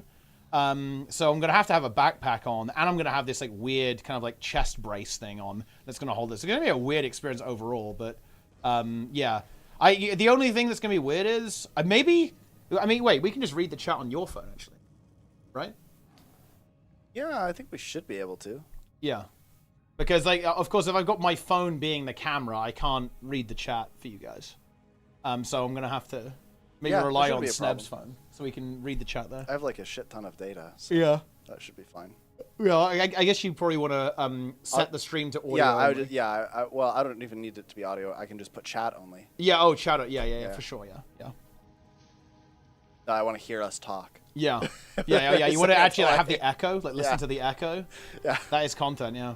I still can't believe that you didn't do the April 1st thing. No. Well, the thing is because it was Aura at the same time. I'll do it next year. You should have just done the waiting. I will do next year. I'm disappointed. I am. Look, we need, but the thing is, we need people to forget about it because now we Yeah. kind of hyped it up a little bit so people know. So we need to never mention this until next April, and then I just turn the stream. Well, the thing is, I can need the chat to be in on it though, because don't we want the chat like gaslighting people that the stream's going to start any second now? we need like a select few very powerful people. Yeah. Yeah. Wait, do you think that wait, what the fuck? Yes, that's so good. You know, I think this emote is actually really powerful. I think there's a lot of we can get a lot of use out of this one actually. Yeah. Wow. But I think that I think we can get some. I could have like a timer on the stream that like resets every 15 minutes or something. So people think that it's gonna count down every 15 minutes, but then it just doesn't. It just resets back to 15 minutes. Because like surely the goal would be to actually convince people that the stream is gonna start any second now, and then it just never does. Also, do you think this is a pretty good combo? No, like Magrest and then Looney Tuesday. Yeah, that's right. I think this is pretty powerful. Wait, we're not adding DYB, guys. Have you seen DYB? No. Let me show you this emote. Look at this shit. I think that's a pretty good one. I don't know why it's called DYB, by the way. Yeah, I'm not sure if that's like a acronym or something. I don't know what it means. Yeah, it's kind of weird. Yeah. They It's like the definitely- DYB. I mean, they want it. Yeah, they do want it, actually. They clearly do. How about this? We'll enable DYB if there are 10 subs right now. Okay. All right, So fine. you have a 5. Yeah, we I'm take that. timing it. You have a 5-minute limit. 5-minute I'll limit, force guys. him to enable DYB if Yeah.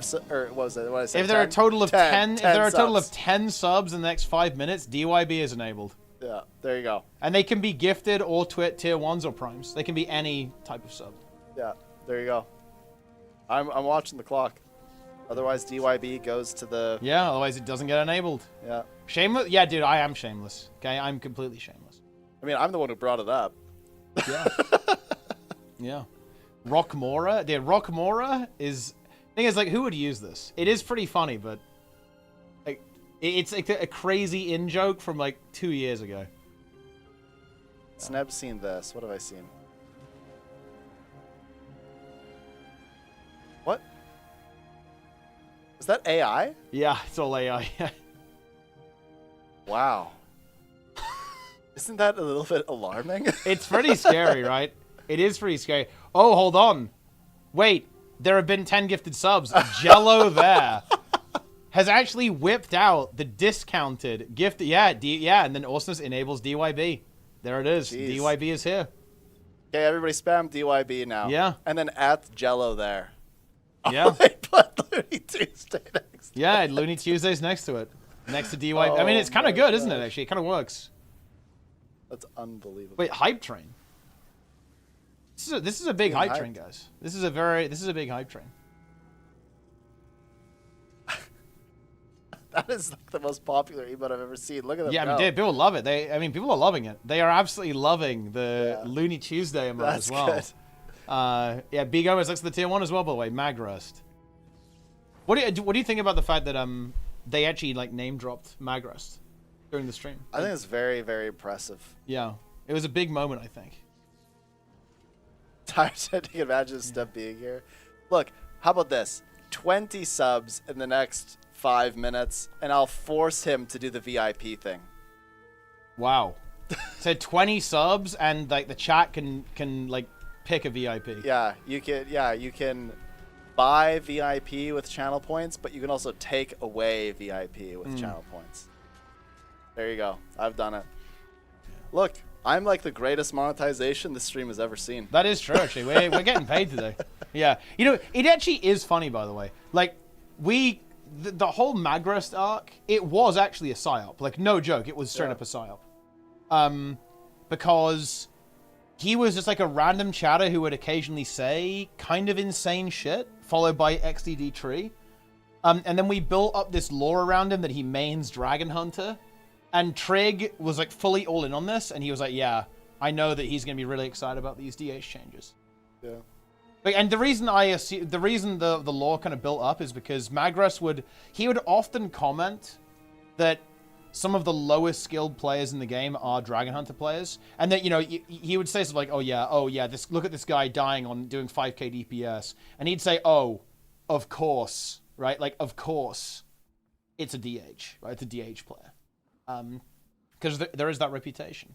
Wait, actually, we are going to enable this. If we add Glizzy R, that means that you guys can do kind of a double hot dog twirl, right? Like on both sides of the emote. So this is actually you're pretty gonna have powerful. to add that one. Yeah, well, we've added it, yeah. So now, yeah, you can see they've kind of got... Oh, yeah. They've got both going at the same time, right? It looks kind of messed up, but... It does look a bit weird, because they're not synced, are they? Yeah. So it's very strange. They are not synchronized. It's a little bit scary, actually. Yeah. It is a bit scary.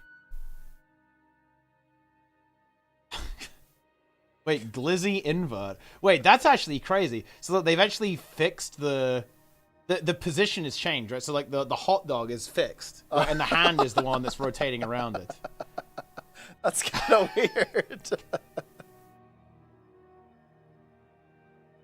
Yeah. Yeah. Wait, I'm actually curious. Wait, have you seen the original Cone emote? No. Wait, so you don't know? You are not familiar with Cone? No, like you guys kept bringing that up, and I had no idea what you're talking about. 20k golds, by the way, Oh, the prime. that's one. Hype train! Hype train, guys! 20k golds is activated at 19 more subs, and I forced Teapot to make a VIP system that is by the people for the people. So actually, I'm gonna send the Cone emote to Jester because I can't show it on stream. Oh, that one! I have so seen have you seen this one? Is that illegal? What, bro? What do you think? I can't show that. How could I show? How could I have that on the stream? I don't know. Oh yeah. He responds with an illegal emote as well. Interesting. Interesting. Yeah. Dude, this one's pretty good. I need to get the VTuber thing out actually, because like Setius, like my camera was broken, and Setius activated this like randomly. She just drew me a VTuber avatar. It was crazy. Oh, I think I remember that. Wait, that is... Look at this combo. Look at this teamwork, actually. Holy. Whoa. That's crazy. So Benjamin and Paradic were able to combine. Benjamin put Cone, and then we have the Glizzy R, Magrest, Looney Tuesday combo. That's impressive. That is actually pretty impressive, yeah. Also, we're on level 3 hype train, guys. Everyone sub. Or don't. It's up to you. 19 more subs and we activate VIP. I actually really want that because I have a lot of channel points saved up, and I could give people the VIP and then crush their dreams by taking it away. Oh. Yeah. I mean, that is pretty good. It's very powerful. Want to contribute to the World Wizards Vault discussion. I do my Wizard Vault on 20 accounts, and since Soto actually increased my account number from 50 to 20, it's so lucrative. I just started with Guild Wars 1. Yeah. Isn't that interesting? Yeah. You know, it's funny. I actually brought that up once to other people, and I was like, yeah, I think the Wizard Vault's so good that people should just do it. Like, if they really want to make gold, they should just do it on loads of accounts. Yeah, just do it on loads of accounts. And people were like, nah, there's no way people do that. And I was like, all right, well, I mean, I'm sure somebody does it. How many gem codes do you have, like, saved up? Saved up? Yeah. Holy crap. Yeah. This is how many I have. I think giveaway arc should happen. Yeah? Do you get more than me, though? This is how many I get. Oh, yeah. You get about double me. Yeah. So, look, I mean, me and Falco, we have been considering, kind of like for maybe the finale situation. He's interested in doing giveaway hell. I think, yeah.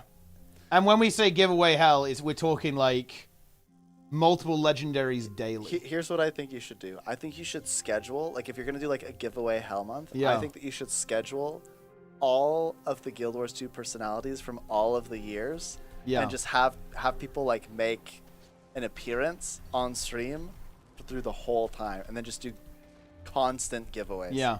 You know, I actually fucked up big time because I used to have a list on my Twitch channel of everyone who's ever come on TEATIME.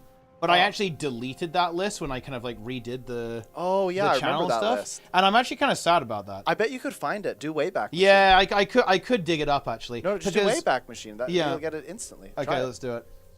Okay. Let's see. Because wouldn't it be really cool? Wouldn't it be really cool to actually like bring back the whole gang? Oh yeah. I feel like that'd be really fun, no? Yeah. Like if we could sure. actually reconnect with every creator, because let's see if this is, I think this should be it actually.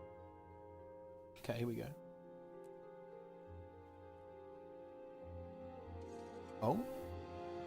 I wonder if it will be able to load this, because I bet the thing is it's loading the page, but the problem is I bet all of the panels and stuff is loaded dynamically, right?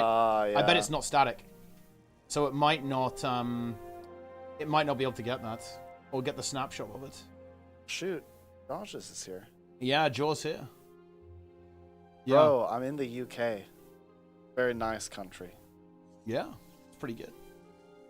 Not too bad. Yeah. Though I admit, every time I talk to someone, they kind of look at me like I'm stupid, and I'm kind of like, wow, they're kind of Wait. right. Wait, really? Wait, Well, how so? They sense the accent, but they can't pick out that I'm Canadian, and so Yeah.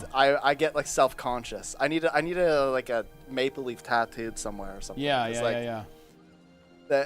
They talk to me and they kind of like, a few people kind of like giving me the like, right? Tourist, but where from? Yeah, yeah, yeah. Yeah.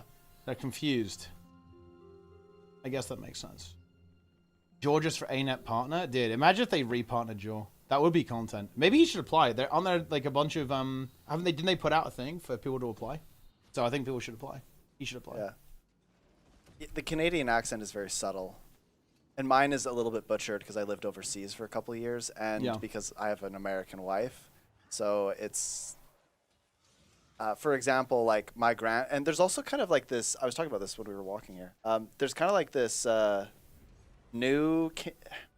it's kind of like the younger generation of Canadians are, I think, even more influenced by American media. And as a consequence of that, they probably have shifted their accent a little bit. For example, like my grandparents, they'll say, oh, there's so much drama going on, right? But I don't really say drama. I say drama. That makes sense? Yeah. But I'm not sure if that's because other people... I'm not sure if that's because I've been influenced so much by my wife and media, or what. Yeah, I'm from Alberta. Yeah, Alberta. Big ups to the Edmonton Oilers, who secured the win the other night. Very proud of them. Wait, what is this? This is kind of cool to see. My accounts will be officially deleted today because I chose to stop playing the game permanently. Someone's out. They're nuking their own accounts. Is that near Banff? Yes. I live pretty close to Banff. Well, I mean, define close. It would take me approximately 3.5 hours to get to Banff. So relatively close. I live closer to another national park called Waterton. About an hour and a half to get to Waterton. We go there quite often. In fact, I intend to go there probably in 2 weeks or so. But yeah, and I would. One of the things that saddens me the most, actually, and this is natural in every game, is there are so many streamers and so many people who I had contact with, like, you know, on my stream, that just don't stream anymore, or like don't play Guild Wars 2 anymore, and that just feels really bad to me. To be honest, I think that almost everyone who's ever been on TEATIME doesn't play the game anymore. And that's crazy to me, man. That's fucked up. That's fucked up, guys. You honestly hate to see that. We've got to bring on one back. You know, I was thinking of kind of doing this because I do want to do a raid tournament. Well, multiple raid tournaments. And I was thinking, wouldn't it be really cool if we could bring back some of like the old crew? I reckon Brazil would do it. But the problem is, I just don't think many other people would do it, really. Yeah, I don't know. Yeah. We can get Lara to cast. Lara will cast the tournament with us. We should do one. There's been a few people messaging me asking me when we're gonna do one. In particular, one of the SG teams they gained records for like a whole bunch of things this last patch, and they were like, "When is the tournament? Because we want to win." Oh right? shit! Like they were ready. They want to go big, right? So I was like, "Look, I will try to get something going this summer." Yeah. So if you want to do that, we should do that. I think August would make the most sense. In lieu of an expansion, we could do a raid tournament. Yeah.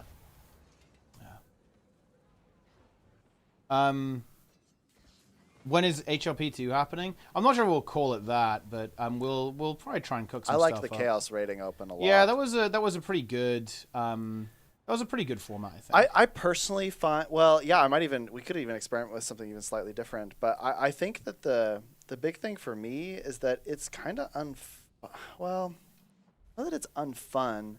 I just think it's like, it's one thing to watch people just like giga min-max everything, but it's another thing to watch everybody like have to sort of like problem solve on the fly a little bit, and come up with some like interesting compositions and stuff.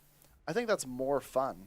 Oh yeah, for sure. I think the tournaments are always better when you have a slightly wacky rule set. Like, either you have teams that I think one of the problems with raid tournaments these days is that a lot of the time they're not very volatile, because there's been a lot of power creep. So is a team really gonna wipe on Doom CM anymore? Like, the reason why all the raid tournaments were so good is that people would wipe, right? Like, people would actually die during the bosses, whereas that honestly doesn't really happen anymore, because the content has been so nerfed by years and years of power creep, and obviously, like, players are even more and more experienced, that it's kind of an issue with keeping the tournaments kind of exciting, right? Because the game is almost like a little bit too easy to have that type of competition at this point, because like the characters are too powerful. So you have to try to find a way to destabilize the groups a little bit. That's why the no downstate rule, I think, in ERP3 was so incredibly good, because it made everything so volatile, and it made it so wiping was really, really easy, and it just made the entire thing very punishing, which I think made for some good spectating, to be honest. Oh, before I forget, can you pass me my phone? Because I just realized I don't remember what hotel room I'm in. Oh. So I need to make sure I ask my wife. Otherwise, she'll fall asleep at some point. Yeah. I might need Wi-Fi.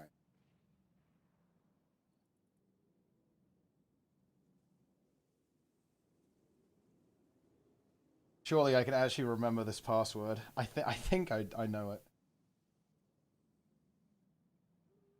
For some reason, I have no connection here. Odd. I think that's it.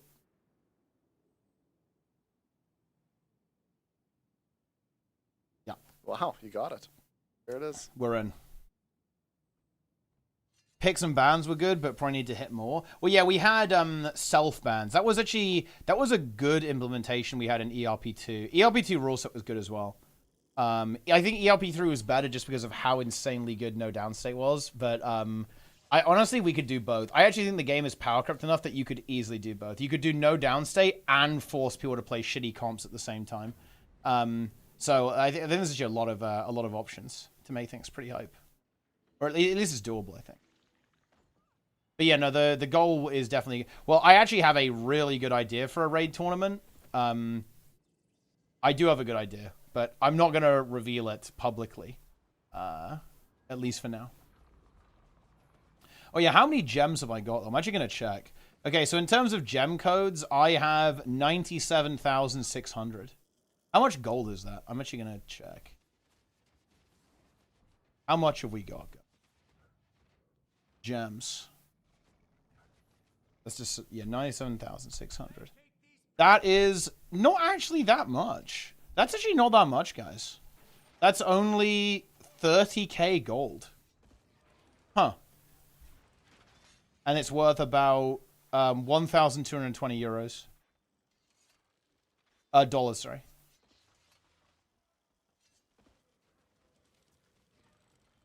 Huge. Are we going to stream breakfast? I mean, I guess we could. It's not impossible. Just stream breakfast. Look, do you guys want us to stream breakfast after the run?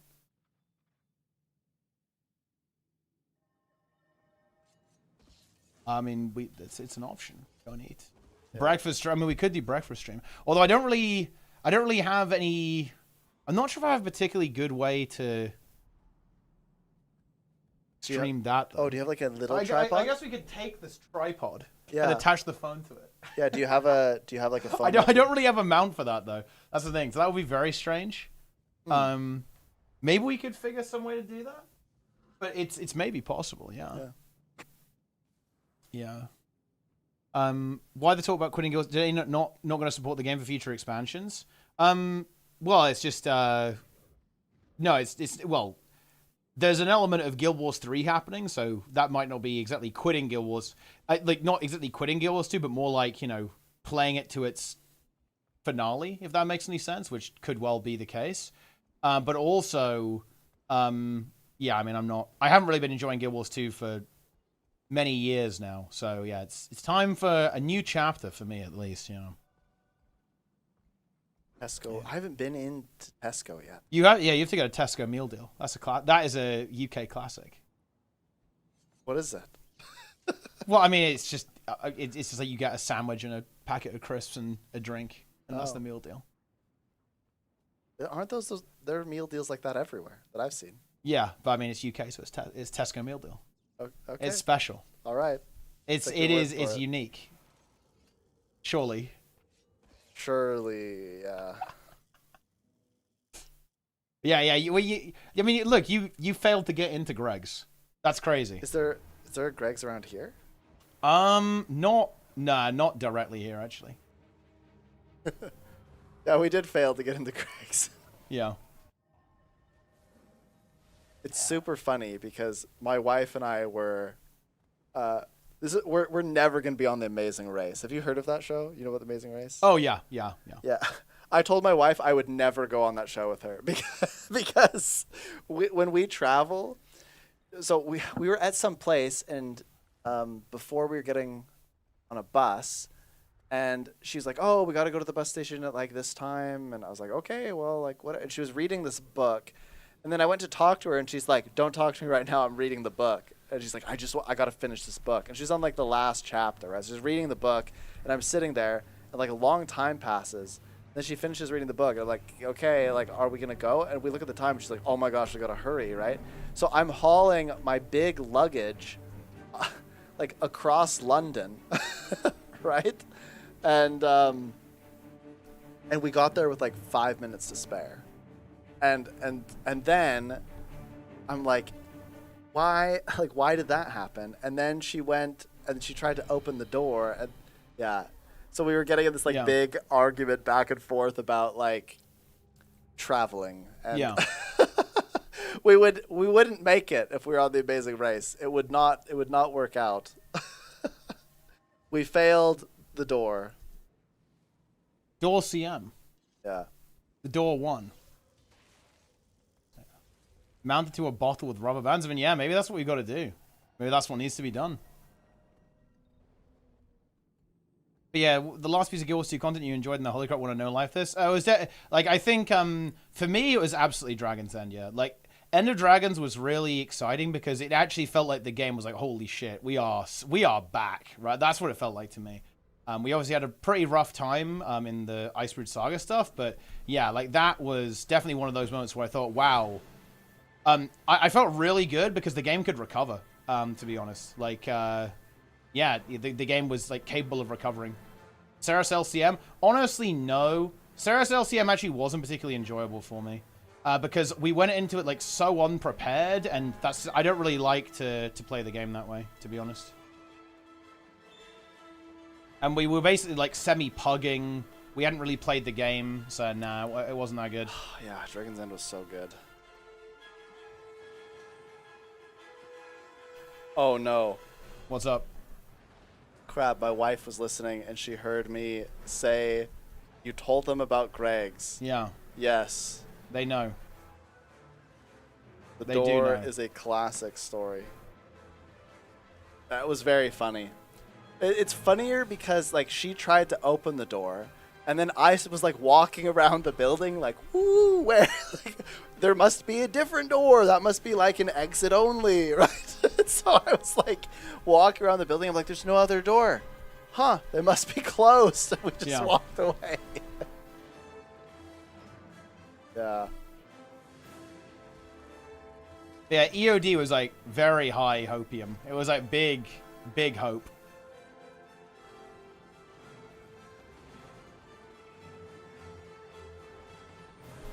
Yeah, the poor workers at Greg's, they're looking out and they see these two people just like struggling to walking get by. in. I'm surprised that nobody came and like opened the door. But then again, I'm also not. I guess people didn't notice. They had no idea. Yeah. They were ultimately clueless. Yeah.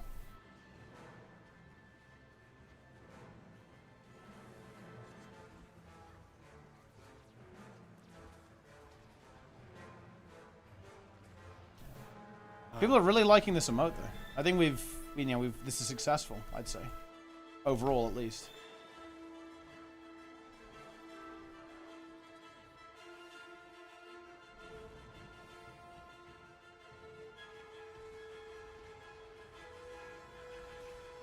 Cleanse the bathroom of spiders? No, the spiders are allowed to live here. There are a good amount of spiders in the house.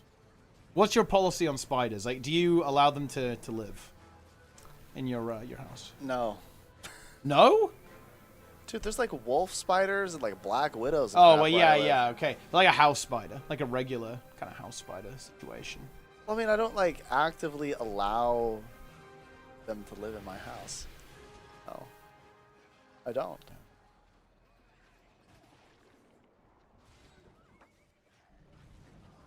Oh. Hope Steph finishes dissertation soon. Yeah, I mean, I haven't started my dissertation. Well, I mean, you could argue that I'm kind of doing it now, but I haven't officially started, and I won't until next year. I'll have my quals next year, for those that know. And, yeah, that'll see how that goes. Apparently, it's quite rigorous and very intense.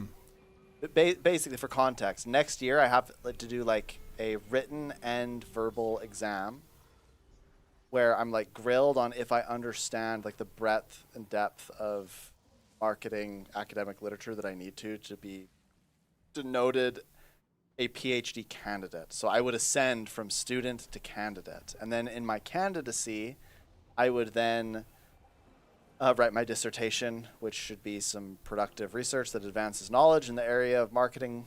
And then I graduate after I'm done that and defend that. So it's like a lot, right? A lot going on there. Can Sneb tell us about Double Dragon? Again? Wait, who said that? Meteonics. Where? Oh, there. Yeah. I mean, you know the great thing? I haven't experienced any distress at all since being in the UK. Yeah. Wait. You say that like, wait, you were expecting it? Well, I was wondering if like any change in like food or like I'd eat something bad or something, but no, like it's for context here. This is my first time in Europe.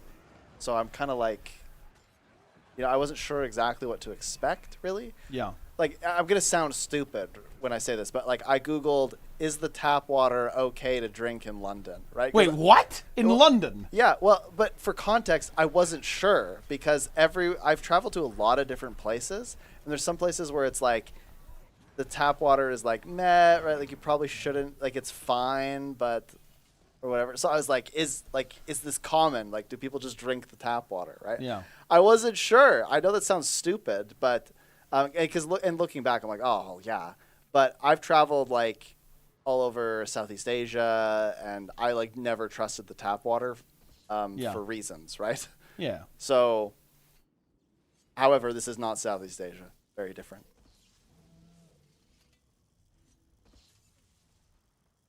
That's how it is.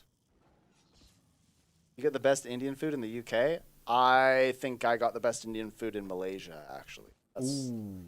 Yeah. Malaysia has a lot of people from India, and there's like a Indian food place on every block. It was incredible.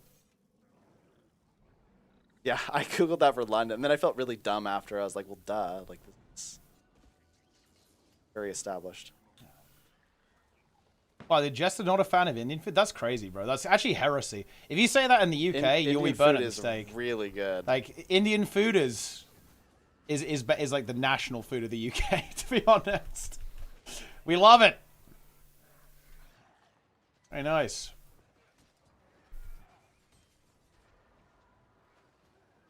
Yeah, we have really, really good water. I mean, Canada is like the water mecca, right? We have the water. You have water. I mean, that's important to have. You definitely want to have that. We have water and oil. Yeah. Bring it on, guys. Ah, level 10 pre-searing. Yeah, let's go is right. It's time. Good luck with that like 10-hour grind you got there.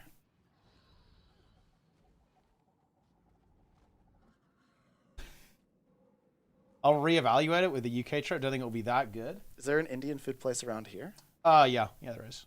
Okay. I should probably go. Yeah, you can try it out.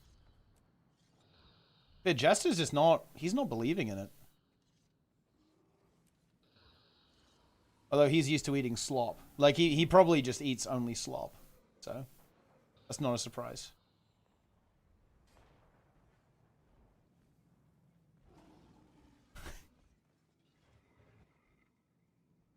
You know what's kind of funny? Whenever I've traveled to a lot of like, maybe like somewhat sketchy places. Okay. And like there have been a few times where I felt like a little bit unsafe, right? Yeah. And I didn't ever really feel super unsafe in London, except when they said, pickpockets operate in this area, please. They like kept reinforcing that over and over, and I know why they're doing that, but it always made me feel like super nervous. Right? It could happen at any moment. You could be pickpocketed. Yeah. I was like holding my pockets. Yeah. Snap played Convergences, the new ones? No. Converge. We'll see. I might play them next week. Yeah, it will be. And look, you need to get gold on NA. Yeah. It's got to be done. I'd like to organize some groups. We'll see. Yeah. When I do this though, I have this is a character flaw. When I do it, I really want to do it well. Yeah. And it will bother me if people like don't engage and like try to leech off of me. So I have to like get myself in the right headspace for this, because I can't let that bother me to the point where I don't want to do it. Has Ned played Retail WoW yet? He hasn't played Retail WoW, no. Talk to Fandral. Yeah, I know Fandral's doing it, but like I want to do it on NA, right? He's doing another run on EU at some point in the future too. Here's the thing. I want to do it on NA because I think the NA is capable. We just need just need to rally like the really elite players, and we need to like set some standards very kindly so that people don't rage out. But we need to set some standards. Like if people are unwilling to do what it takes, then they shouldn't join. Yeah.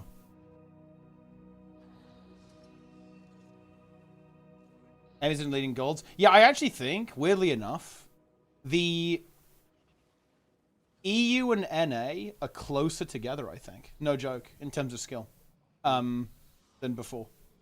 Because I think EU has kind of declined, but NA has like stayed the same, if anything. Maybe I'll reach out to Emmy and just ask for the strat so I'm not fumbling a bit. Because like I normally wouldn't care if it was like the first week or whatever, but if it's been a while by the time I try it, then there might be like at least a subtle expectation for people that have done some homework. So I will do my homework. All you need is just DPS. Like, there's no like strats or anything. You just need people to do DPS. What I mean is like I've literally not done the convergence like at all. Yeah. Right. Like not even normal mode. So they're very simple. They're very very simple. Like all you need is for people to do a DPS rotation, and then that's it pretty much. Yeah. Okay. They're a massive pre. What are the strats of pre-event? You like break the rocks a little bit earlier, bro. It's like no, it doesn't matter what you do. Look. You could remind us, here on EU, we YOLO'd all 3 of those convergences, and we got gold on all 3 of them first try. No fancy strats, just actual raw DPS. Like, just raw DPS, bro. For Guild Wars 1, I still want to play. For me, the interesting thing, though, is I kind of just, like... I think what's going to end up happening is if I die, I'm just going to keep going. Because at this point, like, I don't have enough time to, like, constantly restart. Yeah.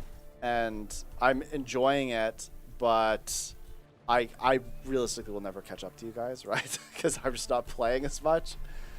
So I think I just need to like just play at my own pace, and if I die, I die. And I mean, just, like, surely play you're through the going. Surely you're doing HC in WoW though, right? You have to get to 60 in vanilla.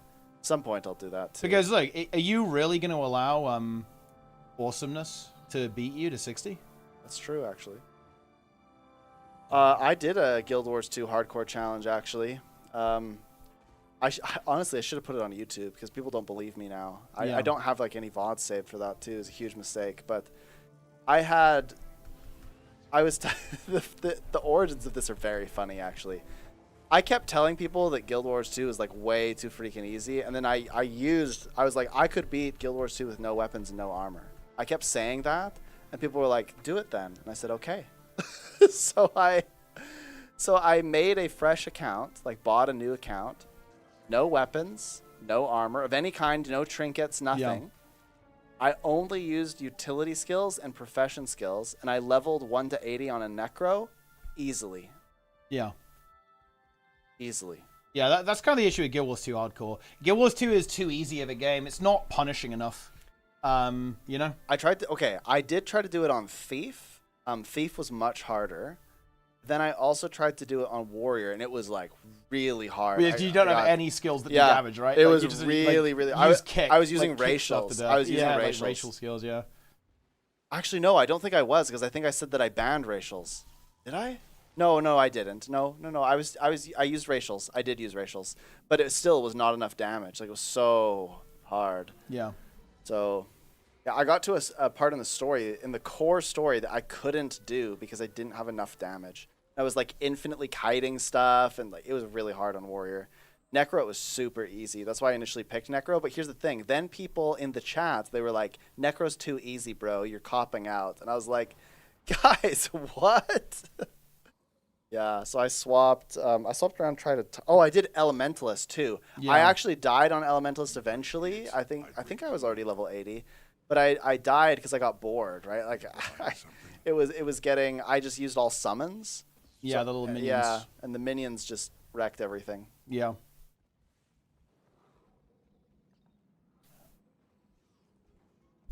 Incredible.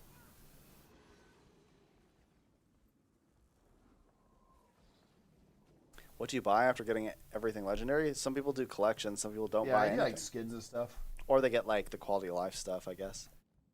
No, they're both still alive. They're just scared. They're just scared. Fizzy Bang. Like Awesomeness hasn't logged. Snap hasn't logged. They're just I afraid. wasn't scared. I just I just couldn't play because as soon as April hit, I ran out of time. Like I was just grinding my PhD stuff. I think I wrote in April. I think I wrote like 100 pages or something, or probably more. I wrote 100 pages. I graded 150 assignments. Yeah, I presented at 5 conferences. That was a mistake, by the way. Oh, yeah? I went to a professor and I said, "Do you think this is a mistake?" And he's like, "Well, it's not a mistake, but one of them will not go well." And he was right about that. Because I ran out of gas, right? Like, I was just so tired. There was one conference where I went to it pretty unprepared. It still went okay, but, like, I think I could have won Best Paper Award, but I ended up not submitting the paper and just doing the presentation because I just ran out of time, right? Like, I was just trying to do too many things. It's crazy. Yeah. Crazy month. Would you agree that Guild Wars 2 is lacking a mechanical pull and something you play for, not rules to the gameplay loop? It does lack that for me right now, yeah. But not for everyone, to be clear. But yeah, for me, it does lack that a little bit. And the thing about, well, Dragon's End was a really interesting situation because, like, Dragon's End didn't just get power crept. It got annihilated by nerfs as well. They, like, butchered it. That was obviously very demotivating because, well, okay, so the thing is, right, is that people were really excited because it was this really cool, challenging open world event. It was like a massive thing the community rallied around. When, essentially, ArenaNet sided with, well, let's be honest, they sided with toxic casuals, it just made people like, okay, we feel completely betrayed, right, by the game. you got to bear in mind, guys, like how toxic it was. Like, you know, one guy in particular who was streaming at the time literally told me to kill myself because I said that Dragon's End, like, is actually doable. I didn't say that it was easy, by the way. I said it was like, you know, you can do it. Like, it can be done. Like, it's like, you know, it's possible. By the way, I want it to be known that this person, when we were saying this, they kept denying, saying it was unbelievable, like, unbelievably impossible. Like, there's no way they could do it. And then he said, "Fine, I'll try it now." And then we sent in Isa as an operative. Yeah, an undercover agent. Yeah. So Isa went into the map, and it was like just a pug commander. Isa joined and said, "Hey, would you like some help making subgroups?" Just very kindly. And this commander was like, "Sure, that'd be super helpful." Isa made subgroups, but didn't tell anyone to switch builds, didn't ask what people were playing, just moved people around based on what they were playing so that the boons would be spread out better. And they did beat the boss with like a minute and a half remaining. Yeah. And the look of like cognitive dissonance on this guy's face was like priceless. Yeah, like, he wanted to lose. He craved losing. He wanted to prove us wrong. Yeah, by failing the event. Like, what did he even say? I think he like stuttered a bit and was just like, but it's still bad. Right? It was weird. And the thing is, like, that situation, guys, it destroyed my community. Like, we basically just started Hardstuck there. It was going really, really well. It was really, really positive. But when that nerf came through and they basically destroyed Dragon's End, that and the community response annihilated the community. It like destroyed the community pretty much because people were so unbelievably toxic. A lot of the people I was playing with were completely alienated from the casual community because of how toxic the response was. And obviously ArenaNet basically caving to that felt pretty bad. You know what I just realized? Yeah. This is Gorseval, but even worse, it is named something else. So it is a complete reskin. Yeah, it's Lextalion the Merciless. I'm also an egg. Wow. I didn't realize that was, yeah. I'm egged.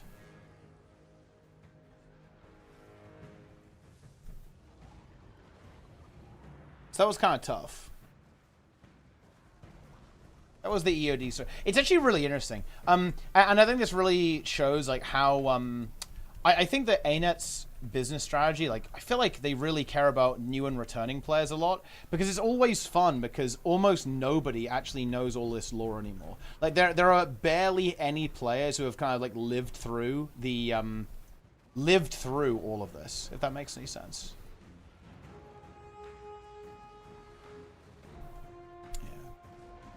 But yeah, that's the situation.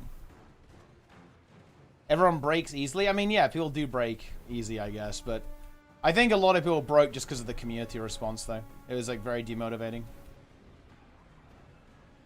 There are 100 other things you can do that require effort in open world, let alone PvP.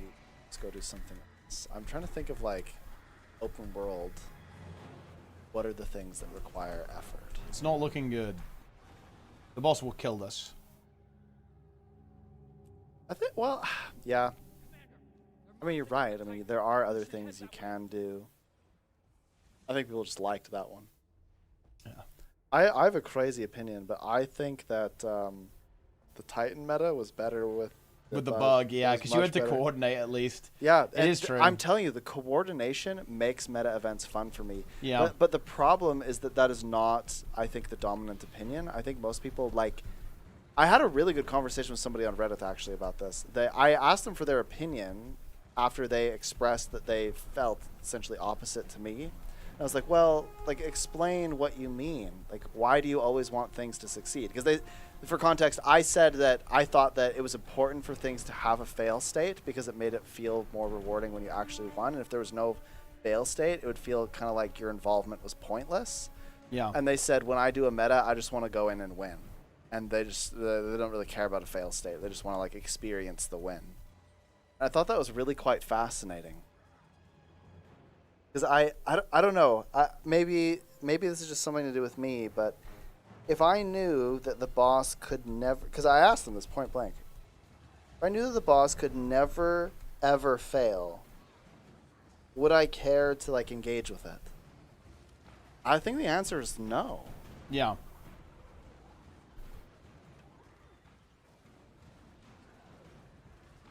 No, I know. I completely. Yeah, this is actually one of the. This is because there's something really interesting about the way WoW PvE works, and I think it's actually what makes it good for me, even though it's frustrating when it goes wrong. So, like, imagine, guys, if you're doing a fractal and you can actually fail, right? Like, you can fail that fractal and basically get punished for not doing it in time, right? Like, doing it too slowly, right? That aspect of the way WoW PvE works, it just makes it so much better for me. Like, the fact that there are these timers on, there's timer on the dungeon, like, there's essentially, like, a competitive element to the raiding. Like, only a certain amount of guilds can get Cutting Edge, only a certain amount of guilds can get Hall of Fame. It makes it way more fun for me. Like, the fact that you can lose is very exciting.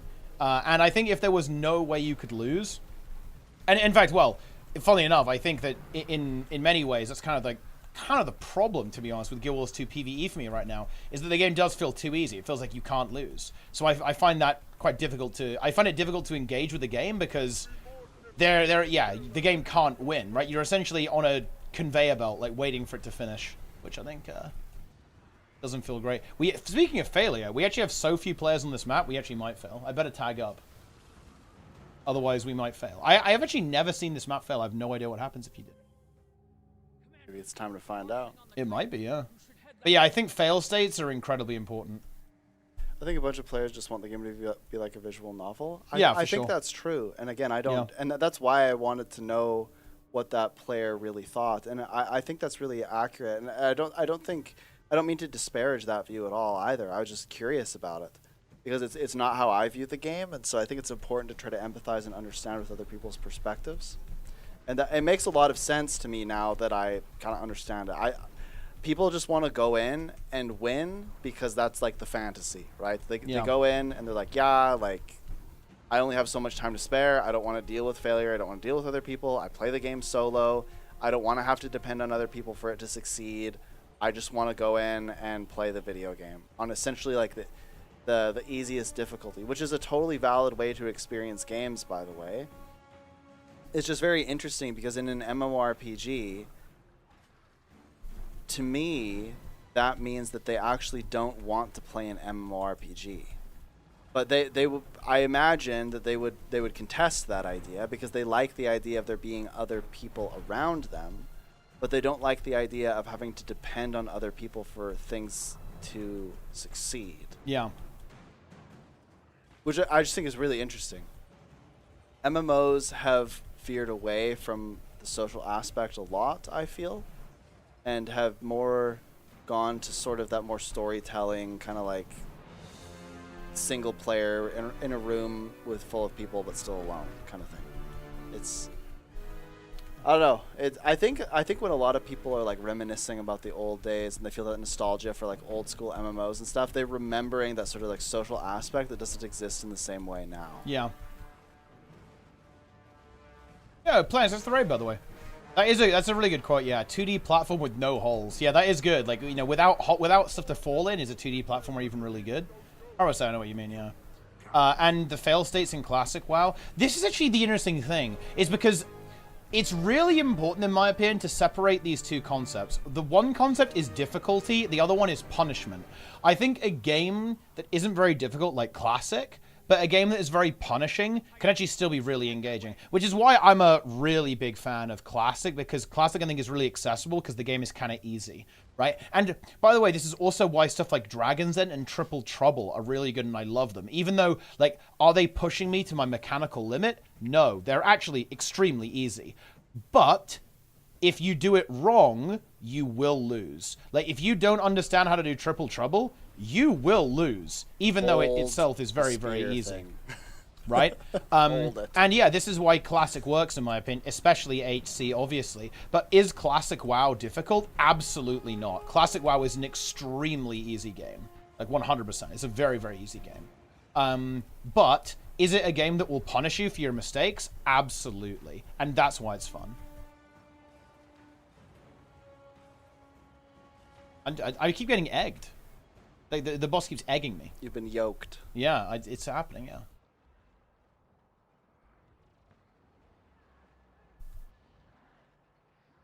Classic. Also, nobody's reviving me. What a toxic community. Holy shit.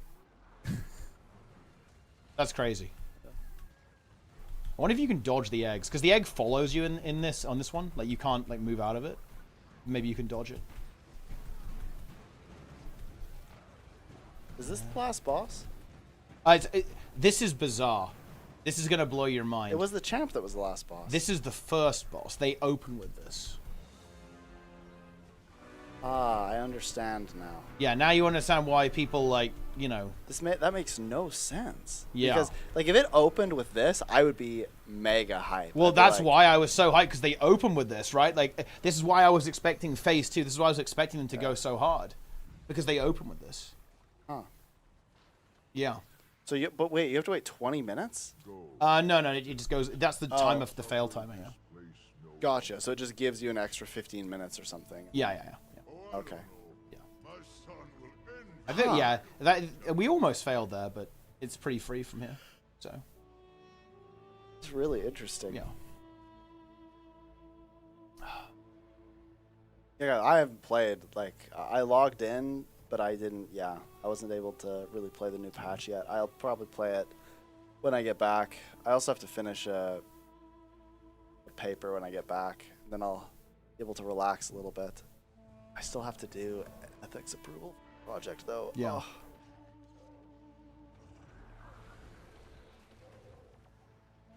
Oh, right. I'm getting tired at this point. Oh. Yeah. Well. Oh.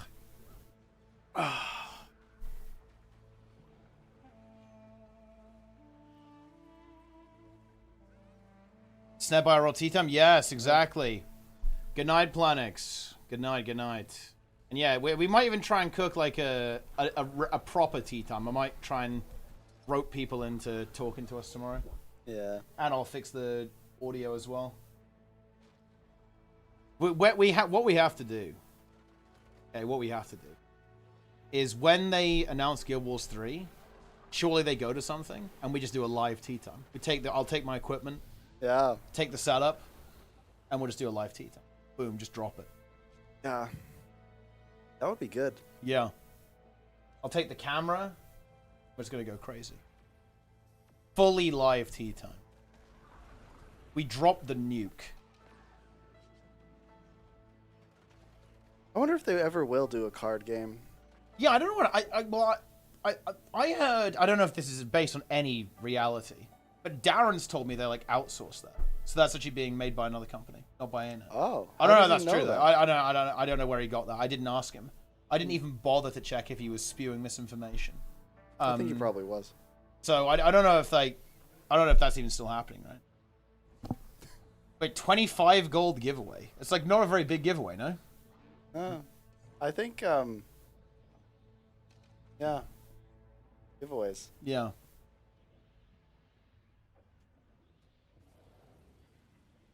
There's not a lot going on in Guild Wars 2 Twitch, to be honest. It's pretty chill. Ugh. Shit. There's nobody on the southern lane.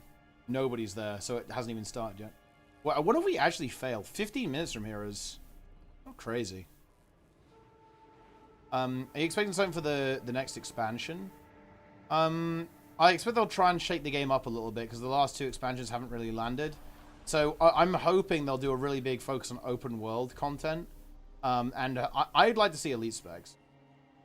Do you have IRL shit to do in the morning? Yeah, we're going to be up in like 9 hours, so we don't have like the biggest sleep. We might have to. Well, I'm probably gonna have to go after the. Oh yeah, so yeah. No, I'm gonna do this mode. I'm stopping the stream regardless. I also need to look up how to get back. Yeah. Well, I can walk. That's Okay. fine. Yeah, we can just walk there. I will lead you. Good. I am the commander. Yeah. You are the leech in Yes. this situation. Good. I follow, and then I treat it as third monitor content. Yeah, pretty much. You get strikes. I think we won't get a raid. I think if there's gonna be instance PvE, it'll be strikes for sure. I think. I mean, who knows? Honestly, who knows? I think it's very hard to predict. You know, I hate to say this, but I think I was wrong. Oh yeah. I thought that if they put out Wing 8, that it would be engaged with more than a strike. Yeah. I think I was wrong. I think that's because of the weekly, though. No, I think that the population, and I think it's purely because of the reward structure. I'm gonna be real. Yeah. Because I think Wing 8 is actually good content. I think it's the bosses are probably a bit too much HP on normal. They're probably a little bit too difficult on normal, but you know, that's whatever. I think the really big issue that Wing 8 has is that I don't think there's a big enough raid population in Guild Wars 2 to do a weekly lockout. I would really want to see all lockouts from raids and strikes be made daily in some sense, or like have them all with basically the Icebrood Saga reward model, basically, because I just don't think there's a big enough population to actually support that, like, at all, in the game currently. My suggestion was to make it, rather than daily, make it so that, you know how Wing 8 has like that weekly achievement, so that you can track if you've done it? Yeah. Make it so that that's repeatable 3 times, and that's where the rewards come from. Yeah. So you get, on the 2nd and 3rd repeat, you get like similar rewards, but just slightly downgraded, so that it's still worth it to do again, but you can only do it 3 times. Yeah. This way, I don't think like players will get like burnt out from doing it every day or anything, and there's still kind of like an end. If that makes sense. Yeah. But once you do it once with your static, you can go and just like pug the other 2 runs, and it's still worth your time. Or like you can do a training and it's still worth your time. I think if you did that, it would be quite successful. But you can't just do that either. If you want it, you have to improve raid rewards across the board. I know this is a strong opinion, but I think that raid rewards, because raids are hard and require a lot of work and effort and stuff, it's my opinion that they should be pretty rewarding for your time. Like the most skillful and time-consuming content to learn should be the most rewarding. Yep. Yep.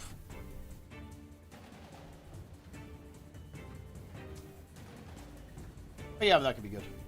The visions in WoW, literally DRMs, dude. Like, horrific visions, that is... It is slop content. But dude, look, you know what's weird about this? The lore nerds, like, gobble that shit up. They hungrily gobble the horrific visions. They love it. I think, it's actually really interesting because, like, WoW dropped this, like, island, like, the Siren Isle. It was just, like, some, like, reused, scuffed out... Well, it wasn't even reused. It was, like, unreleased. They basically, like... put some unreleased content into the game from BFA. It's like slapped it in there, and it was kind of weird and jank, but the lore nerds loved it. I think Bellula said something like, it's a masterclass in storytelling or something. It's like, wow. Yeah, I mean, look, you know, fair enough. Like, the lore nerds love it. It is what it is. I guess that's the way it is. Also, I don't think you saw this part of the event last time, by the way. It's absolutely brutal. Like, it's... For some reason, they put after that boss, there's just like a insanely tanky membrane that you have to get through, and you can't even attack it, right? You have to use siege turtles and stuff to break through. It's so brutal. I don't know why they keep adding stuff like this to the game. So you just have to constantly fireball it and stuff? Yeah. Do you know what's really frustrating? By the way, guys, listen. I am going to say this out of spite because I actually do think this is ridiculous. Okay?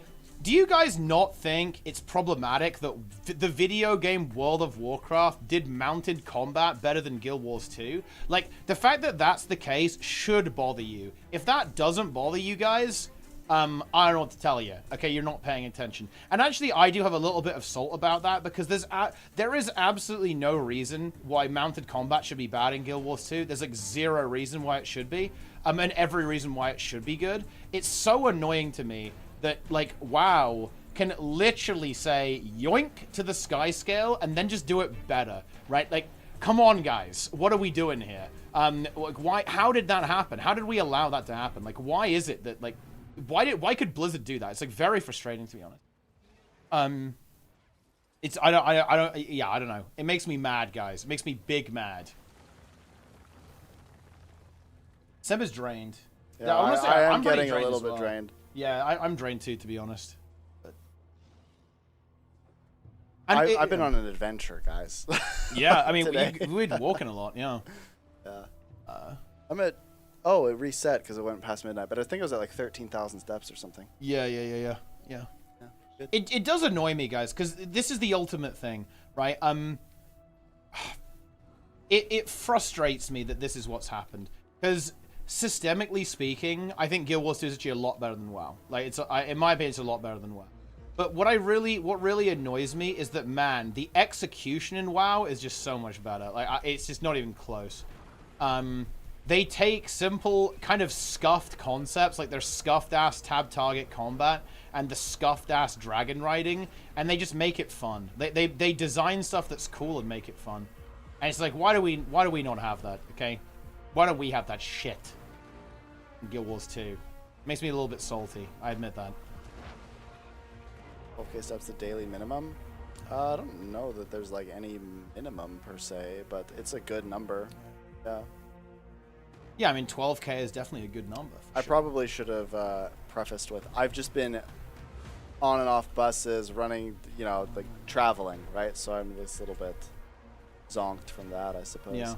Yeah, and there's a little bit of jet lag, so it's a little bit confusing. The first night was very confusing. We were like super tired at like 6 p.m. here for some reason, because we had like stayed up all night. And anyway, I fell asleep at like 7 or something. Yeah. And then I woke up at midnight. And I was like, oh no. And then I couldn't fall back asleep, so I stayed up until 4. Which would have been like 9 p.m. my time. And then I was able to fall asleep for another 5 hours or so. So I don't know. My body's just very confused about time and space. I do like the idea of a minimum number of steps. Like, if you don't, what happens if you don't do 12K steps? Like, do you just die? You just fall over dead? Or like, do the police come and arrest you for like not doing enough steps? Like, just thinking like, what the situation? Yeah. It's kind of like, have you ever seen Lost? Yeah. You have to input the number. You don't input the number, it's over. Yeah.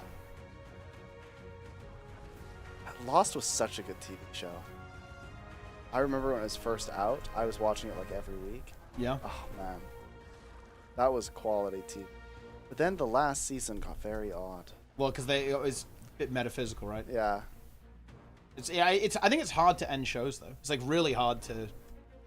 Breaking Bad end ended shows, right? very well. I actually haven't seen all of Breaking Bad, but I have seen the ending, and it's very good. Yeah. The ending of Breaking Bad is phenomenal. Yeah, that is like pretty much the perfect ending. Actually, it's very well done, for sure. The ending of Dexter was quite poor as well. Yeah, I haven't seen that show, but I know the memes. Doesn't he like? He's a serial killer, right? Doesn't he end up like being a lumberjack or something? Something like really weird. Just like vanishes off into the. Well, I mean that's not how the original series ended. Oh, okay. But yeah, I don't want to spoil it. You gotta watch it. Well, yeah. I mean, I haven't seen it. I've got no idea. But yeah, I mean, wait. I recently watched Wood and Potatoes' VODs on Absolution. My favorite part was him talking about how at the end, ArenaNet came up with these cool story and lore ideas and concepts, but couldn't follow up on them because they simply had no money. Wait, I haven't seen this. I mean, I guess that's a very blunt way of putting it, I guess. Wait, I'm looking this up. Wait, what are you looking up? Wood and Potatoes. The Wood and Potatoes nuke? I haven't seen any Wood and Potatoes content forever. Yeah. But I mean, look, you know, this is the thing, guys. I think it's really hard to have a good ending, right? That's why we're talking about like some pretty cool shows that have really strong endings. Because at the end of the day, I think it's not trivial to do. What is? I'm playing this like other game, random playing other games. Yeah, a lot of videos. Maybe he was. He streamed a couple days ago. Yeah. That's what it was. Well, his Jester self-reported again. Yeah. Wow. I've never watched Game of Thrones. I watched it. It was like, it was a good show. Ending was again pretty mid, to be honest. Fairly mediocre. But it is what it is. That's just the way it is, my friends. Yeah. Jester mentally broke to the end of the Grand Tour. Mr. Robot ending? Yeah, dude, I love that show. The Mr. Robot ending was extremely good. Jess doesn't like Mr. Robot because he has no taste, but yeah, I like that show a lot. And the ending was excellent. Yeah, that's true. Very good.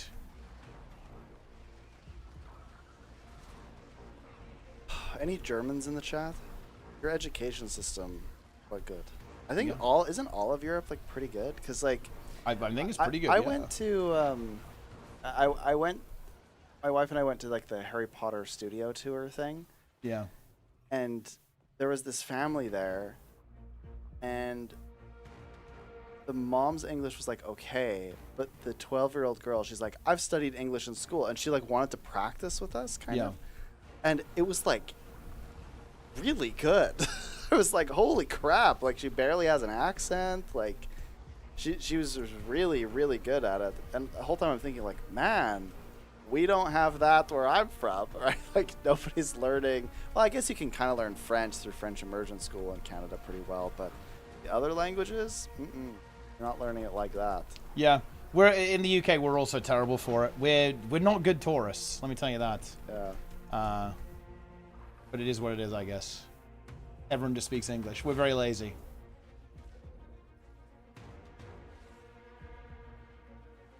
Yes. English is pretty easy to learn. Ooh, I think that's a rather unpopular view. I think English is probably one of the harder languages to learn. No. But It's kind of inconsistent, right? yeah. But I guess it also has like some fairly simple syntax, I guess. You don't have to worry about like gendered words, for example, and stuff like that. So I think it's like not the hardest language in the universe. You have to like watch out for like the weird exceptions, basically. Yeah. But well, you know what I just maybe not too realized? bad. There are lots and lots of resources to learn English. So in some Yeah. ways, it's probably easier to learn English because you're always going to find ways to engage with English, right? Like if I want to engage with like French, I have to really go out of my way to find French. Yeah. Even as a Canadian, right? I can like read the back of the cereal box and stuff, but if I wanted to just go like learn French, I'd have to go find people that speak French and find classes and stuff, and those classes might be more readily available than the other languages, but still, it's like you really have to go out of your way for French content. But I think English content is kind of like in your face all the time. yeah, right? and also I think it's going to really help where if you go online, you're going to encounter English. It's Yeah, everywhere, exactly. right? It's going to be in music, in movies, right? Like on YouTube, right? On the news, right? It's going to be you're kind of like by default immersed Yeah. in the language, so you're going to pick it up maybe a little bit easier than you otherwise would, which is pretty good. Yeah. Well, I mean that's it. We beat the meta event. I think let's piss off. Yeah. I think it's time. It's time. Gamers. It's back in like 9 hours. We are done. I'm gonna raid Lara. She's playing Mario Kart. What the hell is that? I got the new Switch. That's new Switch. Switch 2, very exciting. We'll be back tomorrow in 9 hours, give or take ish, something like that. I don't know. When we wake up, okay, we'll be in when we wake up. We're gonna run 5K. We might stream eating as well. It could be a food stream. There's definitely some possibility for that.